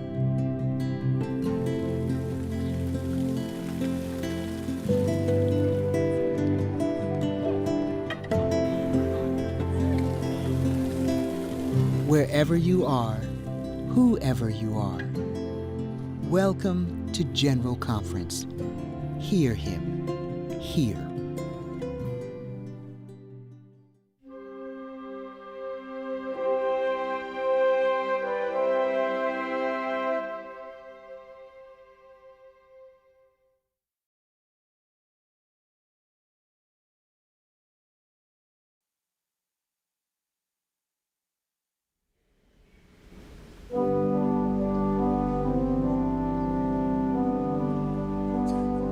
From the Conference Center. Nā roto atu I te pū Amuira'a no roto miti Utah. Teie te tuha purera'a no te poi Mahana Ma'a no te hanere wa ahuru maonora'a o te Amuira'a Rahi no Ēperēra a te tā'āto'a ai Iesu Mesia I te Feiā Mo'a I te Mahana Hope'a nei wa ma'etihia mai te ata o no roto mai te mauti a whātere o te tā'āto'a. Te pehe no te Iesu purera'a e hapohia mai I te ho e pupu himene āmui. O te whare hapira tuatoru Brigham Young. Whatarehia te hapurorora'a e te te Bonneville Distribution. E nene te reira I whaohipahia no te tātai show I te whare, I te utua whare anei. E te whare purera'a I hara no te tapiho'o. Nā Elder Rā'ere Rasband no te pupu no te tino ahuru mapiti apo te toro e aratai mai I te Iesu purera'a.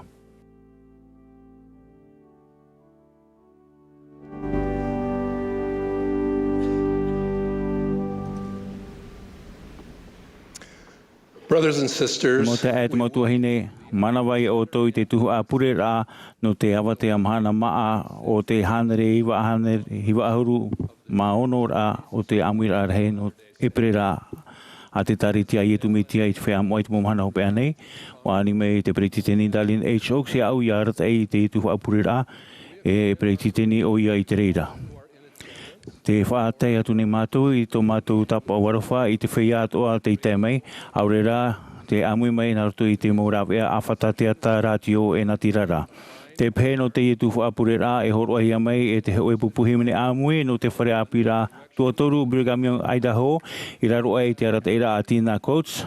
Ida Ashby, Paul Busselberg and Randall Campton. E Olinda Margaret, Joseph Peoples I te Harmonia. E riti hia mai te pupu himene, e te Ēperēra ma te himene, haere tātou ma te whaaro, I muriso e horo e mai te pure, e Elder Scott D. Whiting no te hitu ahuru. Thank you.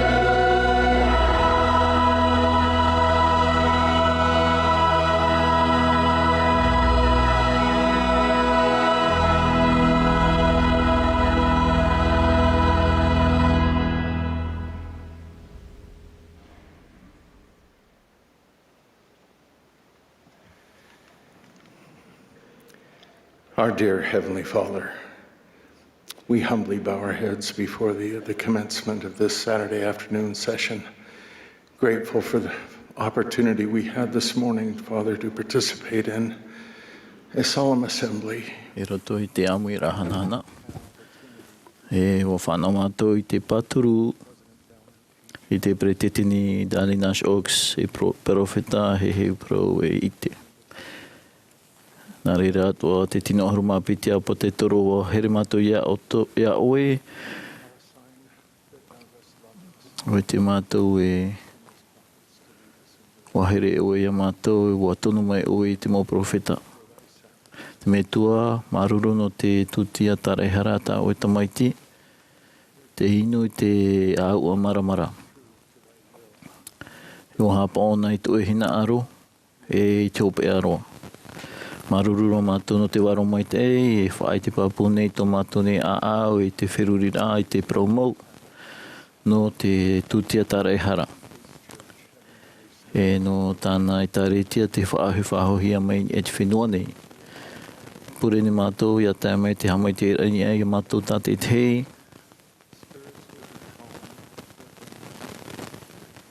Ia tā maruhia te mowārua. Ia I te mei te mātou wherurira te metua. Te tune mātou ia mātou I to eri mai tēnei. I te o I tu metia.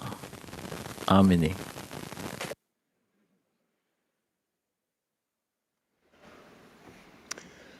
President D. Nei e wawau mai Presidente D. Todd Christopher Santo Turupiti roto I te Presidente Rāmatamua e te mohitu ahuru hui mana Ēperēra hei, te mohitu au Ēperēra hei, e te mohitu ahuru area no te tāretia no te purera'a. E muri mai te reira e te iau mai te ta'a J. Larson.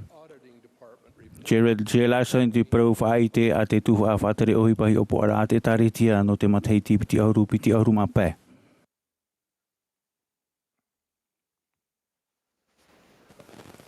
Brothers and sisters, te mota e te montua hini, te ai atu I te purera'a I te pretetini a mātāmo api, e te maumero no te pupu no te tino ahuruma api te apo te toro I roto I te Amuira'a Rahi. Amuira'a hanahana I te pepei. O anime te pretetini oksiau ia vauvau atu I tēnei te tei atu hui mana Ēperēra hei, te mauhitu ahuru area e te mautia Ēperēra hei o te tāretia, ai e tu metia I te Feiā Mo'a I te Mahana Hope'a nei. No tātou purera'a. Te anine mātou ia oto ia whaiti mei ta oto purera'a mai te mātou hia. Mai te mea te veira te whea pātou I te hoe o te mopira'a. Te anine mātou ia oto ia wharere atu I tō pretetini titi. Ha maruru hia te mauhitu ahuru hui mana Ēperēra hei muri nei I tō rātou pira'a. Whari rātou I te tīa'ira'a whaatu tu'ahia e hāmatai te hoe no a te tepti tautini te ahuru maono.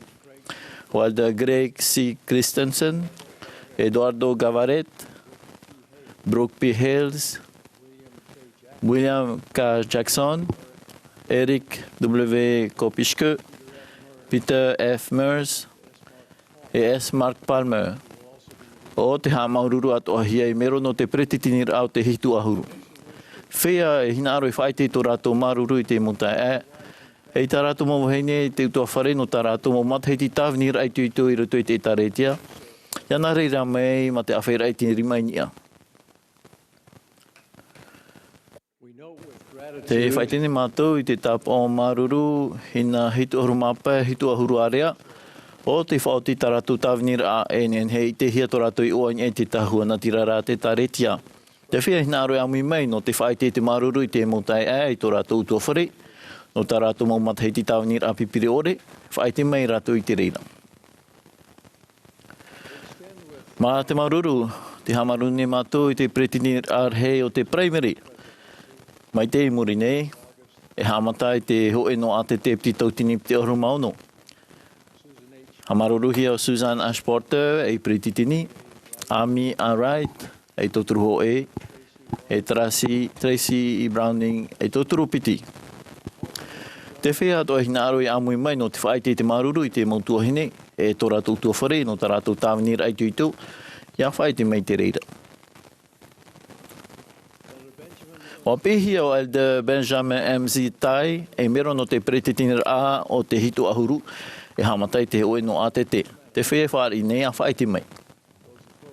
Feiā pātoi nei ana reira at omei. Tiania hia tu nei matuia paturu I tō tātou whia I muri nei e hitu ahuru hui mana whātere rei api o Elder Christian C. Shingbundo, Matthew J. Eyring, Hutch U. Fale, James O. Fontone, Kevin J. Hathaway, Tabo Lebetoa, Jeremiah J. Morgan, et Paul H. Sinclair. Feiā toi fāri'ihia whaite mai. Feiā pat nei ana reirat o mai. Whārahia e iwa ahuru maho e he tu ahuruarea api te ipaturuhia I te maururur a te whea whaatere no te Amuira'a Rahi te Mahana Hope'a. Piti no Ēperēra e wa whārahia I muri hoin e te tahuana tirara. Te anine mātu ia o tuia paturu I te mo tā'airu tui taratu mo whauira auhipa. Feiā whāri'ihia whaite mai. Feiā pātou nei a whaite mai ma te I tāpō atua. Hani hatu nei tātou ia paturu e te ēperēra Rahi api no te primere. Hāmatai te hoe no a te tītau-tini pti oruma ono o Rosemary ke Chibota e pretitini. O Nina M. Garfield e tauturu hoe. E o Teresa A. Collins e tauturu piti. Te wheiā whāri'i a whaite mai. Feiā pātou nei a whaite atu o mai. Te aniha I atu nei tātou ia paturu I te hei atu huimana whātere rei te mohitu ahuruarea I te mau tia whātere rei mai te amana hi I tēnei. Te whea atu ai whaari a whaite mai. Te whea pātou nei a whaite mai. Te amaruru whahu nei mātou ia oto no ta oto paturu ai te whea whātere o te tā'āto'a. Te ani nei mātou I te hui mana whātere rei, te mautia whātere rei api, ia haere mai I tō rato pāreira I ni anei.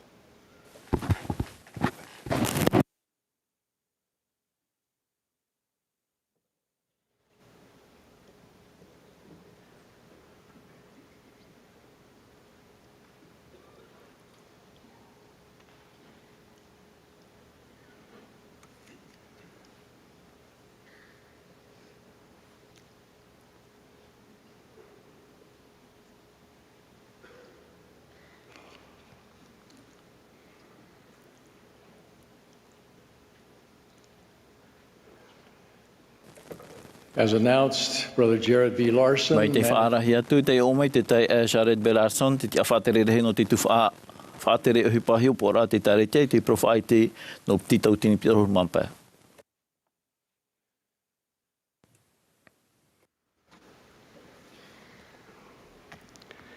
To the first presidency of the church. Rā'ere o te tā'āto'a I tumi te Feiā Mo'a I te Mahana Hope'a nei. E o mata e here. Tā'āto'a e te heura mai te papa e here to te tuha hanere piti ahuru o te hapira tumu e te mawhawhaura. Nā te tomu te hapa o te tuha ahuru. Ihoi, te Pātate Mā'a moa, te pupu no te tino ahuru mawhiti awo te toro.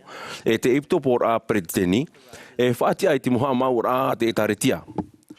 E whaahuipa te mau whanhaura te tā'āto'a I te moni. Ia au te moni awhata te whaatahia te moture e te moarataita. Te hipa hio pora te tā'āto'a te roto te whea ōmuara'a a tā'āto'a I te teie tu mo tuha whātere.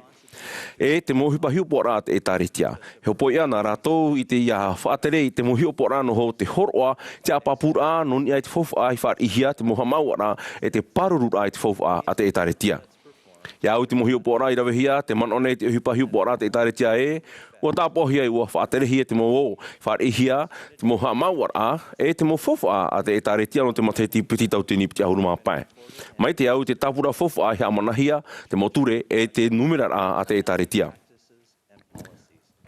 Te penei te tā'āto'a I te rawera e hapihia nei I tōna mumero. Ia ora mai te au I te whawha amuni e weira, ia imi I te rawea no te ape I te mo whatarhaura e ia whaaherehere te whawha no te tauwhiwhi ma te whaatura te tuaha te reo hipa hio pora Jared Larson.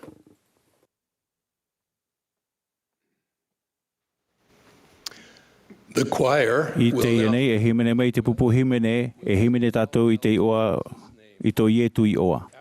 I muri mai te himene, whaaro mai tātou i a Elder Gary E. Stevenson, no te pupu, no te tino aharu māpiti apo te toro. Pehia mai oia e na Elder Eduardo F. Ortega, e Wan Leong Wu, no te hitu ahuru.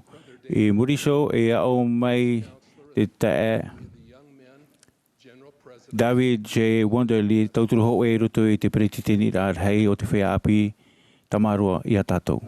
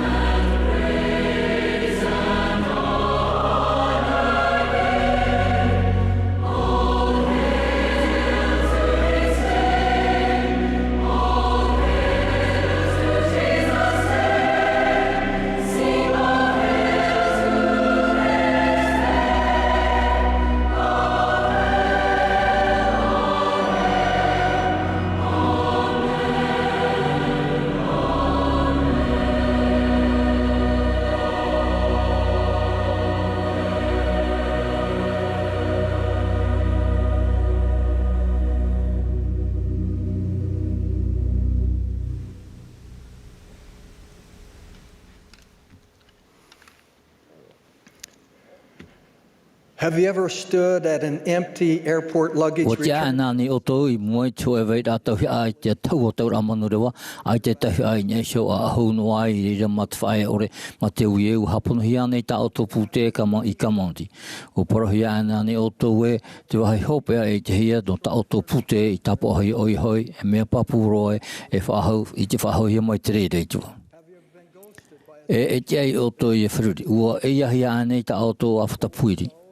Mai te mea e riro oto I te au I te poro'i. Te mhana e proporowo no ia e te motohi ai moe.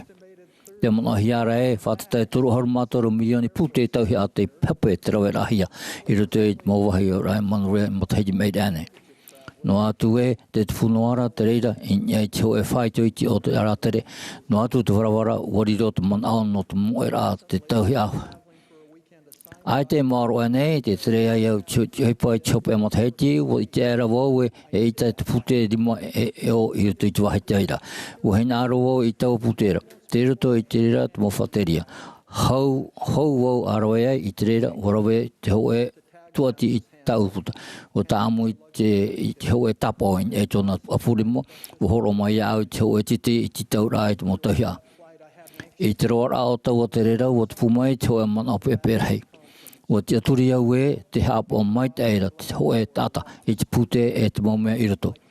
Te aturi au e ai te terira e mohia e tā'ato'ara'a. O tapea mai te au i te moti te tītau-manihini-hia ki te aturi e manuia te āpora. E Hope'a o wato o tō āmu, o āmui o whāro pāoto i te hoe parau a Osaka mai. E muri e toru horu mo Tahiti o Ēperēra e te Rā'ere o rawera hei hanere milioni whiri mo tohia e te mo awhatahu. Ai te tā'ara'a manu rewa i Āmui i te hoe noa e tauhea. Ai te hoe noa e taua nā hea te rira i huru o hipa e te puai. Te aturi nei o Tsui o si haputa. Te rātira no te hipa tohia e te taua manu rewa e i te roto mau tohia e moe. No te mea e mea whawha te mau tohia no te mau horopakta. Te wera te huru i roto i te tā'ato'ara'a o tāna maurau e hipa. Te manuia o te taura manurua, te paraura o ia, te tuāno, te hapa o maitei, e te hapa e te mau mea atoa. Ua tui te ro o te mau tāpone no tō hapa o maitei e te mau meari. E parautumu tā rātou, te kaizen o te whahohoa e te hoe whirira no te imi tāmau e no te whahohipa e te moha maitei rā iti. E titau te hapira e te hoe whātiti e wharora hau. No te imi tamau noa, e te maurau e hai no te amaitei atua. Te oa nei rato i te mea e, whakatai te mau mea te mea toa no o mai te moha mai te rā i te Feiā nei i te hipa i te Mahana Hope'a. I rito i te roa rā o te mo Tahiti ua roe te moro e hipa no te taura mane roa kansa i te hoe whanhora e i hat mo tauhia mo harapata te Mo'a. E hapi mai te mā rato e te maurau e hipa e hapa pūtamo no e ua tai o hi opoa e u hapo hia te mau pūte ato. E roi rato i te mohi o pōra rima maitai e te rawerhei o te tūru i te whanhora rorowira.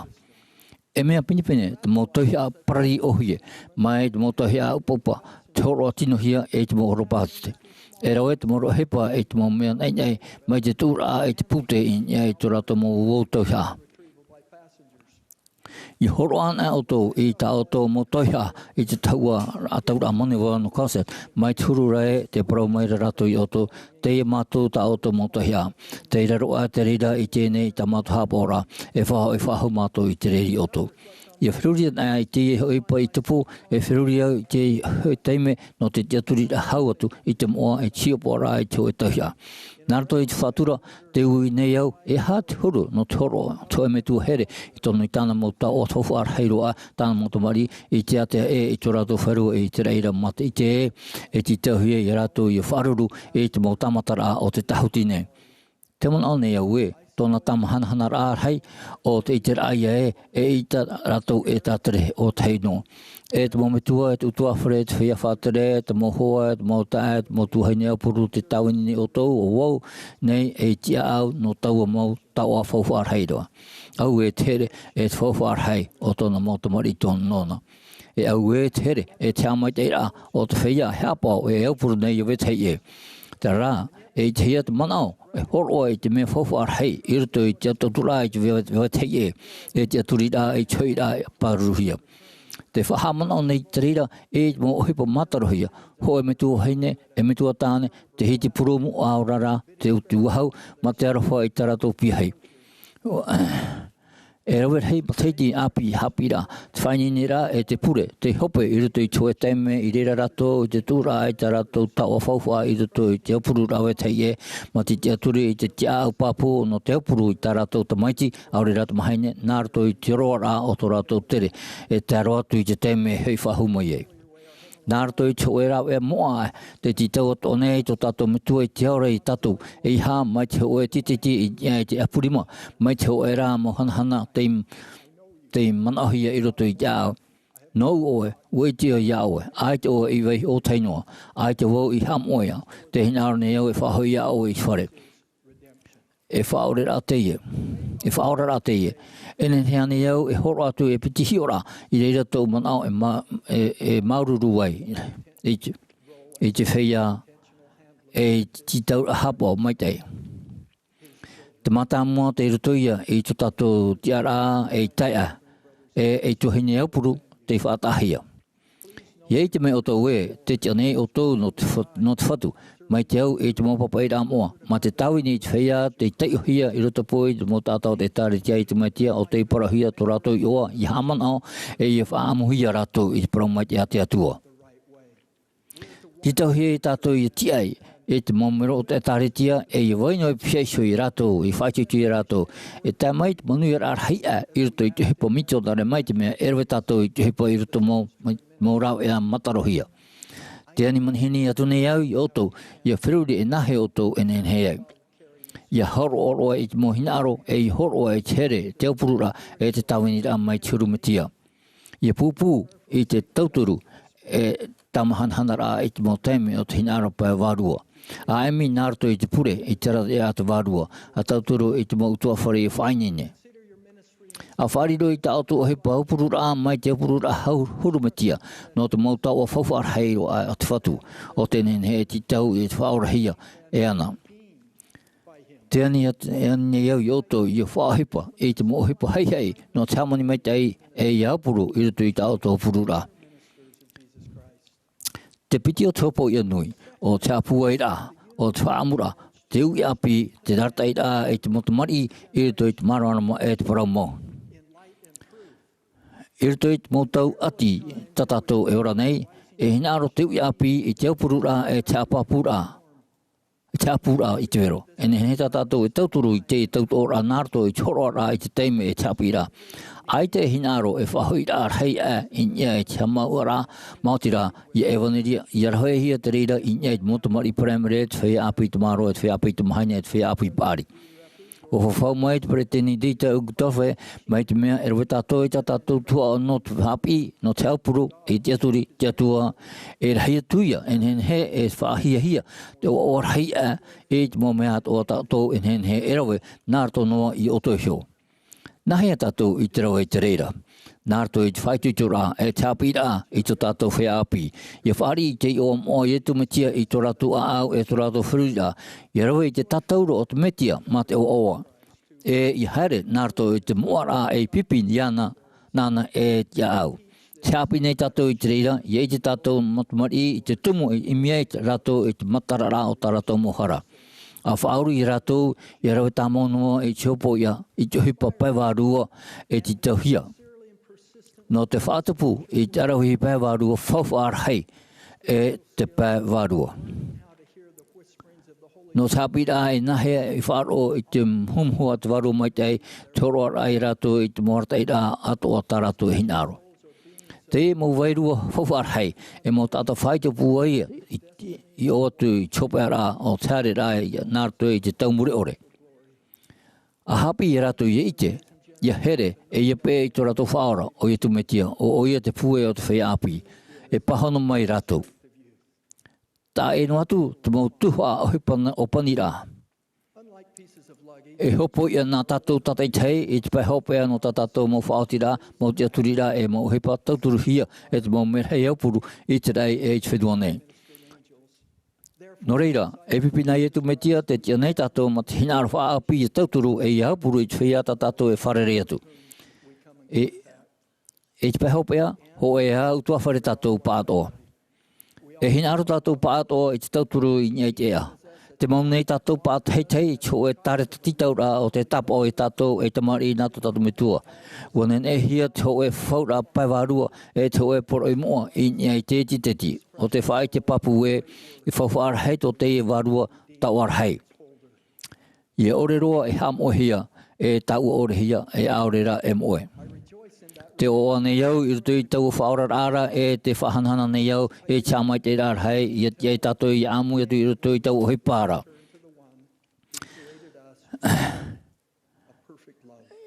ia tia e tātou i rawe i te reira mitione no tātou hio, e ia puru i tōtio i awe teie, a e mia i rātou i a hoi whahau i tāna tau hei i te reira. O tāu ia pure nārtu i te i o Iesu Mesia. Amene.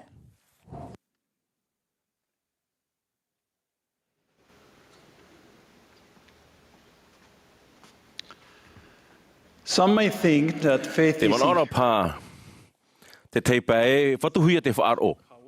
Te rā, e he amata te ara pipi mau nārto i te whaotira a te tā'ata hoe. I tū te ara mai te whenua marite i te mataiti meri anei. Hoi o te mo mea te aputapūrua iau, o te itera ia i te pua i pēwarua, o te Feiā Mo'a hapa o maitai e rawe rau. E rawe hei utua whare o te mo pioni o te ewaneria i tamonua nei te haere nā te ea no te whawhaura.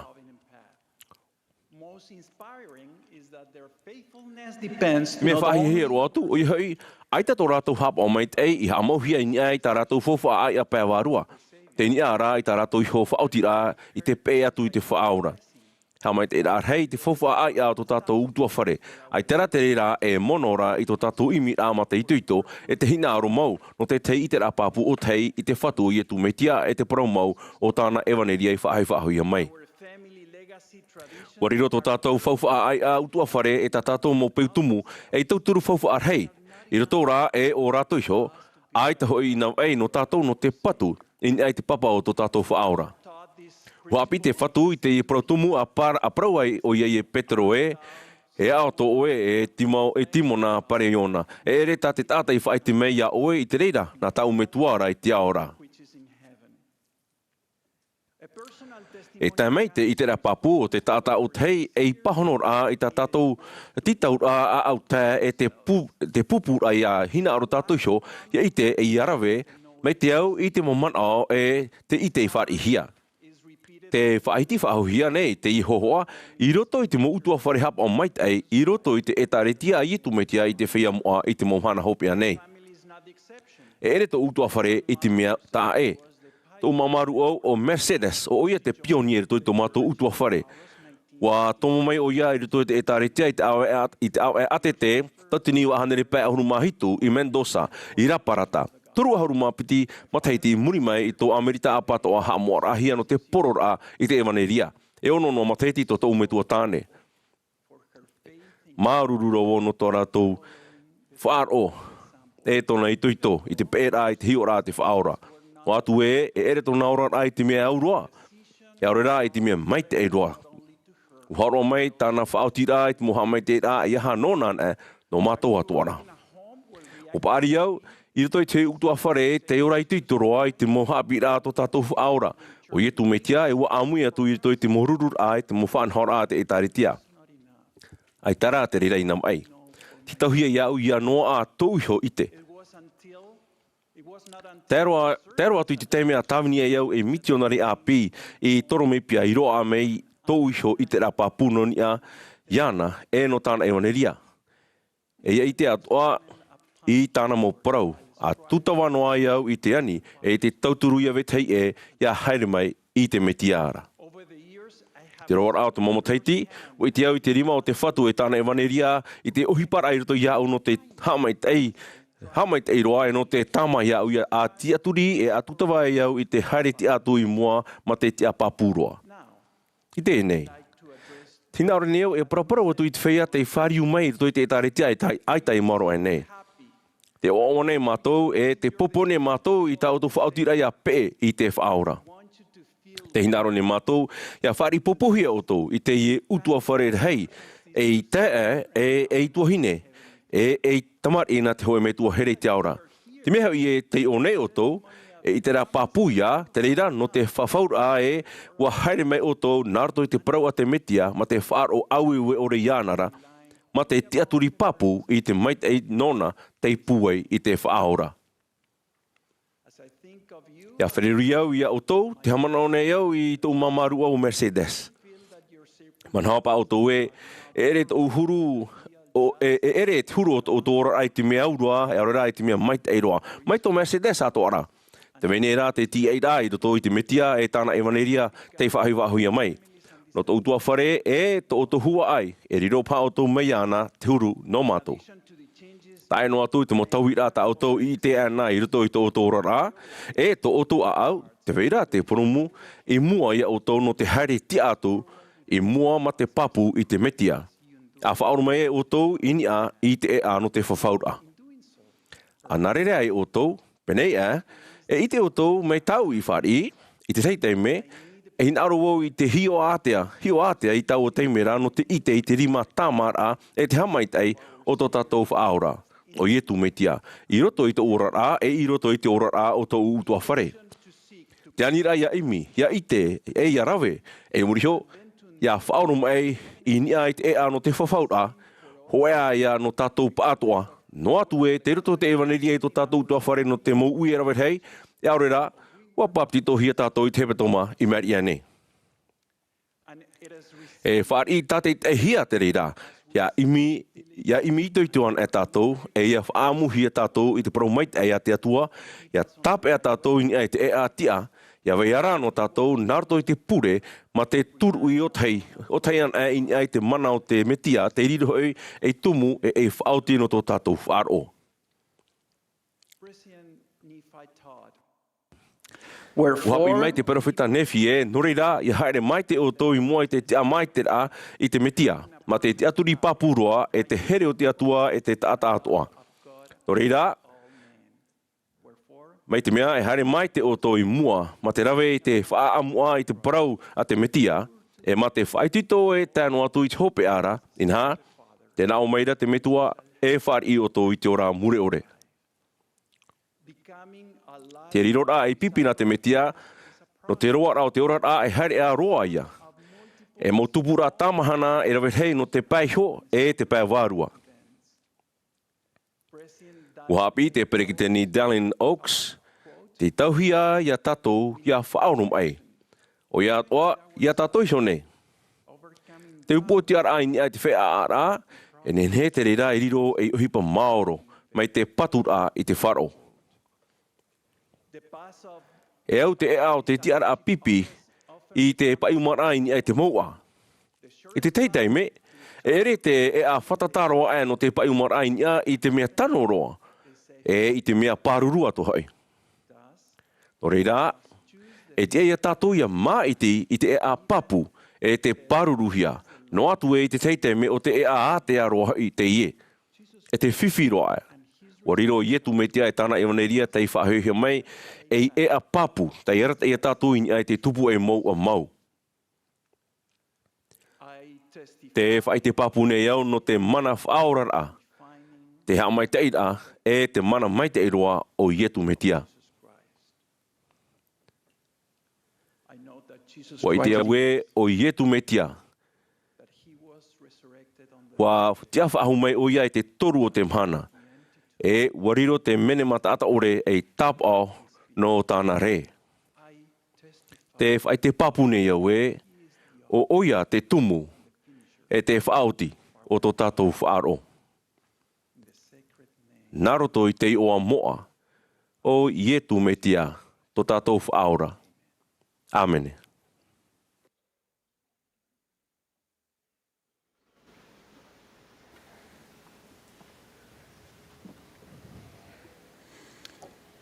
I was born in January. Hia vau I roto I te hoi utua whare e eri I te tere te tiano. I tu utamari I Rā'ere e Ēperēra au I tu umetua vihine I te hero tinito no te hamori I te mo atua tae. E hopo I mau I te mau wharaua mona tae e tutuia e tutui I te noa no te ani te mau hamai tae Rā'ere. I te E mea au ia na no te mea I te Hope'a wa amu vau I te mau wharaua mona. Wa te mai te Āmuira'a Rahi te hurura o tō Tahiti e wa haere maua I poro'i. Wa wharere au I te mau misionare. Wa hapi mai rato ia au no nia I te ato'a. E ato'a ora o ia e te hoi tino io e te iwi, e o oia te umeto I te aura, e wa here oia iau, e o vau mau hui tāna tamari. Wa tono mai oia ia Iesu Mesia I te whenua nei no te tauturu iau, ia hui I tōna aro, e ia noa te ora mure ore. Wa maire rua vau I te amu o Iotefa temita te ite te atua te metua e tāna tamaiti o Iesu Mesia. No atu ai tā vau Ēperēra I te reo panyora e te maramara mai te mau preo toa o I te au I te hau e mea mai tai te mea tau I hapi mai. Hurawa ani mai ai iau ia Pātate tusia wa prau vau I tuuna tuahine paari e piti te riro ena I mero no te tā'āto'a wa papu ena to mana o e Pātate tusia vau. Wa hamai te vaneria Iesu Mesia iau. Wa horo'a mai te reira iau I te hoe ōmuara'a mure ore ia whainene no te hui te atua e tou utua whare.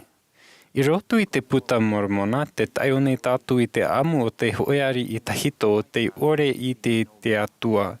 Mai au ne, wa wharere oia I te hui misionare e wa maire rua oia, e wa ono oia I te fāri'ihia.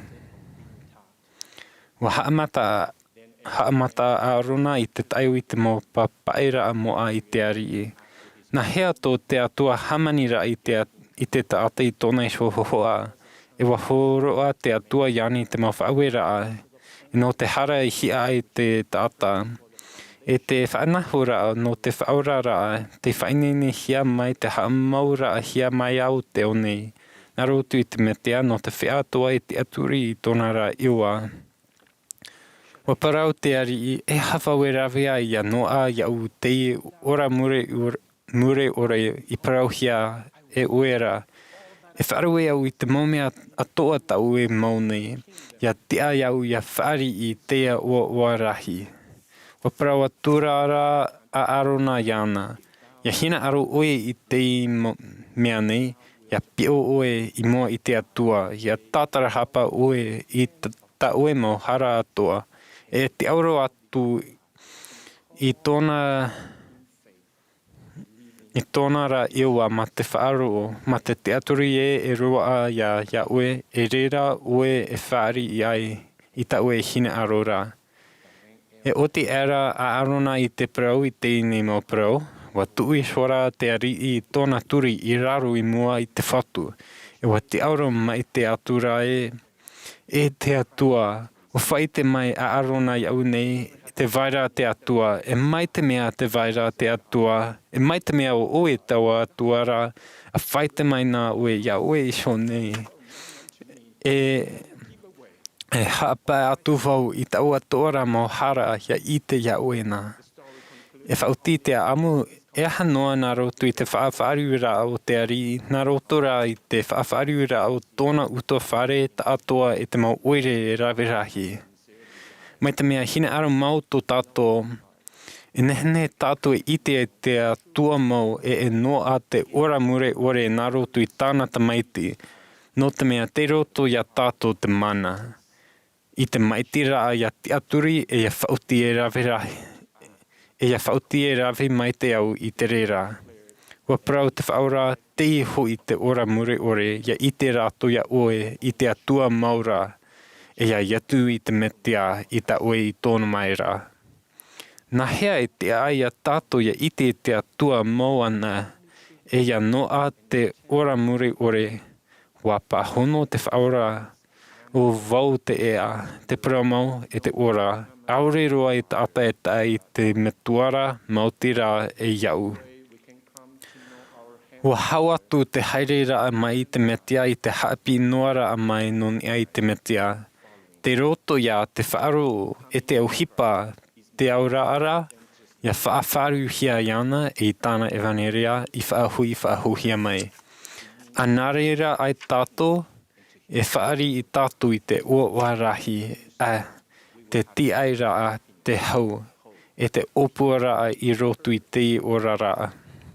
Aita te I mau noa I tōna huru maire, wa maiti oia ia te aturi e ia rawe, wa inene oia I te hapa I tāna mau hara ato'a ia I te atua. E hata tātou e hina aro e whaarue Amuira'a e taui no te ite mau I te atua, ia whaorahia I te Mahana Hope'a. Wa hapi I te pere te tani dauna shokse, Te titau nei te Ēperēra Iesu Mesia ia tātou ia taui. E parau poro'i pine pine roa te tātara'ara'a. O te Whaaruera'a ia i tā tātou mau rawera ato'a. Tāte tāta'a e tāte whenua o te pato'i nei i te mau whaawera te atua. Te tumo o te Ēperēra o te tā'ira'a ia i te tāta I roto I te huira'a tīa'ira'a e o te titau nei te tā'ira'a. E tae nehne ia tātou ia iti I te atua maitamia aite I hina aro papu. Tītau-hia ia tātou ia tūtawa I te hapau I te mau whaawera'a. Wa here te whaora ia tātou hau atu I tā tātou nehne e haro aroa. E te taparu nei oia ia tātou whaahou a. A haere mai, a pe'e mai iau. Mai, pe'e mai. Wa horo'a oia I tōna ora no tātou. Wa aufau I te ho'o no tā tātou mau hara.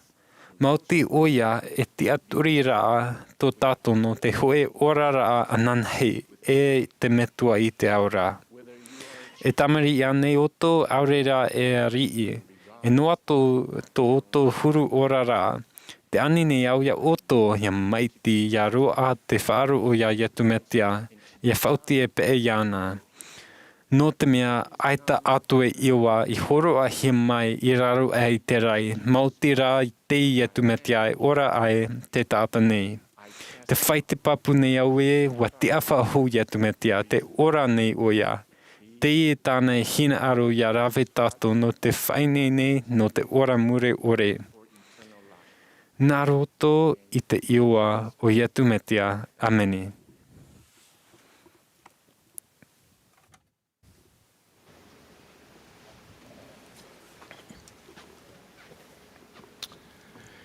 Years ago, E rawe ma Tahiti mai rene, wa hoi mai ta'u mai tamaiti I te whare no te Ēperēra mai, I te hoi hoa nai no Iesu Mesia. Wa poi here o ia I tau hohoara, wa ta'oto o ia Ēperēra, wa paruru I te rera, e wa awha e tu I te whare hapira. I te hoi poi Mahana Mā'a, wa whaoti mato e tere te utua whare na roto I te hoi awha, e ere mea te aroa. Wa tuu to'u te maiti, I tona hohoa no Iesu I roto tona pute taua. I tomato whaera, no te tā'āto'ara'a na nia I te ea. Wa ohi o ia, I te mau o whai nai, e te tae, e aite maoro e rahi roa tona putu o whai. Wa ani mai o ia iau e henehea nei tāna e awha I te mo o whai I te whare. E wa prau atu vau, o ia roa, e nā oe e amo atu Ēperēra. Wa fāri'ihia o ia e wa hamata, ia wha I tona mo o whai te pute, e muri isu, wa tuu te hohoa no Iesu, I nia iso e tapiri. Wa amo vau I te pute te maha, e wa tuu atu I nia tona tua. Wa hio atu I haere o hoi tā'āto'ara'a ai mua, e pai tā'āto'ara'a na muri, e wa marua ai I raro. Ma te tuu ore, wa iriti o ia tona pute, e tātara e toru o whai nai, e wa tamata whaaho, e wa marua whaaho. Wa prau are atu vau pene ai, e tia paha iana e iriti I tona hohoa no Iesu, e haa mama ia I te rera I tona pute. Ai te roe mo e hia iau tona hohoa mata mau wiwi, mai te huru rā e prau mai ne e, Papa, wa hina aro mau o ia iriti au ia Iesu ira pai, e ia whauru e iana? I muri iso wa tau I tona huru. Papa, e ere o e te mea maramarama, mai a tau I mana ora. Wa whawhau te whatu ia inoa, e haere e atu te momoa mai mua atu ia oe. E tipu u e atu te moana vai pape I tō rato rā tā'āto'ara'a, e I roto o ia une e parahea ai, e roto vau ia oe, no reda e haere mai na muri iso iau. Mai ia inoha e rawerehi o tō tātou mawhea I te mahana e maiti ia parehi I piaiso ia Iesu Mesia. Te maiti nei rato ia tāpea iana I roto tā'āto'ara'a. Te haere nei rato I muri iso iana. Te haa putu rahi nei rato I roto te mohiero. E ara rato I te hitira'a ho te hitira'a mahana no te haere I te haapira Ēperēra. E rahia tua e tawinira I te hoi metioni. E arawehi te ui a pi whaahia o te tau o I te mautareni no te haa putu. Warahi atua o te hina aro nei a riro e pipi na Iesu Mesia no te ōmuara'a ato'a. I roto I te hoe tere I Afrita to'oa o te rā, wa parehi wau I te whare no nā tā'api e piti te tomo mai I roto te ātara'ehia ai te maoroa nei. I te uira'a e aha tate evaneri a Iesu Mesia I rāwe no tō rato utua whare, wa pāhono ohi e noe rawa te tauturu. E te whea api tamaroa, e te whea api tamahine fāri'ihia. A tama noa e oto I to oto tere, mai te papatitora a Mā'a, I roto to oto tā'āto'ara'a e tae atu I te pāri'ihia, ma te whawhau ia riro e pipi na Iesu Mesia I to ōmuara'a tā'āto'a, ia I te oto e haamata te mau o whai I te pue I roto tā'oto pute tua. Feitihina roto I te maitira, e teitihina roto I te natura mau o to oto tere I roto te ōmuara'a. A rahi noa e te temaha, a haamana o te tīa'ira'a ia Iesu Mesia mai roto atu I to oto ōmuara'a e ēperēra te pahonora'a. Aita te tīa'ira'a iana e haamama I to oto temaha. Te hina aro nei te enemy no te oa'oa e tā'a'ehia oto ia Iesu Mesia. E tamata o ia iriti e atu I te whaora I to oto ōmuara'a. Ma te ume ia oto ia wheruri mea ohie ai te ea, mai te mea ai te o ia. E mea rahi roa te temaha o tono mo Amuira'a, e a mea roa te ea no te hoi, e a mea pāri roa te tātara'ara'a. I te ia mai oto e ta'a ware o tatane. E ere o Iesu Mesia Mā'ā Hope'a, o oia to tato taturu. I tono mo pipi wa ha'apapu te whatu e pohe to oto I te ene au, e whaitu I to rā, wa upa o tia wau I nia I te au nei. Wa upa o tia oia I nia I te au nei, wa rawe oia I nia iana I te mauiwi e te mai o tono mo ta'ata.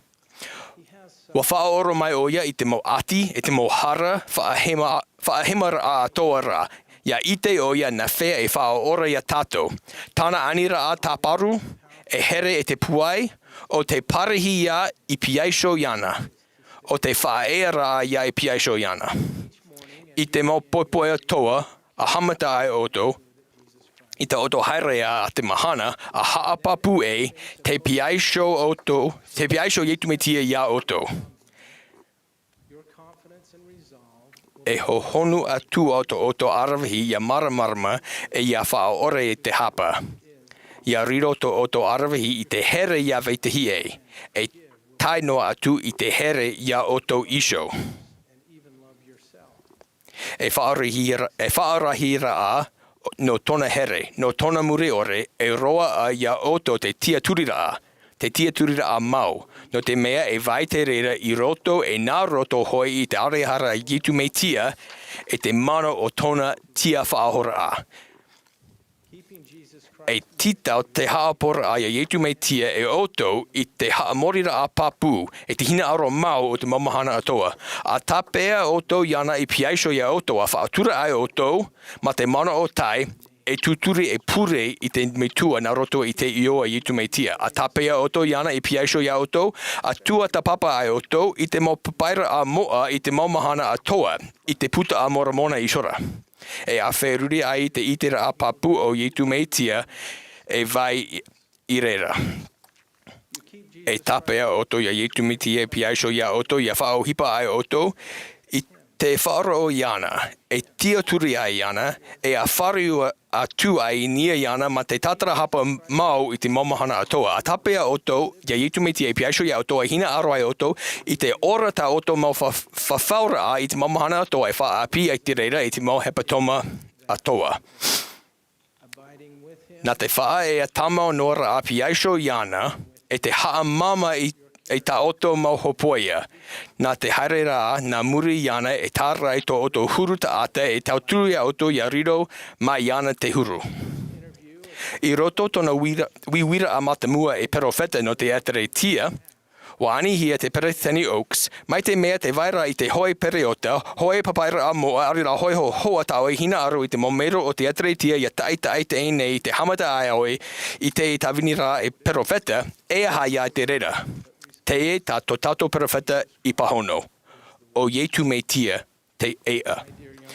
e au mohoa tau'ara'a. Ia tamau noa tātou I te haere āmui nā I mure ia Iesu Mesia. Noa atu I roto to tātou mau taime whiwhi roa. Ia mano ana e tātou e o tātou ana e. Ia tono ana e mai te maha o te mau tātara'ara'a o te ōmuara'a ia tātou I muri. E matana tātou I te tāpea puai noa I to tātou whaotira'a ia tāpea iana I piaisho ia tātou. E whaatia ia tātou I te whaora ia ha'a mama I ta tātou mahopoia. A tu'u iana ia maro I te whea e maro mai ia tātou. A tu'u iana ia tāma ia tātou I ta tātou mohara whaaho. E whaahoa e oa'oa whaahoa. E tu'u iana ia whaanuu I te mau mo'ua I mua ia tātou e ia taui I te ea o te mau anawai puai I roto I to tā'ato'ara'a ia whaatea ia tātou iana.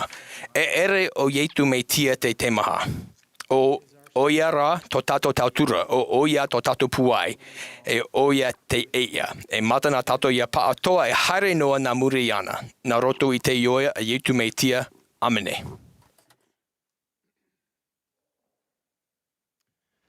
As directed, Ia whaarahia mai, e tia mai te Amuira'a, e āmui atu I te pupu himene no te himene, harat e mai e Yehova. I muri mai te himene, e whaaro mai tātou, ia Elder Gerald Kose no te pupu no te tino ahurumaputi apu te toro. Pehia mai oia e nā Elder Brian J. Holmes, e Clement M. Matsuaga Gotata no te hitu ahuru.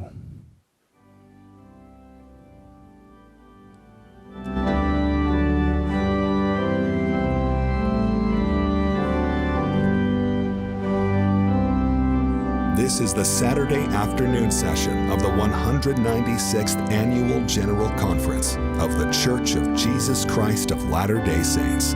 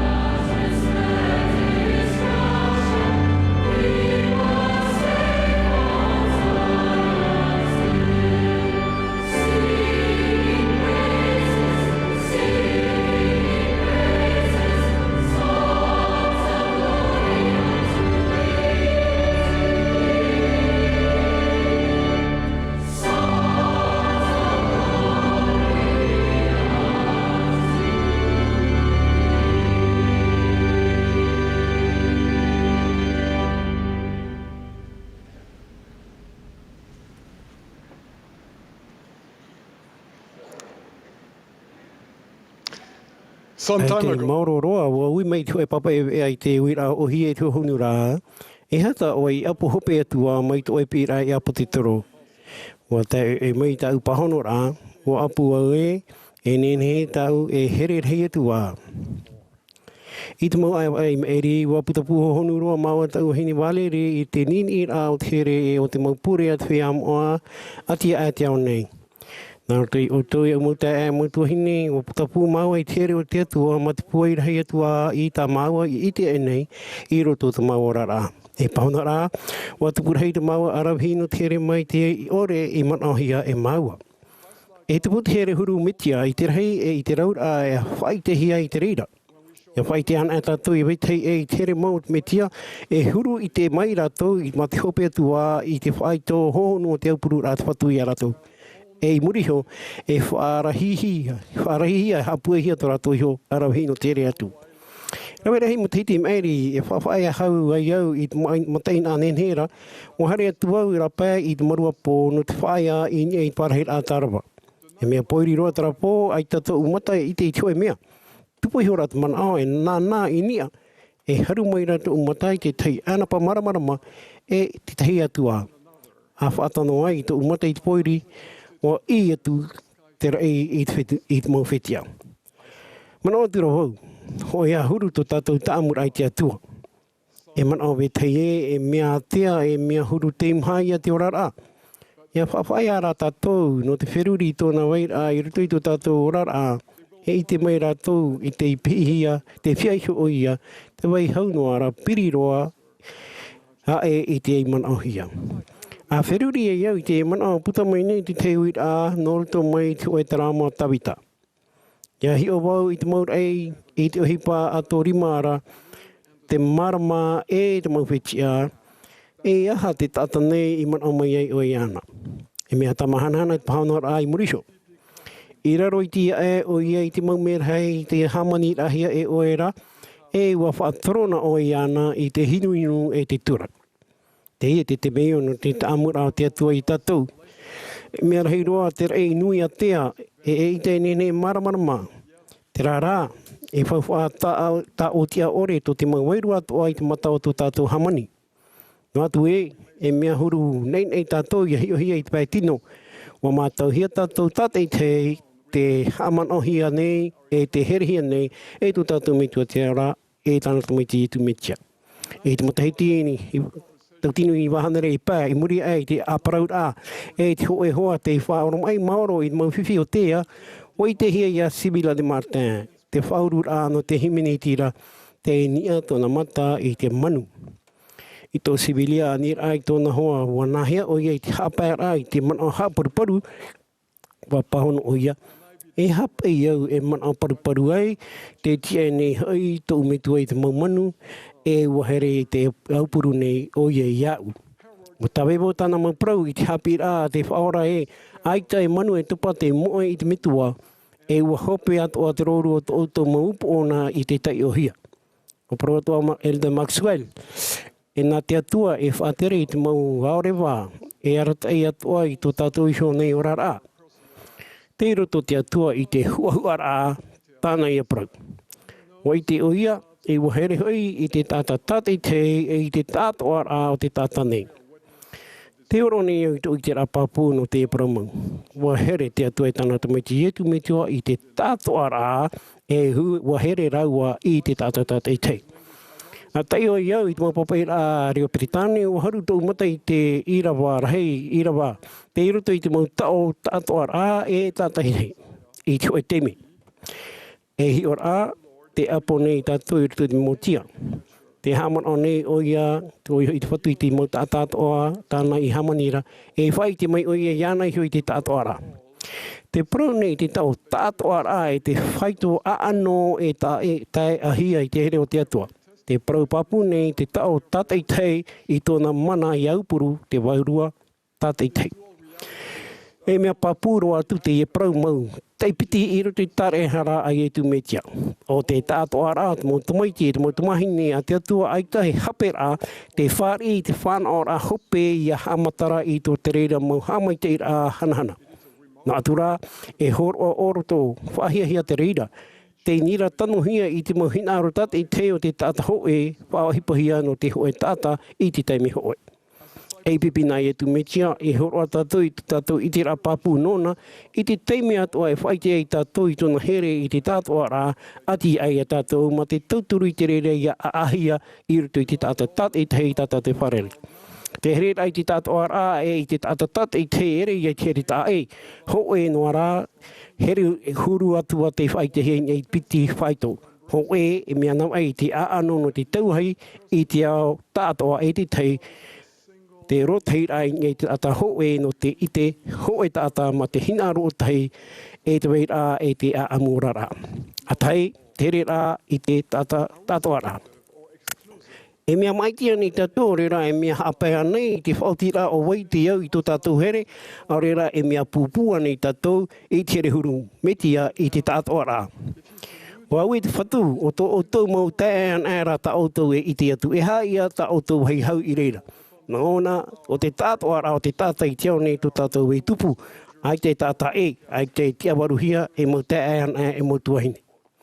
Wa pēt profetai o te whatimita e ita te hoi tātau o te I te aroha o te atua e maururu I te hamai te ino I tōna I so utua whare e te re rā o ia na te o atoa nei ma te anana tā I te hamai te I te tā'ato'ara'a o te nuna a tāta. Ai taro atu te tia a pipi I ōpuahia e au hoa a whanau e te mau hoa matau te whatumuhia e ei tō rātou I so mohi ai. Ai tā e hoa hua tā piripiri rātou mato tātou mauira'a mo Amuira'a.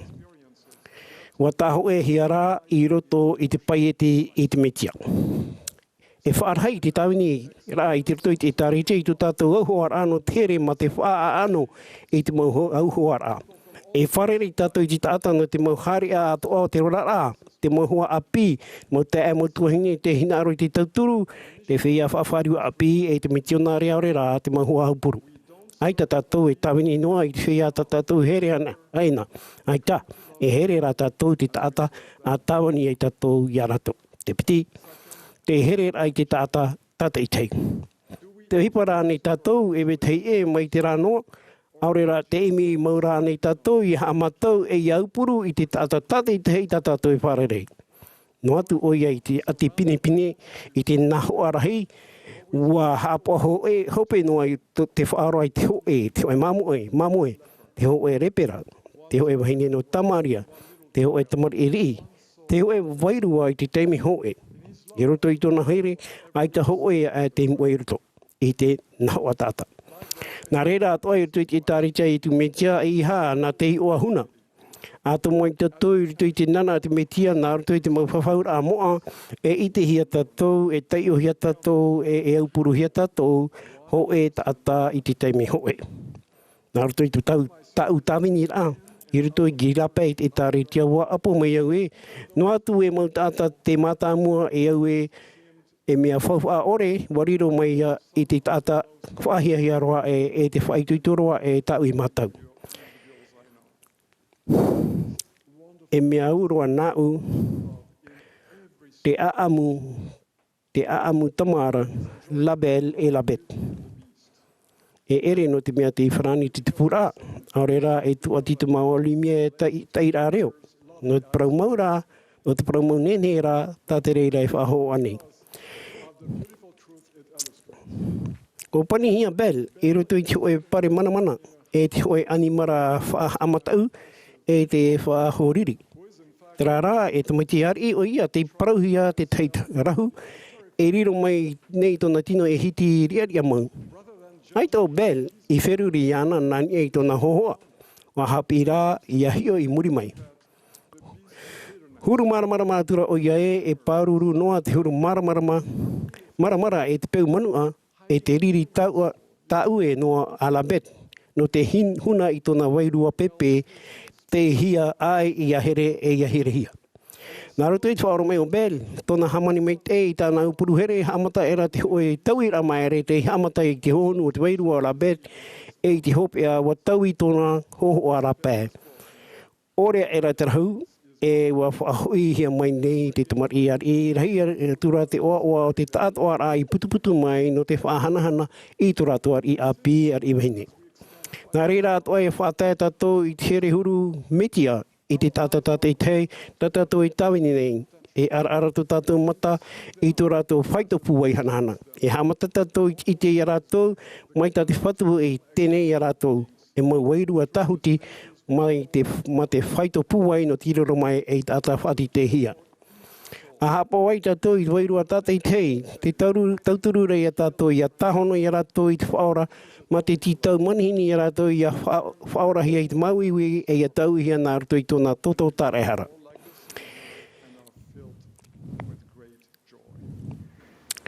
E au mau te e au mau tuahine, o wau nei te oe o tōna mau I te tā'e, te parapapu nei au, e ua here tō tātou whaora I tu metia I a tātou, hau atu I tā tātou e nene e wheruri.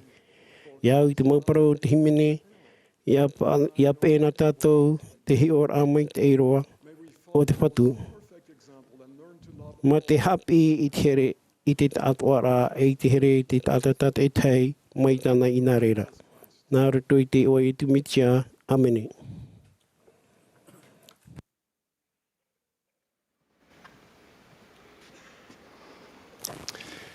Last year, my e te wife... Tahiti maeri ene, wa horo maua te uhu o here o magi, te horo a maratonia, Iufroi, here vetia, te putereira o te ōmuara'a Alp, prohiane o te horo a maratonia, paari roa ai te one. Mai te hamatara ai te Hope'a, me pai umanoa te horo ai te whaito, tautini wa hanere metera te e tipupu nā arto e te oire I te oanhenhe, e te whenua o whai te roa. Nā ia te anoa I te ia oe te mo maere mata mo trara te tuha Hope'a mea tāhoni. E te piriha o titauhia I te mo maona I a pai uma I tāra'ehia o whai nāni e te hoe noa reini. Te pai Amuira'a Hope'a e hi o mai te ia I te mo tūra'a wai ato'a. I roto I te horora'a, aita o toi tāpea no I te reini tāpea e aro o toi I te mo ua. A wherurina I te maua maere te itira maua e hoe o te maona te whaoti te horora'a e matapo o ia. O tā'amuhia te tātai te tōroa I te tātara'ara'a. Te reira o te horora'a te pieho te teie, e tā'atahoni ra te horora'a I a paari atua, o haere te tātara'ara'a mua. Ma te whaara I te mo'arei e ato'a I te mo'ara'a I te ura'a tāte te no te mea o ruruhia o I te tātara'ara'a o rawe te maona matapo I te uhipa I te nene a hani o nān e. Mai tau horora'a maratonia ra e mo taime I ruto I tō tātou tere I te orara ne, me anhenhe te oa e ēperēra mai te hahaerera nā ruto I te aua. Hina aro tātou pātai upotia I te reini whaotira o te rei e ia fāri'ihia te ora mure ore. Trāra e riro te horora'a I te mea tātai te whiwhi no te rātere atu. Whaaru tātou pātai te muta whiwhira. Mai te mea tān e te mana te hau I toro tātou I hau aore tātā e manu ia whaoti te horora'a. Te oe whaito, tītauhia no tātou pāto te teie tātara'ara'a e ua whaata, whawhanau mei tō tātou mei tu e te ora, I tōna aru whamai te eiroa I rawe hei tauturu no te e tātou o Pātate pretitini ox, te tauturu puairoa ta te atu e hor on tātou te hoi e whaora o Iesu Mesia. Nā ruto I tāna tāra'ehia o rawe o Iesu Mesia te mo mea whawharhea atu ano tō tātou tere nā ruto I tahuti nei, e tēnā atu I te Hope'a I te wauwauhia I roto I te whanahora ato tātou metua. No te mea ora o iei te ōmuara'a mai te iroa, no te mea amo o iei te mo hara ato'a e te mo oto ato'a, no te mea o whati o iei te mo tāpe o te poi o Iesu Mesia ne te nenhe tia I mua I te ao ma te poro'i, o wau te a te poro mau e te ora. Aorero e tātai te metuara Amuira'a e iau. I roto I te whahitira o hi wa hapi te whaora e ere o iei tō tātou no aratei, o oa'oa te ea.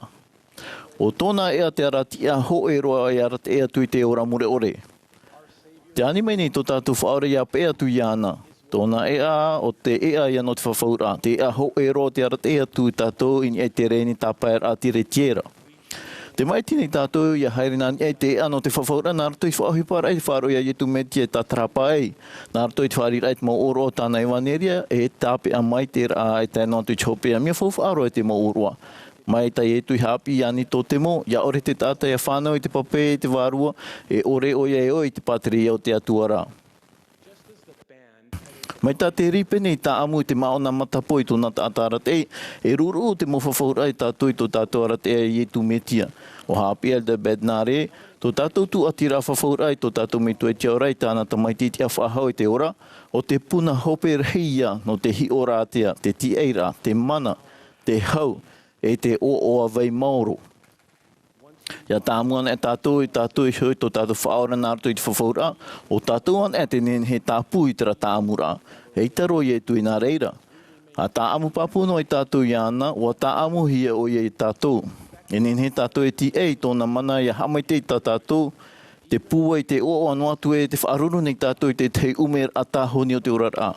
Te rārā, mai te mea e fāri'ihia tu tātou, ai te ia tāua parau whawhau nei. Mani mei te mohamai te rao te whawhaura nā hartu i te hapa o mai te i tāmou, e i hara no te mau Rā'ere ai Mā'eri.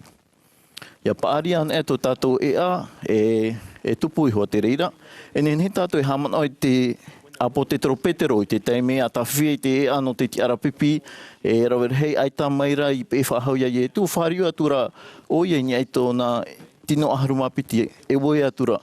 E haere atu ane o tau, e wira hohon te toro mei nā ruto i te tau ia tātou tātei teinei, pāhono atura Petero, e te whatu haere ti amato i veira, ia veira, te ia oe hoi te pro te ora mure ore, o whāro e ne mato i wai te hui ia mato e, o oe te metia, te tamaitia te atua ora. Ia whia an e tātou, te imhan e te tiara pipi, ia hurituan e wethei, te raia te teimi tanu mai te no tā'amuroar ai te metia mai a Petro i nā reira. Ai te uhai e atu no te heiri, te metia an e te mo pro te ora mure ore. A haere tātou nā muri tō tātou whaora ni e te ea no te whawhaura, e huru i te tātou i te hoe pro mau whawharhe. Te haere ana muri a ietu o te pēra i ei tāna perofeta. Nā te whaora i hoi i te mo profeta, e propro nārto i a rātou, e whaatere i tāna i tāritia nārto i a rātou. Ai whiruri nā aitaho e o tātou tinin he i te metia mau, aitan e te i te a te profeta. Mea tamu te atu i a Noa, mea mō te a Petero, mea o te whai tēnā atu i tēnei. O maiti te atu i te hehu mai tāna tamaiti i tāna mautamari, nā roto i te hoi profeta. E prau i te hei, ai ti whawhano u te profeta Ēperēra, te tāretia no te pia ietu. Prau rau ietu i hoi tāna mo apo te toro maitihia e. O te whaaro mai ia o tūra, te whaaro mai re iau. E o te wihauha ia o tūra, o wihauha mai rātu iau. Te patuira i tāna mo profeta ma te ite, iau i tāna iho tātara'ara'a, wa patu ia iana. O whaara te whatu no te tau i haere te tāta iau i tōna i huinaro i mai te au i te hoho o tōna i ho atua. Ai tāna e te mo apo te toro e te mo profita i riro maru no mai tā tātou i te rai te metia i te huru mea tā tātou e hina aru i a riro mai. Tau i tō tātou haro aro ai te hapira tumu, pau haere tō tātou pupura i te mo whaturera'a e ore te ho'era'a. Hapi pau roe o patuhia te tāre tiain e hoi te niua te mo apo te toro e te mo profeta. O Iesu Mesia ho te tirei. E ere no te matāre tātou, ia mauhiara tātou, e iha tātou i riro whaahau i tamari, e te opa i nā pa e piti, e te hopohi e te mo matairau o te mo hapira tumu. Wa prau whawhau tō tātou whaora, mai te mea whaaro mai tō umau tātai tō une reo, e i te reo o tō umau tāwini tāu i whāta no te arte e tō umau tāta, inha oia mau, te proa tune iau ia o tōna e ore ro rātou i whānu e hia i tō rātou hai. Te motai e te motuahine, te hinaro nei tō tātou me tua i te tā'āto'ara'a o tāna motamari i a hoi te whare. O tanta mai ti hereo i tu metia te e a hoe roa no te hoi. Te propapune iau e. No te mea o paumai e tu i te Mā'a tahoni roa i te Amuira'a i te teimhano tō tātou whaorara e i taro atu tātou e whaaruru i tō tātou Mā'a o tātou an e hu. A tā'amuno ai tātou i a tātou i hoi ana, nā rato i te whawhaura e e no ai tāna profeta ora, te haere ni e tātou i nani ai te e a hoe roa te arte a tātou i te whare ma te hau. Te propapune iau te reira i te ōmuara'a o Iesu Mesia. Āmeni.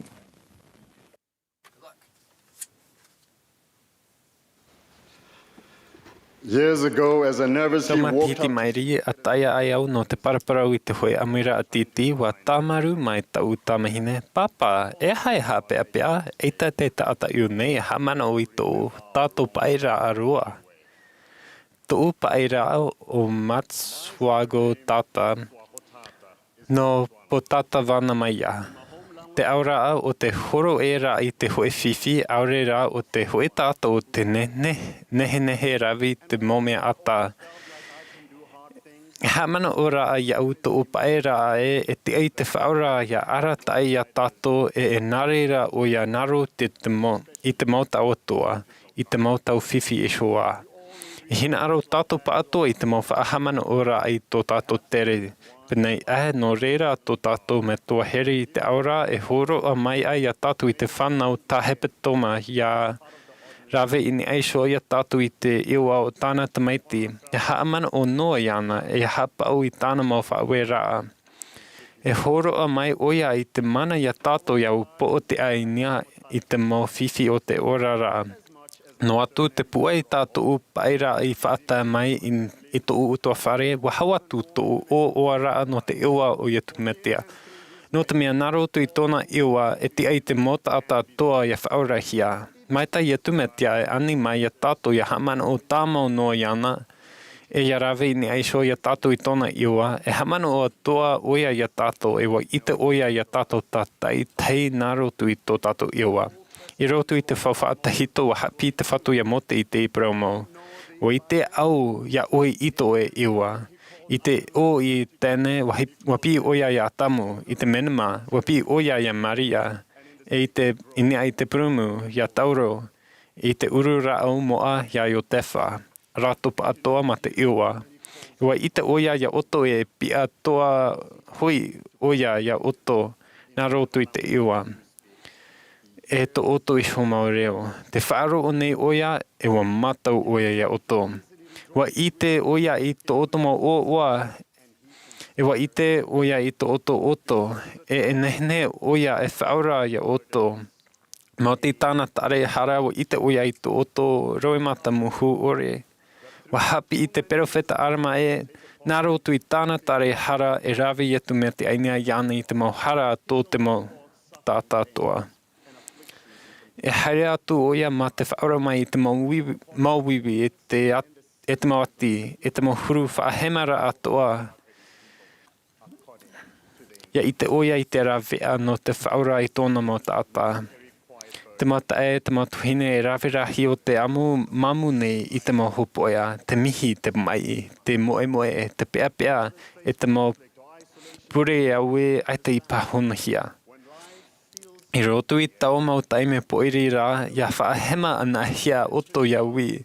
E te atua, te hea rua oe, a hamano nā i te Ēperēra mau pue. Wa i te oia ia oto.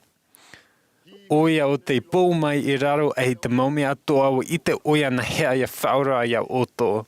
A te aturi i tāna whawhaura e hiti whaho te mahana, e riro a nanhei e mea maitai ai. Wa hapi mai au Ēperēra ma te hohonu ai nā roto i te hoe tau whiwhi. I tau tawinira ai periti teni titi api au puru ai mau tau vihine o puti i tō mau utua whare.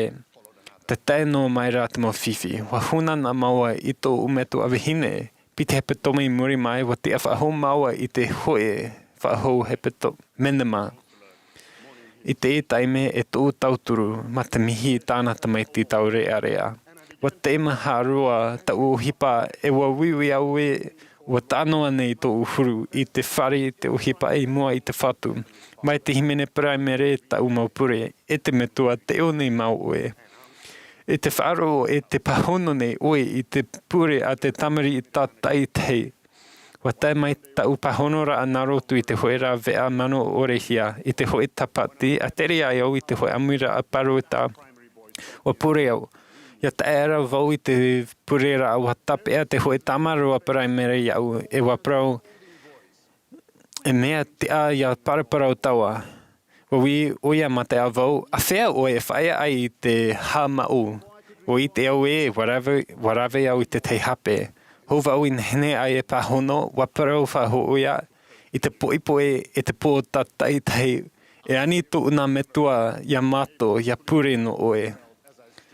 E te tia iau ia whaata hope roa i te mea taui i te Ēperēra, wa here hia vau, wa mātau hia vau, ai te vau i moe. E a heo ai au i roto i tōna mata, wa mahana vau i te here o te whaura.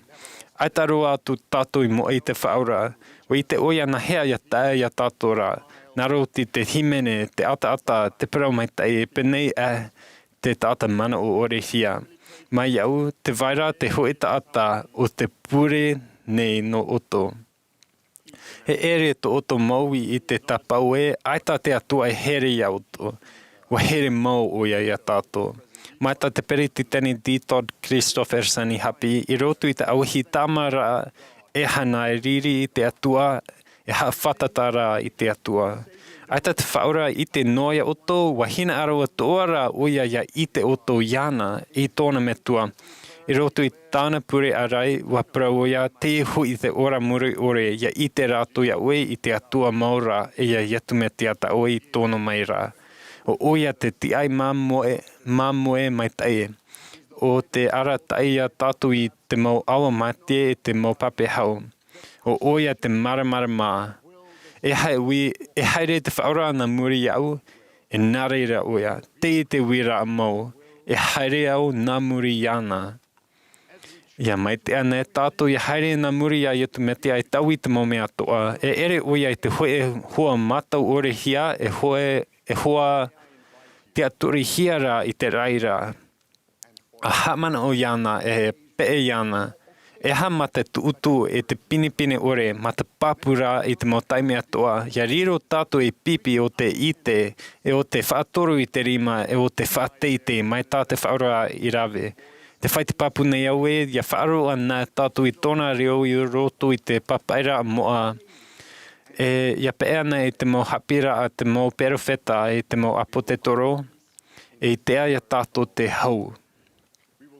E te tātou I tōna varua e ōoa tātou I roto I te mau taimea tāmata roa. E tea ia tātou te pua ia te aturi ana I tāna mau whawhaura anō te anan hei mai tai No te horo e rā I te hoe huruwhiwhi e au raa tōna te hau atu I te hoe paera. E whai te raa I te hoe purau mau mure ore, nā roto I te whaaro ia Iesu Mesia. I te mau whawhaura I rawihia I te pape tītau-ra'a, I tōna Feiā Mo'a. E nehene he tōna mana I taui I tō tā'ato'ara'a. O oia te ea. Mai te mea e whaahohoara to o e paira no te ui matamua. Ēperēra no te mau ui e Rā'ere te Ēperēra o te Feiā Mo'a o Iesu Mesia te ua o te tauirua I te ōmuara'a mure ore. E whaatura tātou ia rato te haere na mua hauatura I te mau mea toa e whaatura tātou iana. No te mea naro te I tōna iwa e tā'ātihia tātou.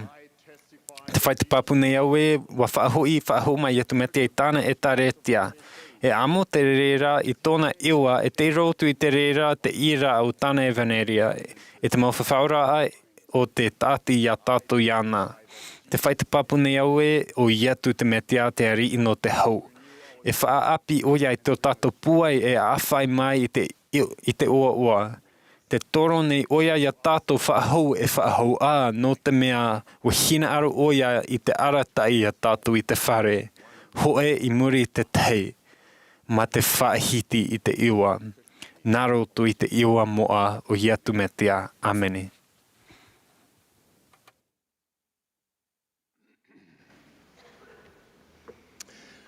We are grateful for Te hamaruru nei mātou I te whea ato'a te āmui a tātou I te awatea.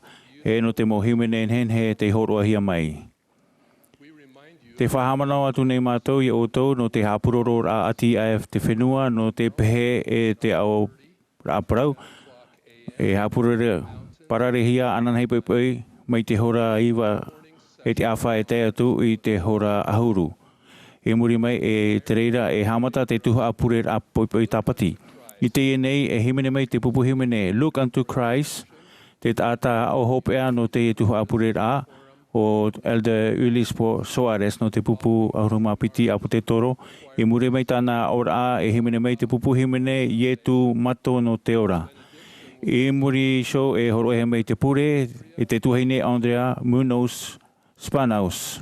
Tauturu piti roto I te preti tīa'ira'a rei o te whea api tamahine.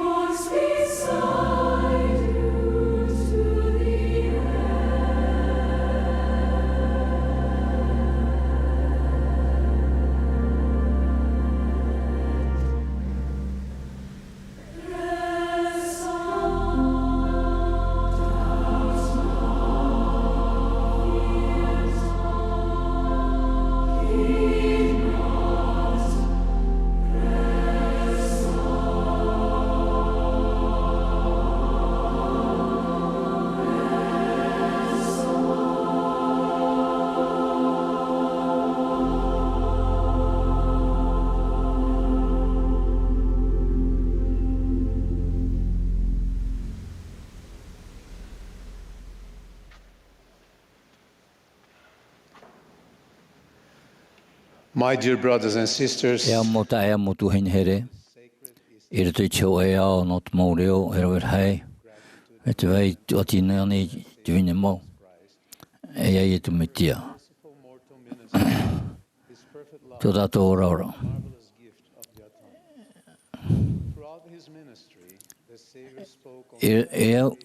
I te roa o tāna tā'aminira, o poro'i te whaora e rore hei teime I te mō poro'i Mo'a ō'oa. Ma te whaohepa e te mō whaoara hen he no te whaite papu o oa'oa e amori no atu te iho wharahei o te whawhātahei o te tamaitia te tua te metia I whawhauhia mai. I roto I te mō whaahitira o te ho'eia o te mō hapira turaroa e te maru no tāna tā'aminira te poro'ia I te pō nā mua I tōna mama e tōna poe. O wau te wine mau. O tō te mau te Mā'a. O te ati mai a aura. E o te ati atua ia nāra. O ia te hotur hei. I tā e atu oto ia aura. Aore roa ia e mea e te ei oto. Nā rato I te whahaitiraan hen he e te putapu, te hapi nei te whaorae o ia te puna mau e te tīa'ira'a. E te whawharhei no te Amuira'a warua no tō tātou warua.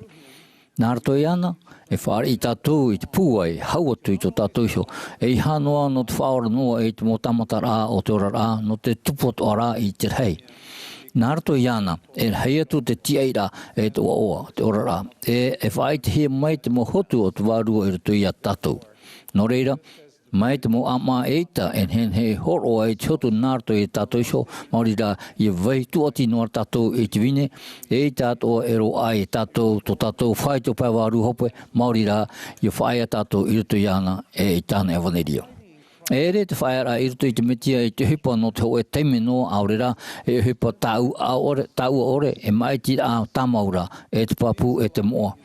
O te tātara'ehia tāna hapira Mo'a I wai I roto I tātou ma te whaitutu I tō tātou manao e ma te whatere I tā tātou mō parau I roto I te mō wahi atoa taino atu I te mō wahi numeri I reira tātou e āmui pinipinai e tā mai e hapau ai I tā tātou mō ohipara ai anara.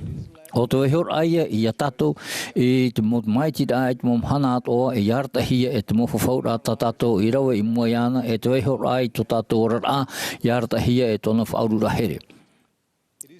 O te maitira aia I wharo I tōna reo e I te reo o tāna mō tawini e te pera I te mea tā tātou e hapi ira nāni atu I te mō reo ume o te ao nei. E I tata parheira I roto I te metia e iriti I te mō hopoia o te ōmuara'a e ha māmahia rā te reira nā rato I tōna harhoa. E ha puahia tō tātou au nā rato I te tamahanahana rā e te hau tāna I whawhau mai. Ia tuan a tātou I tātou sio I raroa I tāna purera'a here e I rawa I tāna tutoin e tātou e whari tātou I te mana paiwarua no te whaoro mai e no te upotia I te mō tā'ato'ara'a, te mō paru e te mō oto o te Tahiti nei. E mō hopo ia pinipine roa I te teimha no te amo mā te ore tāna tauturu whaora e tāna whaurura. I roto I tāna pepititore mata amu e te Feiā Mo'a, ua hapi te apototoro Ioane o oia o te iparau e te atira o ia iana, e whaau o ia I tāna iso haerea e mai tāna ato'ara'a te huru e te ai. Ua whaiti ato pauroe, te roto ana te tata I te metiara, boriro ia e tata āpihia. E hoi mai no tato, I roto I te whatiara a ione, o parau te whaora, āti mai au, e nāu e ati atu I oto, mai te mea, mai te Mā'a e ati hotu noa I ana ara, I ore I ati mai I te vinera, e ore ato oto I ore I ati mai I aura. I roto I te parau, o I hoi te atira I ana, e te whatiara I ana I atia I tātou, e I te hiei te aura hohonu mau o te parau a te whaorae, o Iesu te waine mau. Te parau nei te tau mau e, te waine I roto I te au nei, te teie tu mau vine, e parau nei e mea mau ratou e o te whahohoa nei I te reo e te parau here a te whaora te vine mau e tāna evaneria e tō te aratai I maru tō te aratai maru noa e te mo whirurira e te mo au I te teie tu wahi. Te ora nei tātou I roto I tō e ao te I te mo reo e rore hei. Te maureo e mitutu ore nei I tō tātou whirurira e o te pupu nei I te mau parau poro'i e te mau āmui tāmau. Te parau nei te tei pā, ma te haa maitai e te whaurura E o man au mai tai rātou, I roto I tō rātou hina aro I a whātapu I te mai tai. E me auro te teipa I roto I tīa'ira'a, ai te rā e whauwha. Te vaina ia, te tei mo tata, e whātiti e whoronei e aura e, ua tua te hia rātou I te metia I tāna e vaneria. I te rora o te tau, e roer hei o te I maumureo, e te punei I roto I te mo awhata whaapu, te ātia, te ahi I roto I te mo hapi I tuiro, e u parare to naruto, e te mo huru rawea. Te whawhaunei rātou I te parurura, te oa'oa aurera, te tīa'ira'a mau. E mea pine rātou I te whaite I te whea e te amhamhara. A tahi I roto I te wherura e murisho I te āau, ma te aratai au I te moera e te oto paiwaru. No atu e mea anana tairoa te hare'a I roto I tau moreora I Sābati I te Feiā Mo'a, e huti te reira I tātou nania I te mo tītau-manihini-hia o te ao nei, ma te hāparuparu no tō tātou tuatira I te wine mau e te ora o Iesu Mesia. Mai tate apotoro pauru I whata e ara o tō I te tātātoa e whahepo I o tō I naruto I tā'ira'a e te ore I muri'a e te peutumu e te tata nei I muri'a e te mo peu ato te ao nei e I hara I muri'a e te metia. E au mo ta e au mo tō hine here e I te hia te pāri mau I roto I tō tātou nei ano tau no te whaahipo I te mo mohi a hapi api ma te I te pēwārua nā rato I te waru mai tei ma te ore e whātia I rato ia mono I te reo tia o te vine mau. Nā tō tātou no tāra'ehia e he mau e whaora E tātou. O ia te ea, te promau e te ora o te ao nei. Tōna haerea o te aia o te ratai I te oa'oa I roto I te ōmuara'a e I te ora mure I roto I te ao harimene. I roto I tāna poro'i mata mua I tō te ao nei, profeta no tātou, o parau, darling S.O.X, mata maramana mua e te tiaturi pāpū, o ietu te ea, ai tātou e oa, e horohia mai, ai tātou o te teie turawea, e tamai ei te whaorara, I te tamari I te tata nei, nārtoan ārā I te oa o te metia, te whatu pua I hope. Te horo anei te wine mau I te hoe mea rahia e te mure ore, e te tīa'ira'a aurera, e te whahope'a, te whawhaura I parhei piesho I te atua I roto I te oa'oa hope orera. Ma te whaoro mai e te maitei roa, te tamau nei o ia I tiani I tātou I hari mai ia nāra nārto I tāna mōparau, e I te mōparau a te tata a te whaia tāna I piri e whaatoroa no te mono iana, no te paraparau nārto I tōna I oa, e no te whai te papu non ia iana. Mai te mea hitaro tātou e whaatapu I chotu mai tei, mai tā te whaora I hapi, titohi I tātou I fāri'ihia wharo, I tā tātou Mā'a warua mai roto mai I te wine mau, no te mea, o ia te puna no te mau maramana mātoa e te parau mau. I reirana e te hiai tātou, te mau hotu whauwha no te waneria I roto I tō tātou warua, e I reirana e tātou e te ai I te maramana mau, te ora e te tīa'ira'a e te mai nāroto mai iana. I muri'a I tōna tia whahaura, uhari e tū e napipi epiti I te purumuno e mauta. Te papa I nei ruta I te tāra'ara'a I tō rātou wahai tāpāra, u whaariro te whaora, mai te mea rae, ua whaaru e whahau o ia.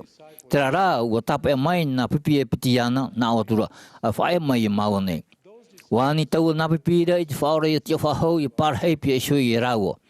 Ai tāna e te hinaro e te tīa'ira'a-manihini, ai teie tō rāua āau I taui, e I teie tō rāua mata e I te iana, e I te rāua e hui whahau I Ieru tarema no te whae te pāpū no te meti aura te wine mau. E au mo ta'a e au mo tō hine here. I roto I te hoe ao no te mau reo e roer hei, ma te wai tuati noa I te wine mau, e reia I te mea hinaro nohia e mea whawhar hei no tō tātou ora paiwarua. Te whaia e parhei I roto I tu metia e ite, e te aturi rato I tōna reo, mai te I parahuia, nā roto I te whaia tāna ipi no te mono iana. E puhere au e amuri no atu I te teme maniania I au a atani niu ai o Alda Jeffrey Holland ia au. No te whaari I au I roto I te pupu no te tino haru mapiti. to welcome me to the corner of the 12 Te apostles. popo no te tino hormapu te apotoro taumini no I muri mai e te fāri'ihia, e te āmui I tauini, I te tae no te whaora I tō te aone. I tau te me mo'ara, o I te au I te whaora, I te au purera'a nārato I te here iau, nārato I te reo o te hau'e o tāna mo tauini te I whātahinuhia. O I te au I te hau e te tamahana I te tā'ara'a, mai roto mai I te vinya mau. Te whai te papu nei te orara'a, o te tauini rā pūai o te hola ne, I whaaroan a tātou I te reo o te whaora nārato I tāna mo tauini, e parheirto I ana e te vinya mau, e whaarhea tu waho I tātou I te Mā'a, aore heo I tātou erawe I te hoe mea. I roto I te puetau Mo'a no Pāta, te whai te papu nei au ma te turae o Iesu Mesia te vinya mau, te ora nei o ia. Wa te whahau mai o ia, mai te poe mai, e mea papu tōna mana whaora. Te whai te papu nei au e, o tōna reo te reo no te paraumau e te ora. Mā te here hope roa. Te anini atu, te anini o ia. I te mau tātātoa I parhei I roto I ana, e tamau noa I roto I tōna here. I te tātou I tōna mana I roto I tā'ato'ara'a, I maite e roa te here o te atua I roto I tātou, e te tātou e te roto tātou I ana. Te whai te papu nei au, I tō I te rapapu hanahana no te mo paraumau mure ore, nārato I te o Iesu Mesia, tō tātou whaora. Āmene.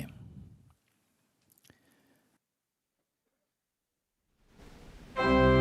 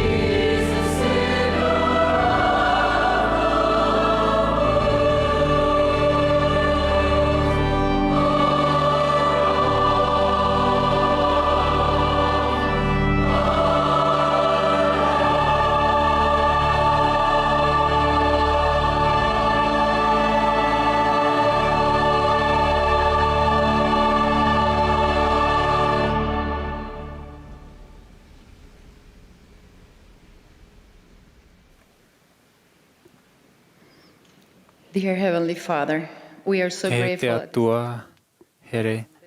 O maruru roa mato no te taha'a purera'a e no te mau poro'i tā mato I whaaro.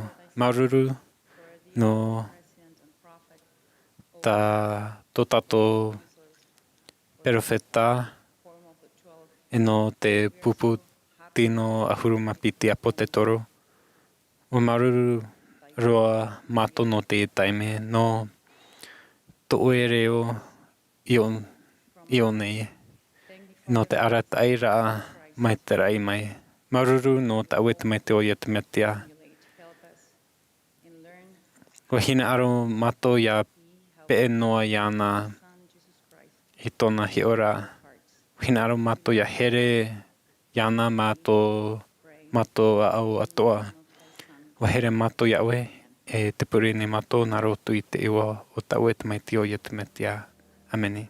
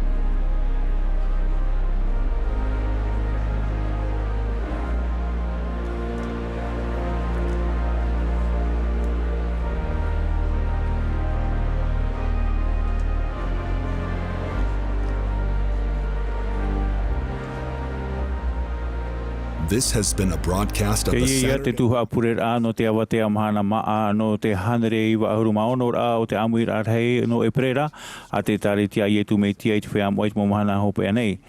Wa maitihia mai te mo tā'āto'a no roto mai te mo te Pātate o te tāritia. Wa hapohia mai te himene e te ie tuha purera'a e te ho e pupu himene āmui no te wharehapira atua toru brigamia o Idaho. Te whaitotohia nei te mo tā'āto'a i a Māti e a whaite atu i te mo poro'i no te Amuira'a e te atu i a churchofjesuschrist.org.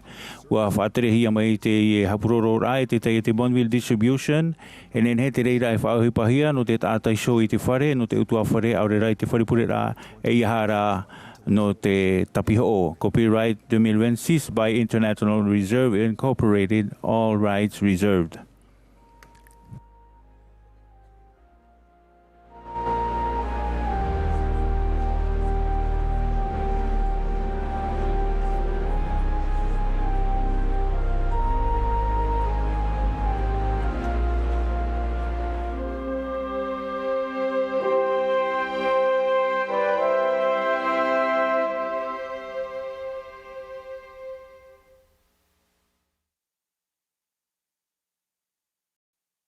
For pausing, for listening, for opening your heart. From homes and cities all over the world, we gathered to hear the words of Jesus Christ. We brought our questions, our worries, our faith. And in return, we felt Him. In quiet promptings, in simple phrases, in the music and words that connected our hearts. The Spirit doesn't leave when the conference ends. It stays with us in how we live, love, and care for each other. If something you heard sparked a question or feeling, we invite you to reach out. Learn more at churchofjesuschrist.org or connect with missionaries near you. So, wherever you go from here, in whatever moment you need the Savior, He is always near. Hear Him. Thank you for joining us.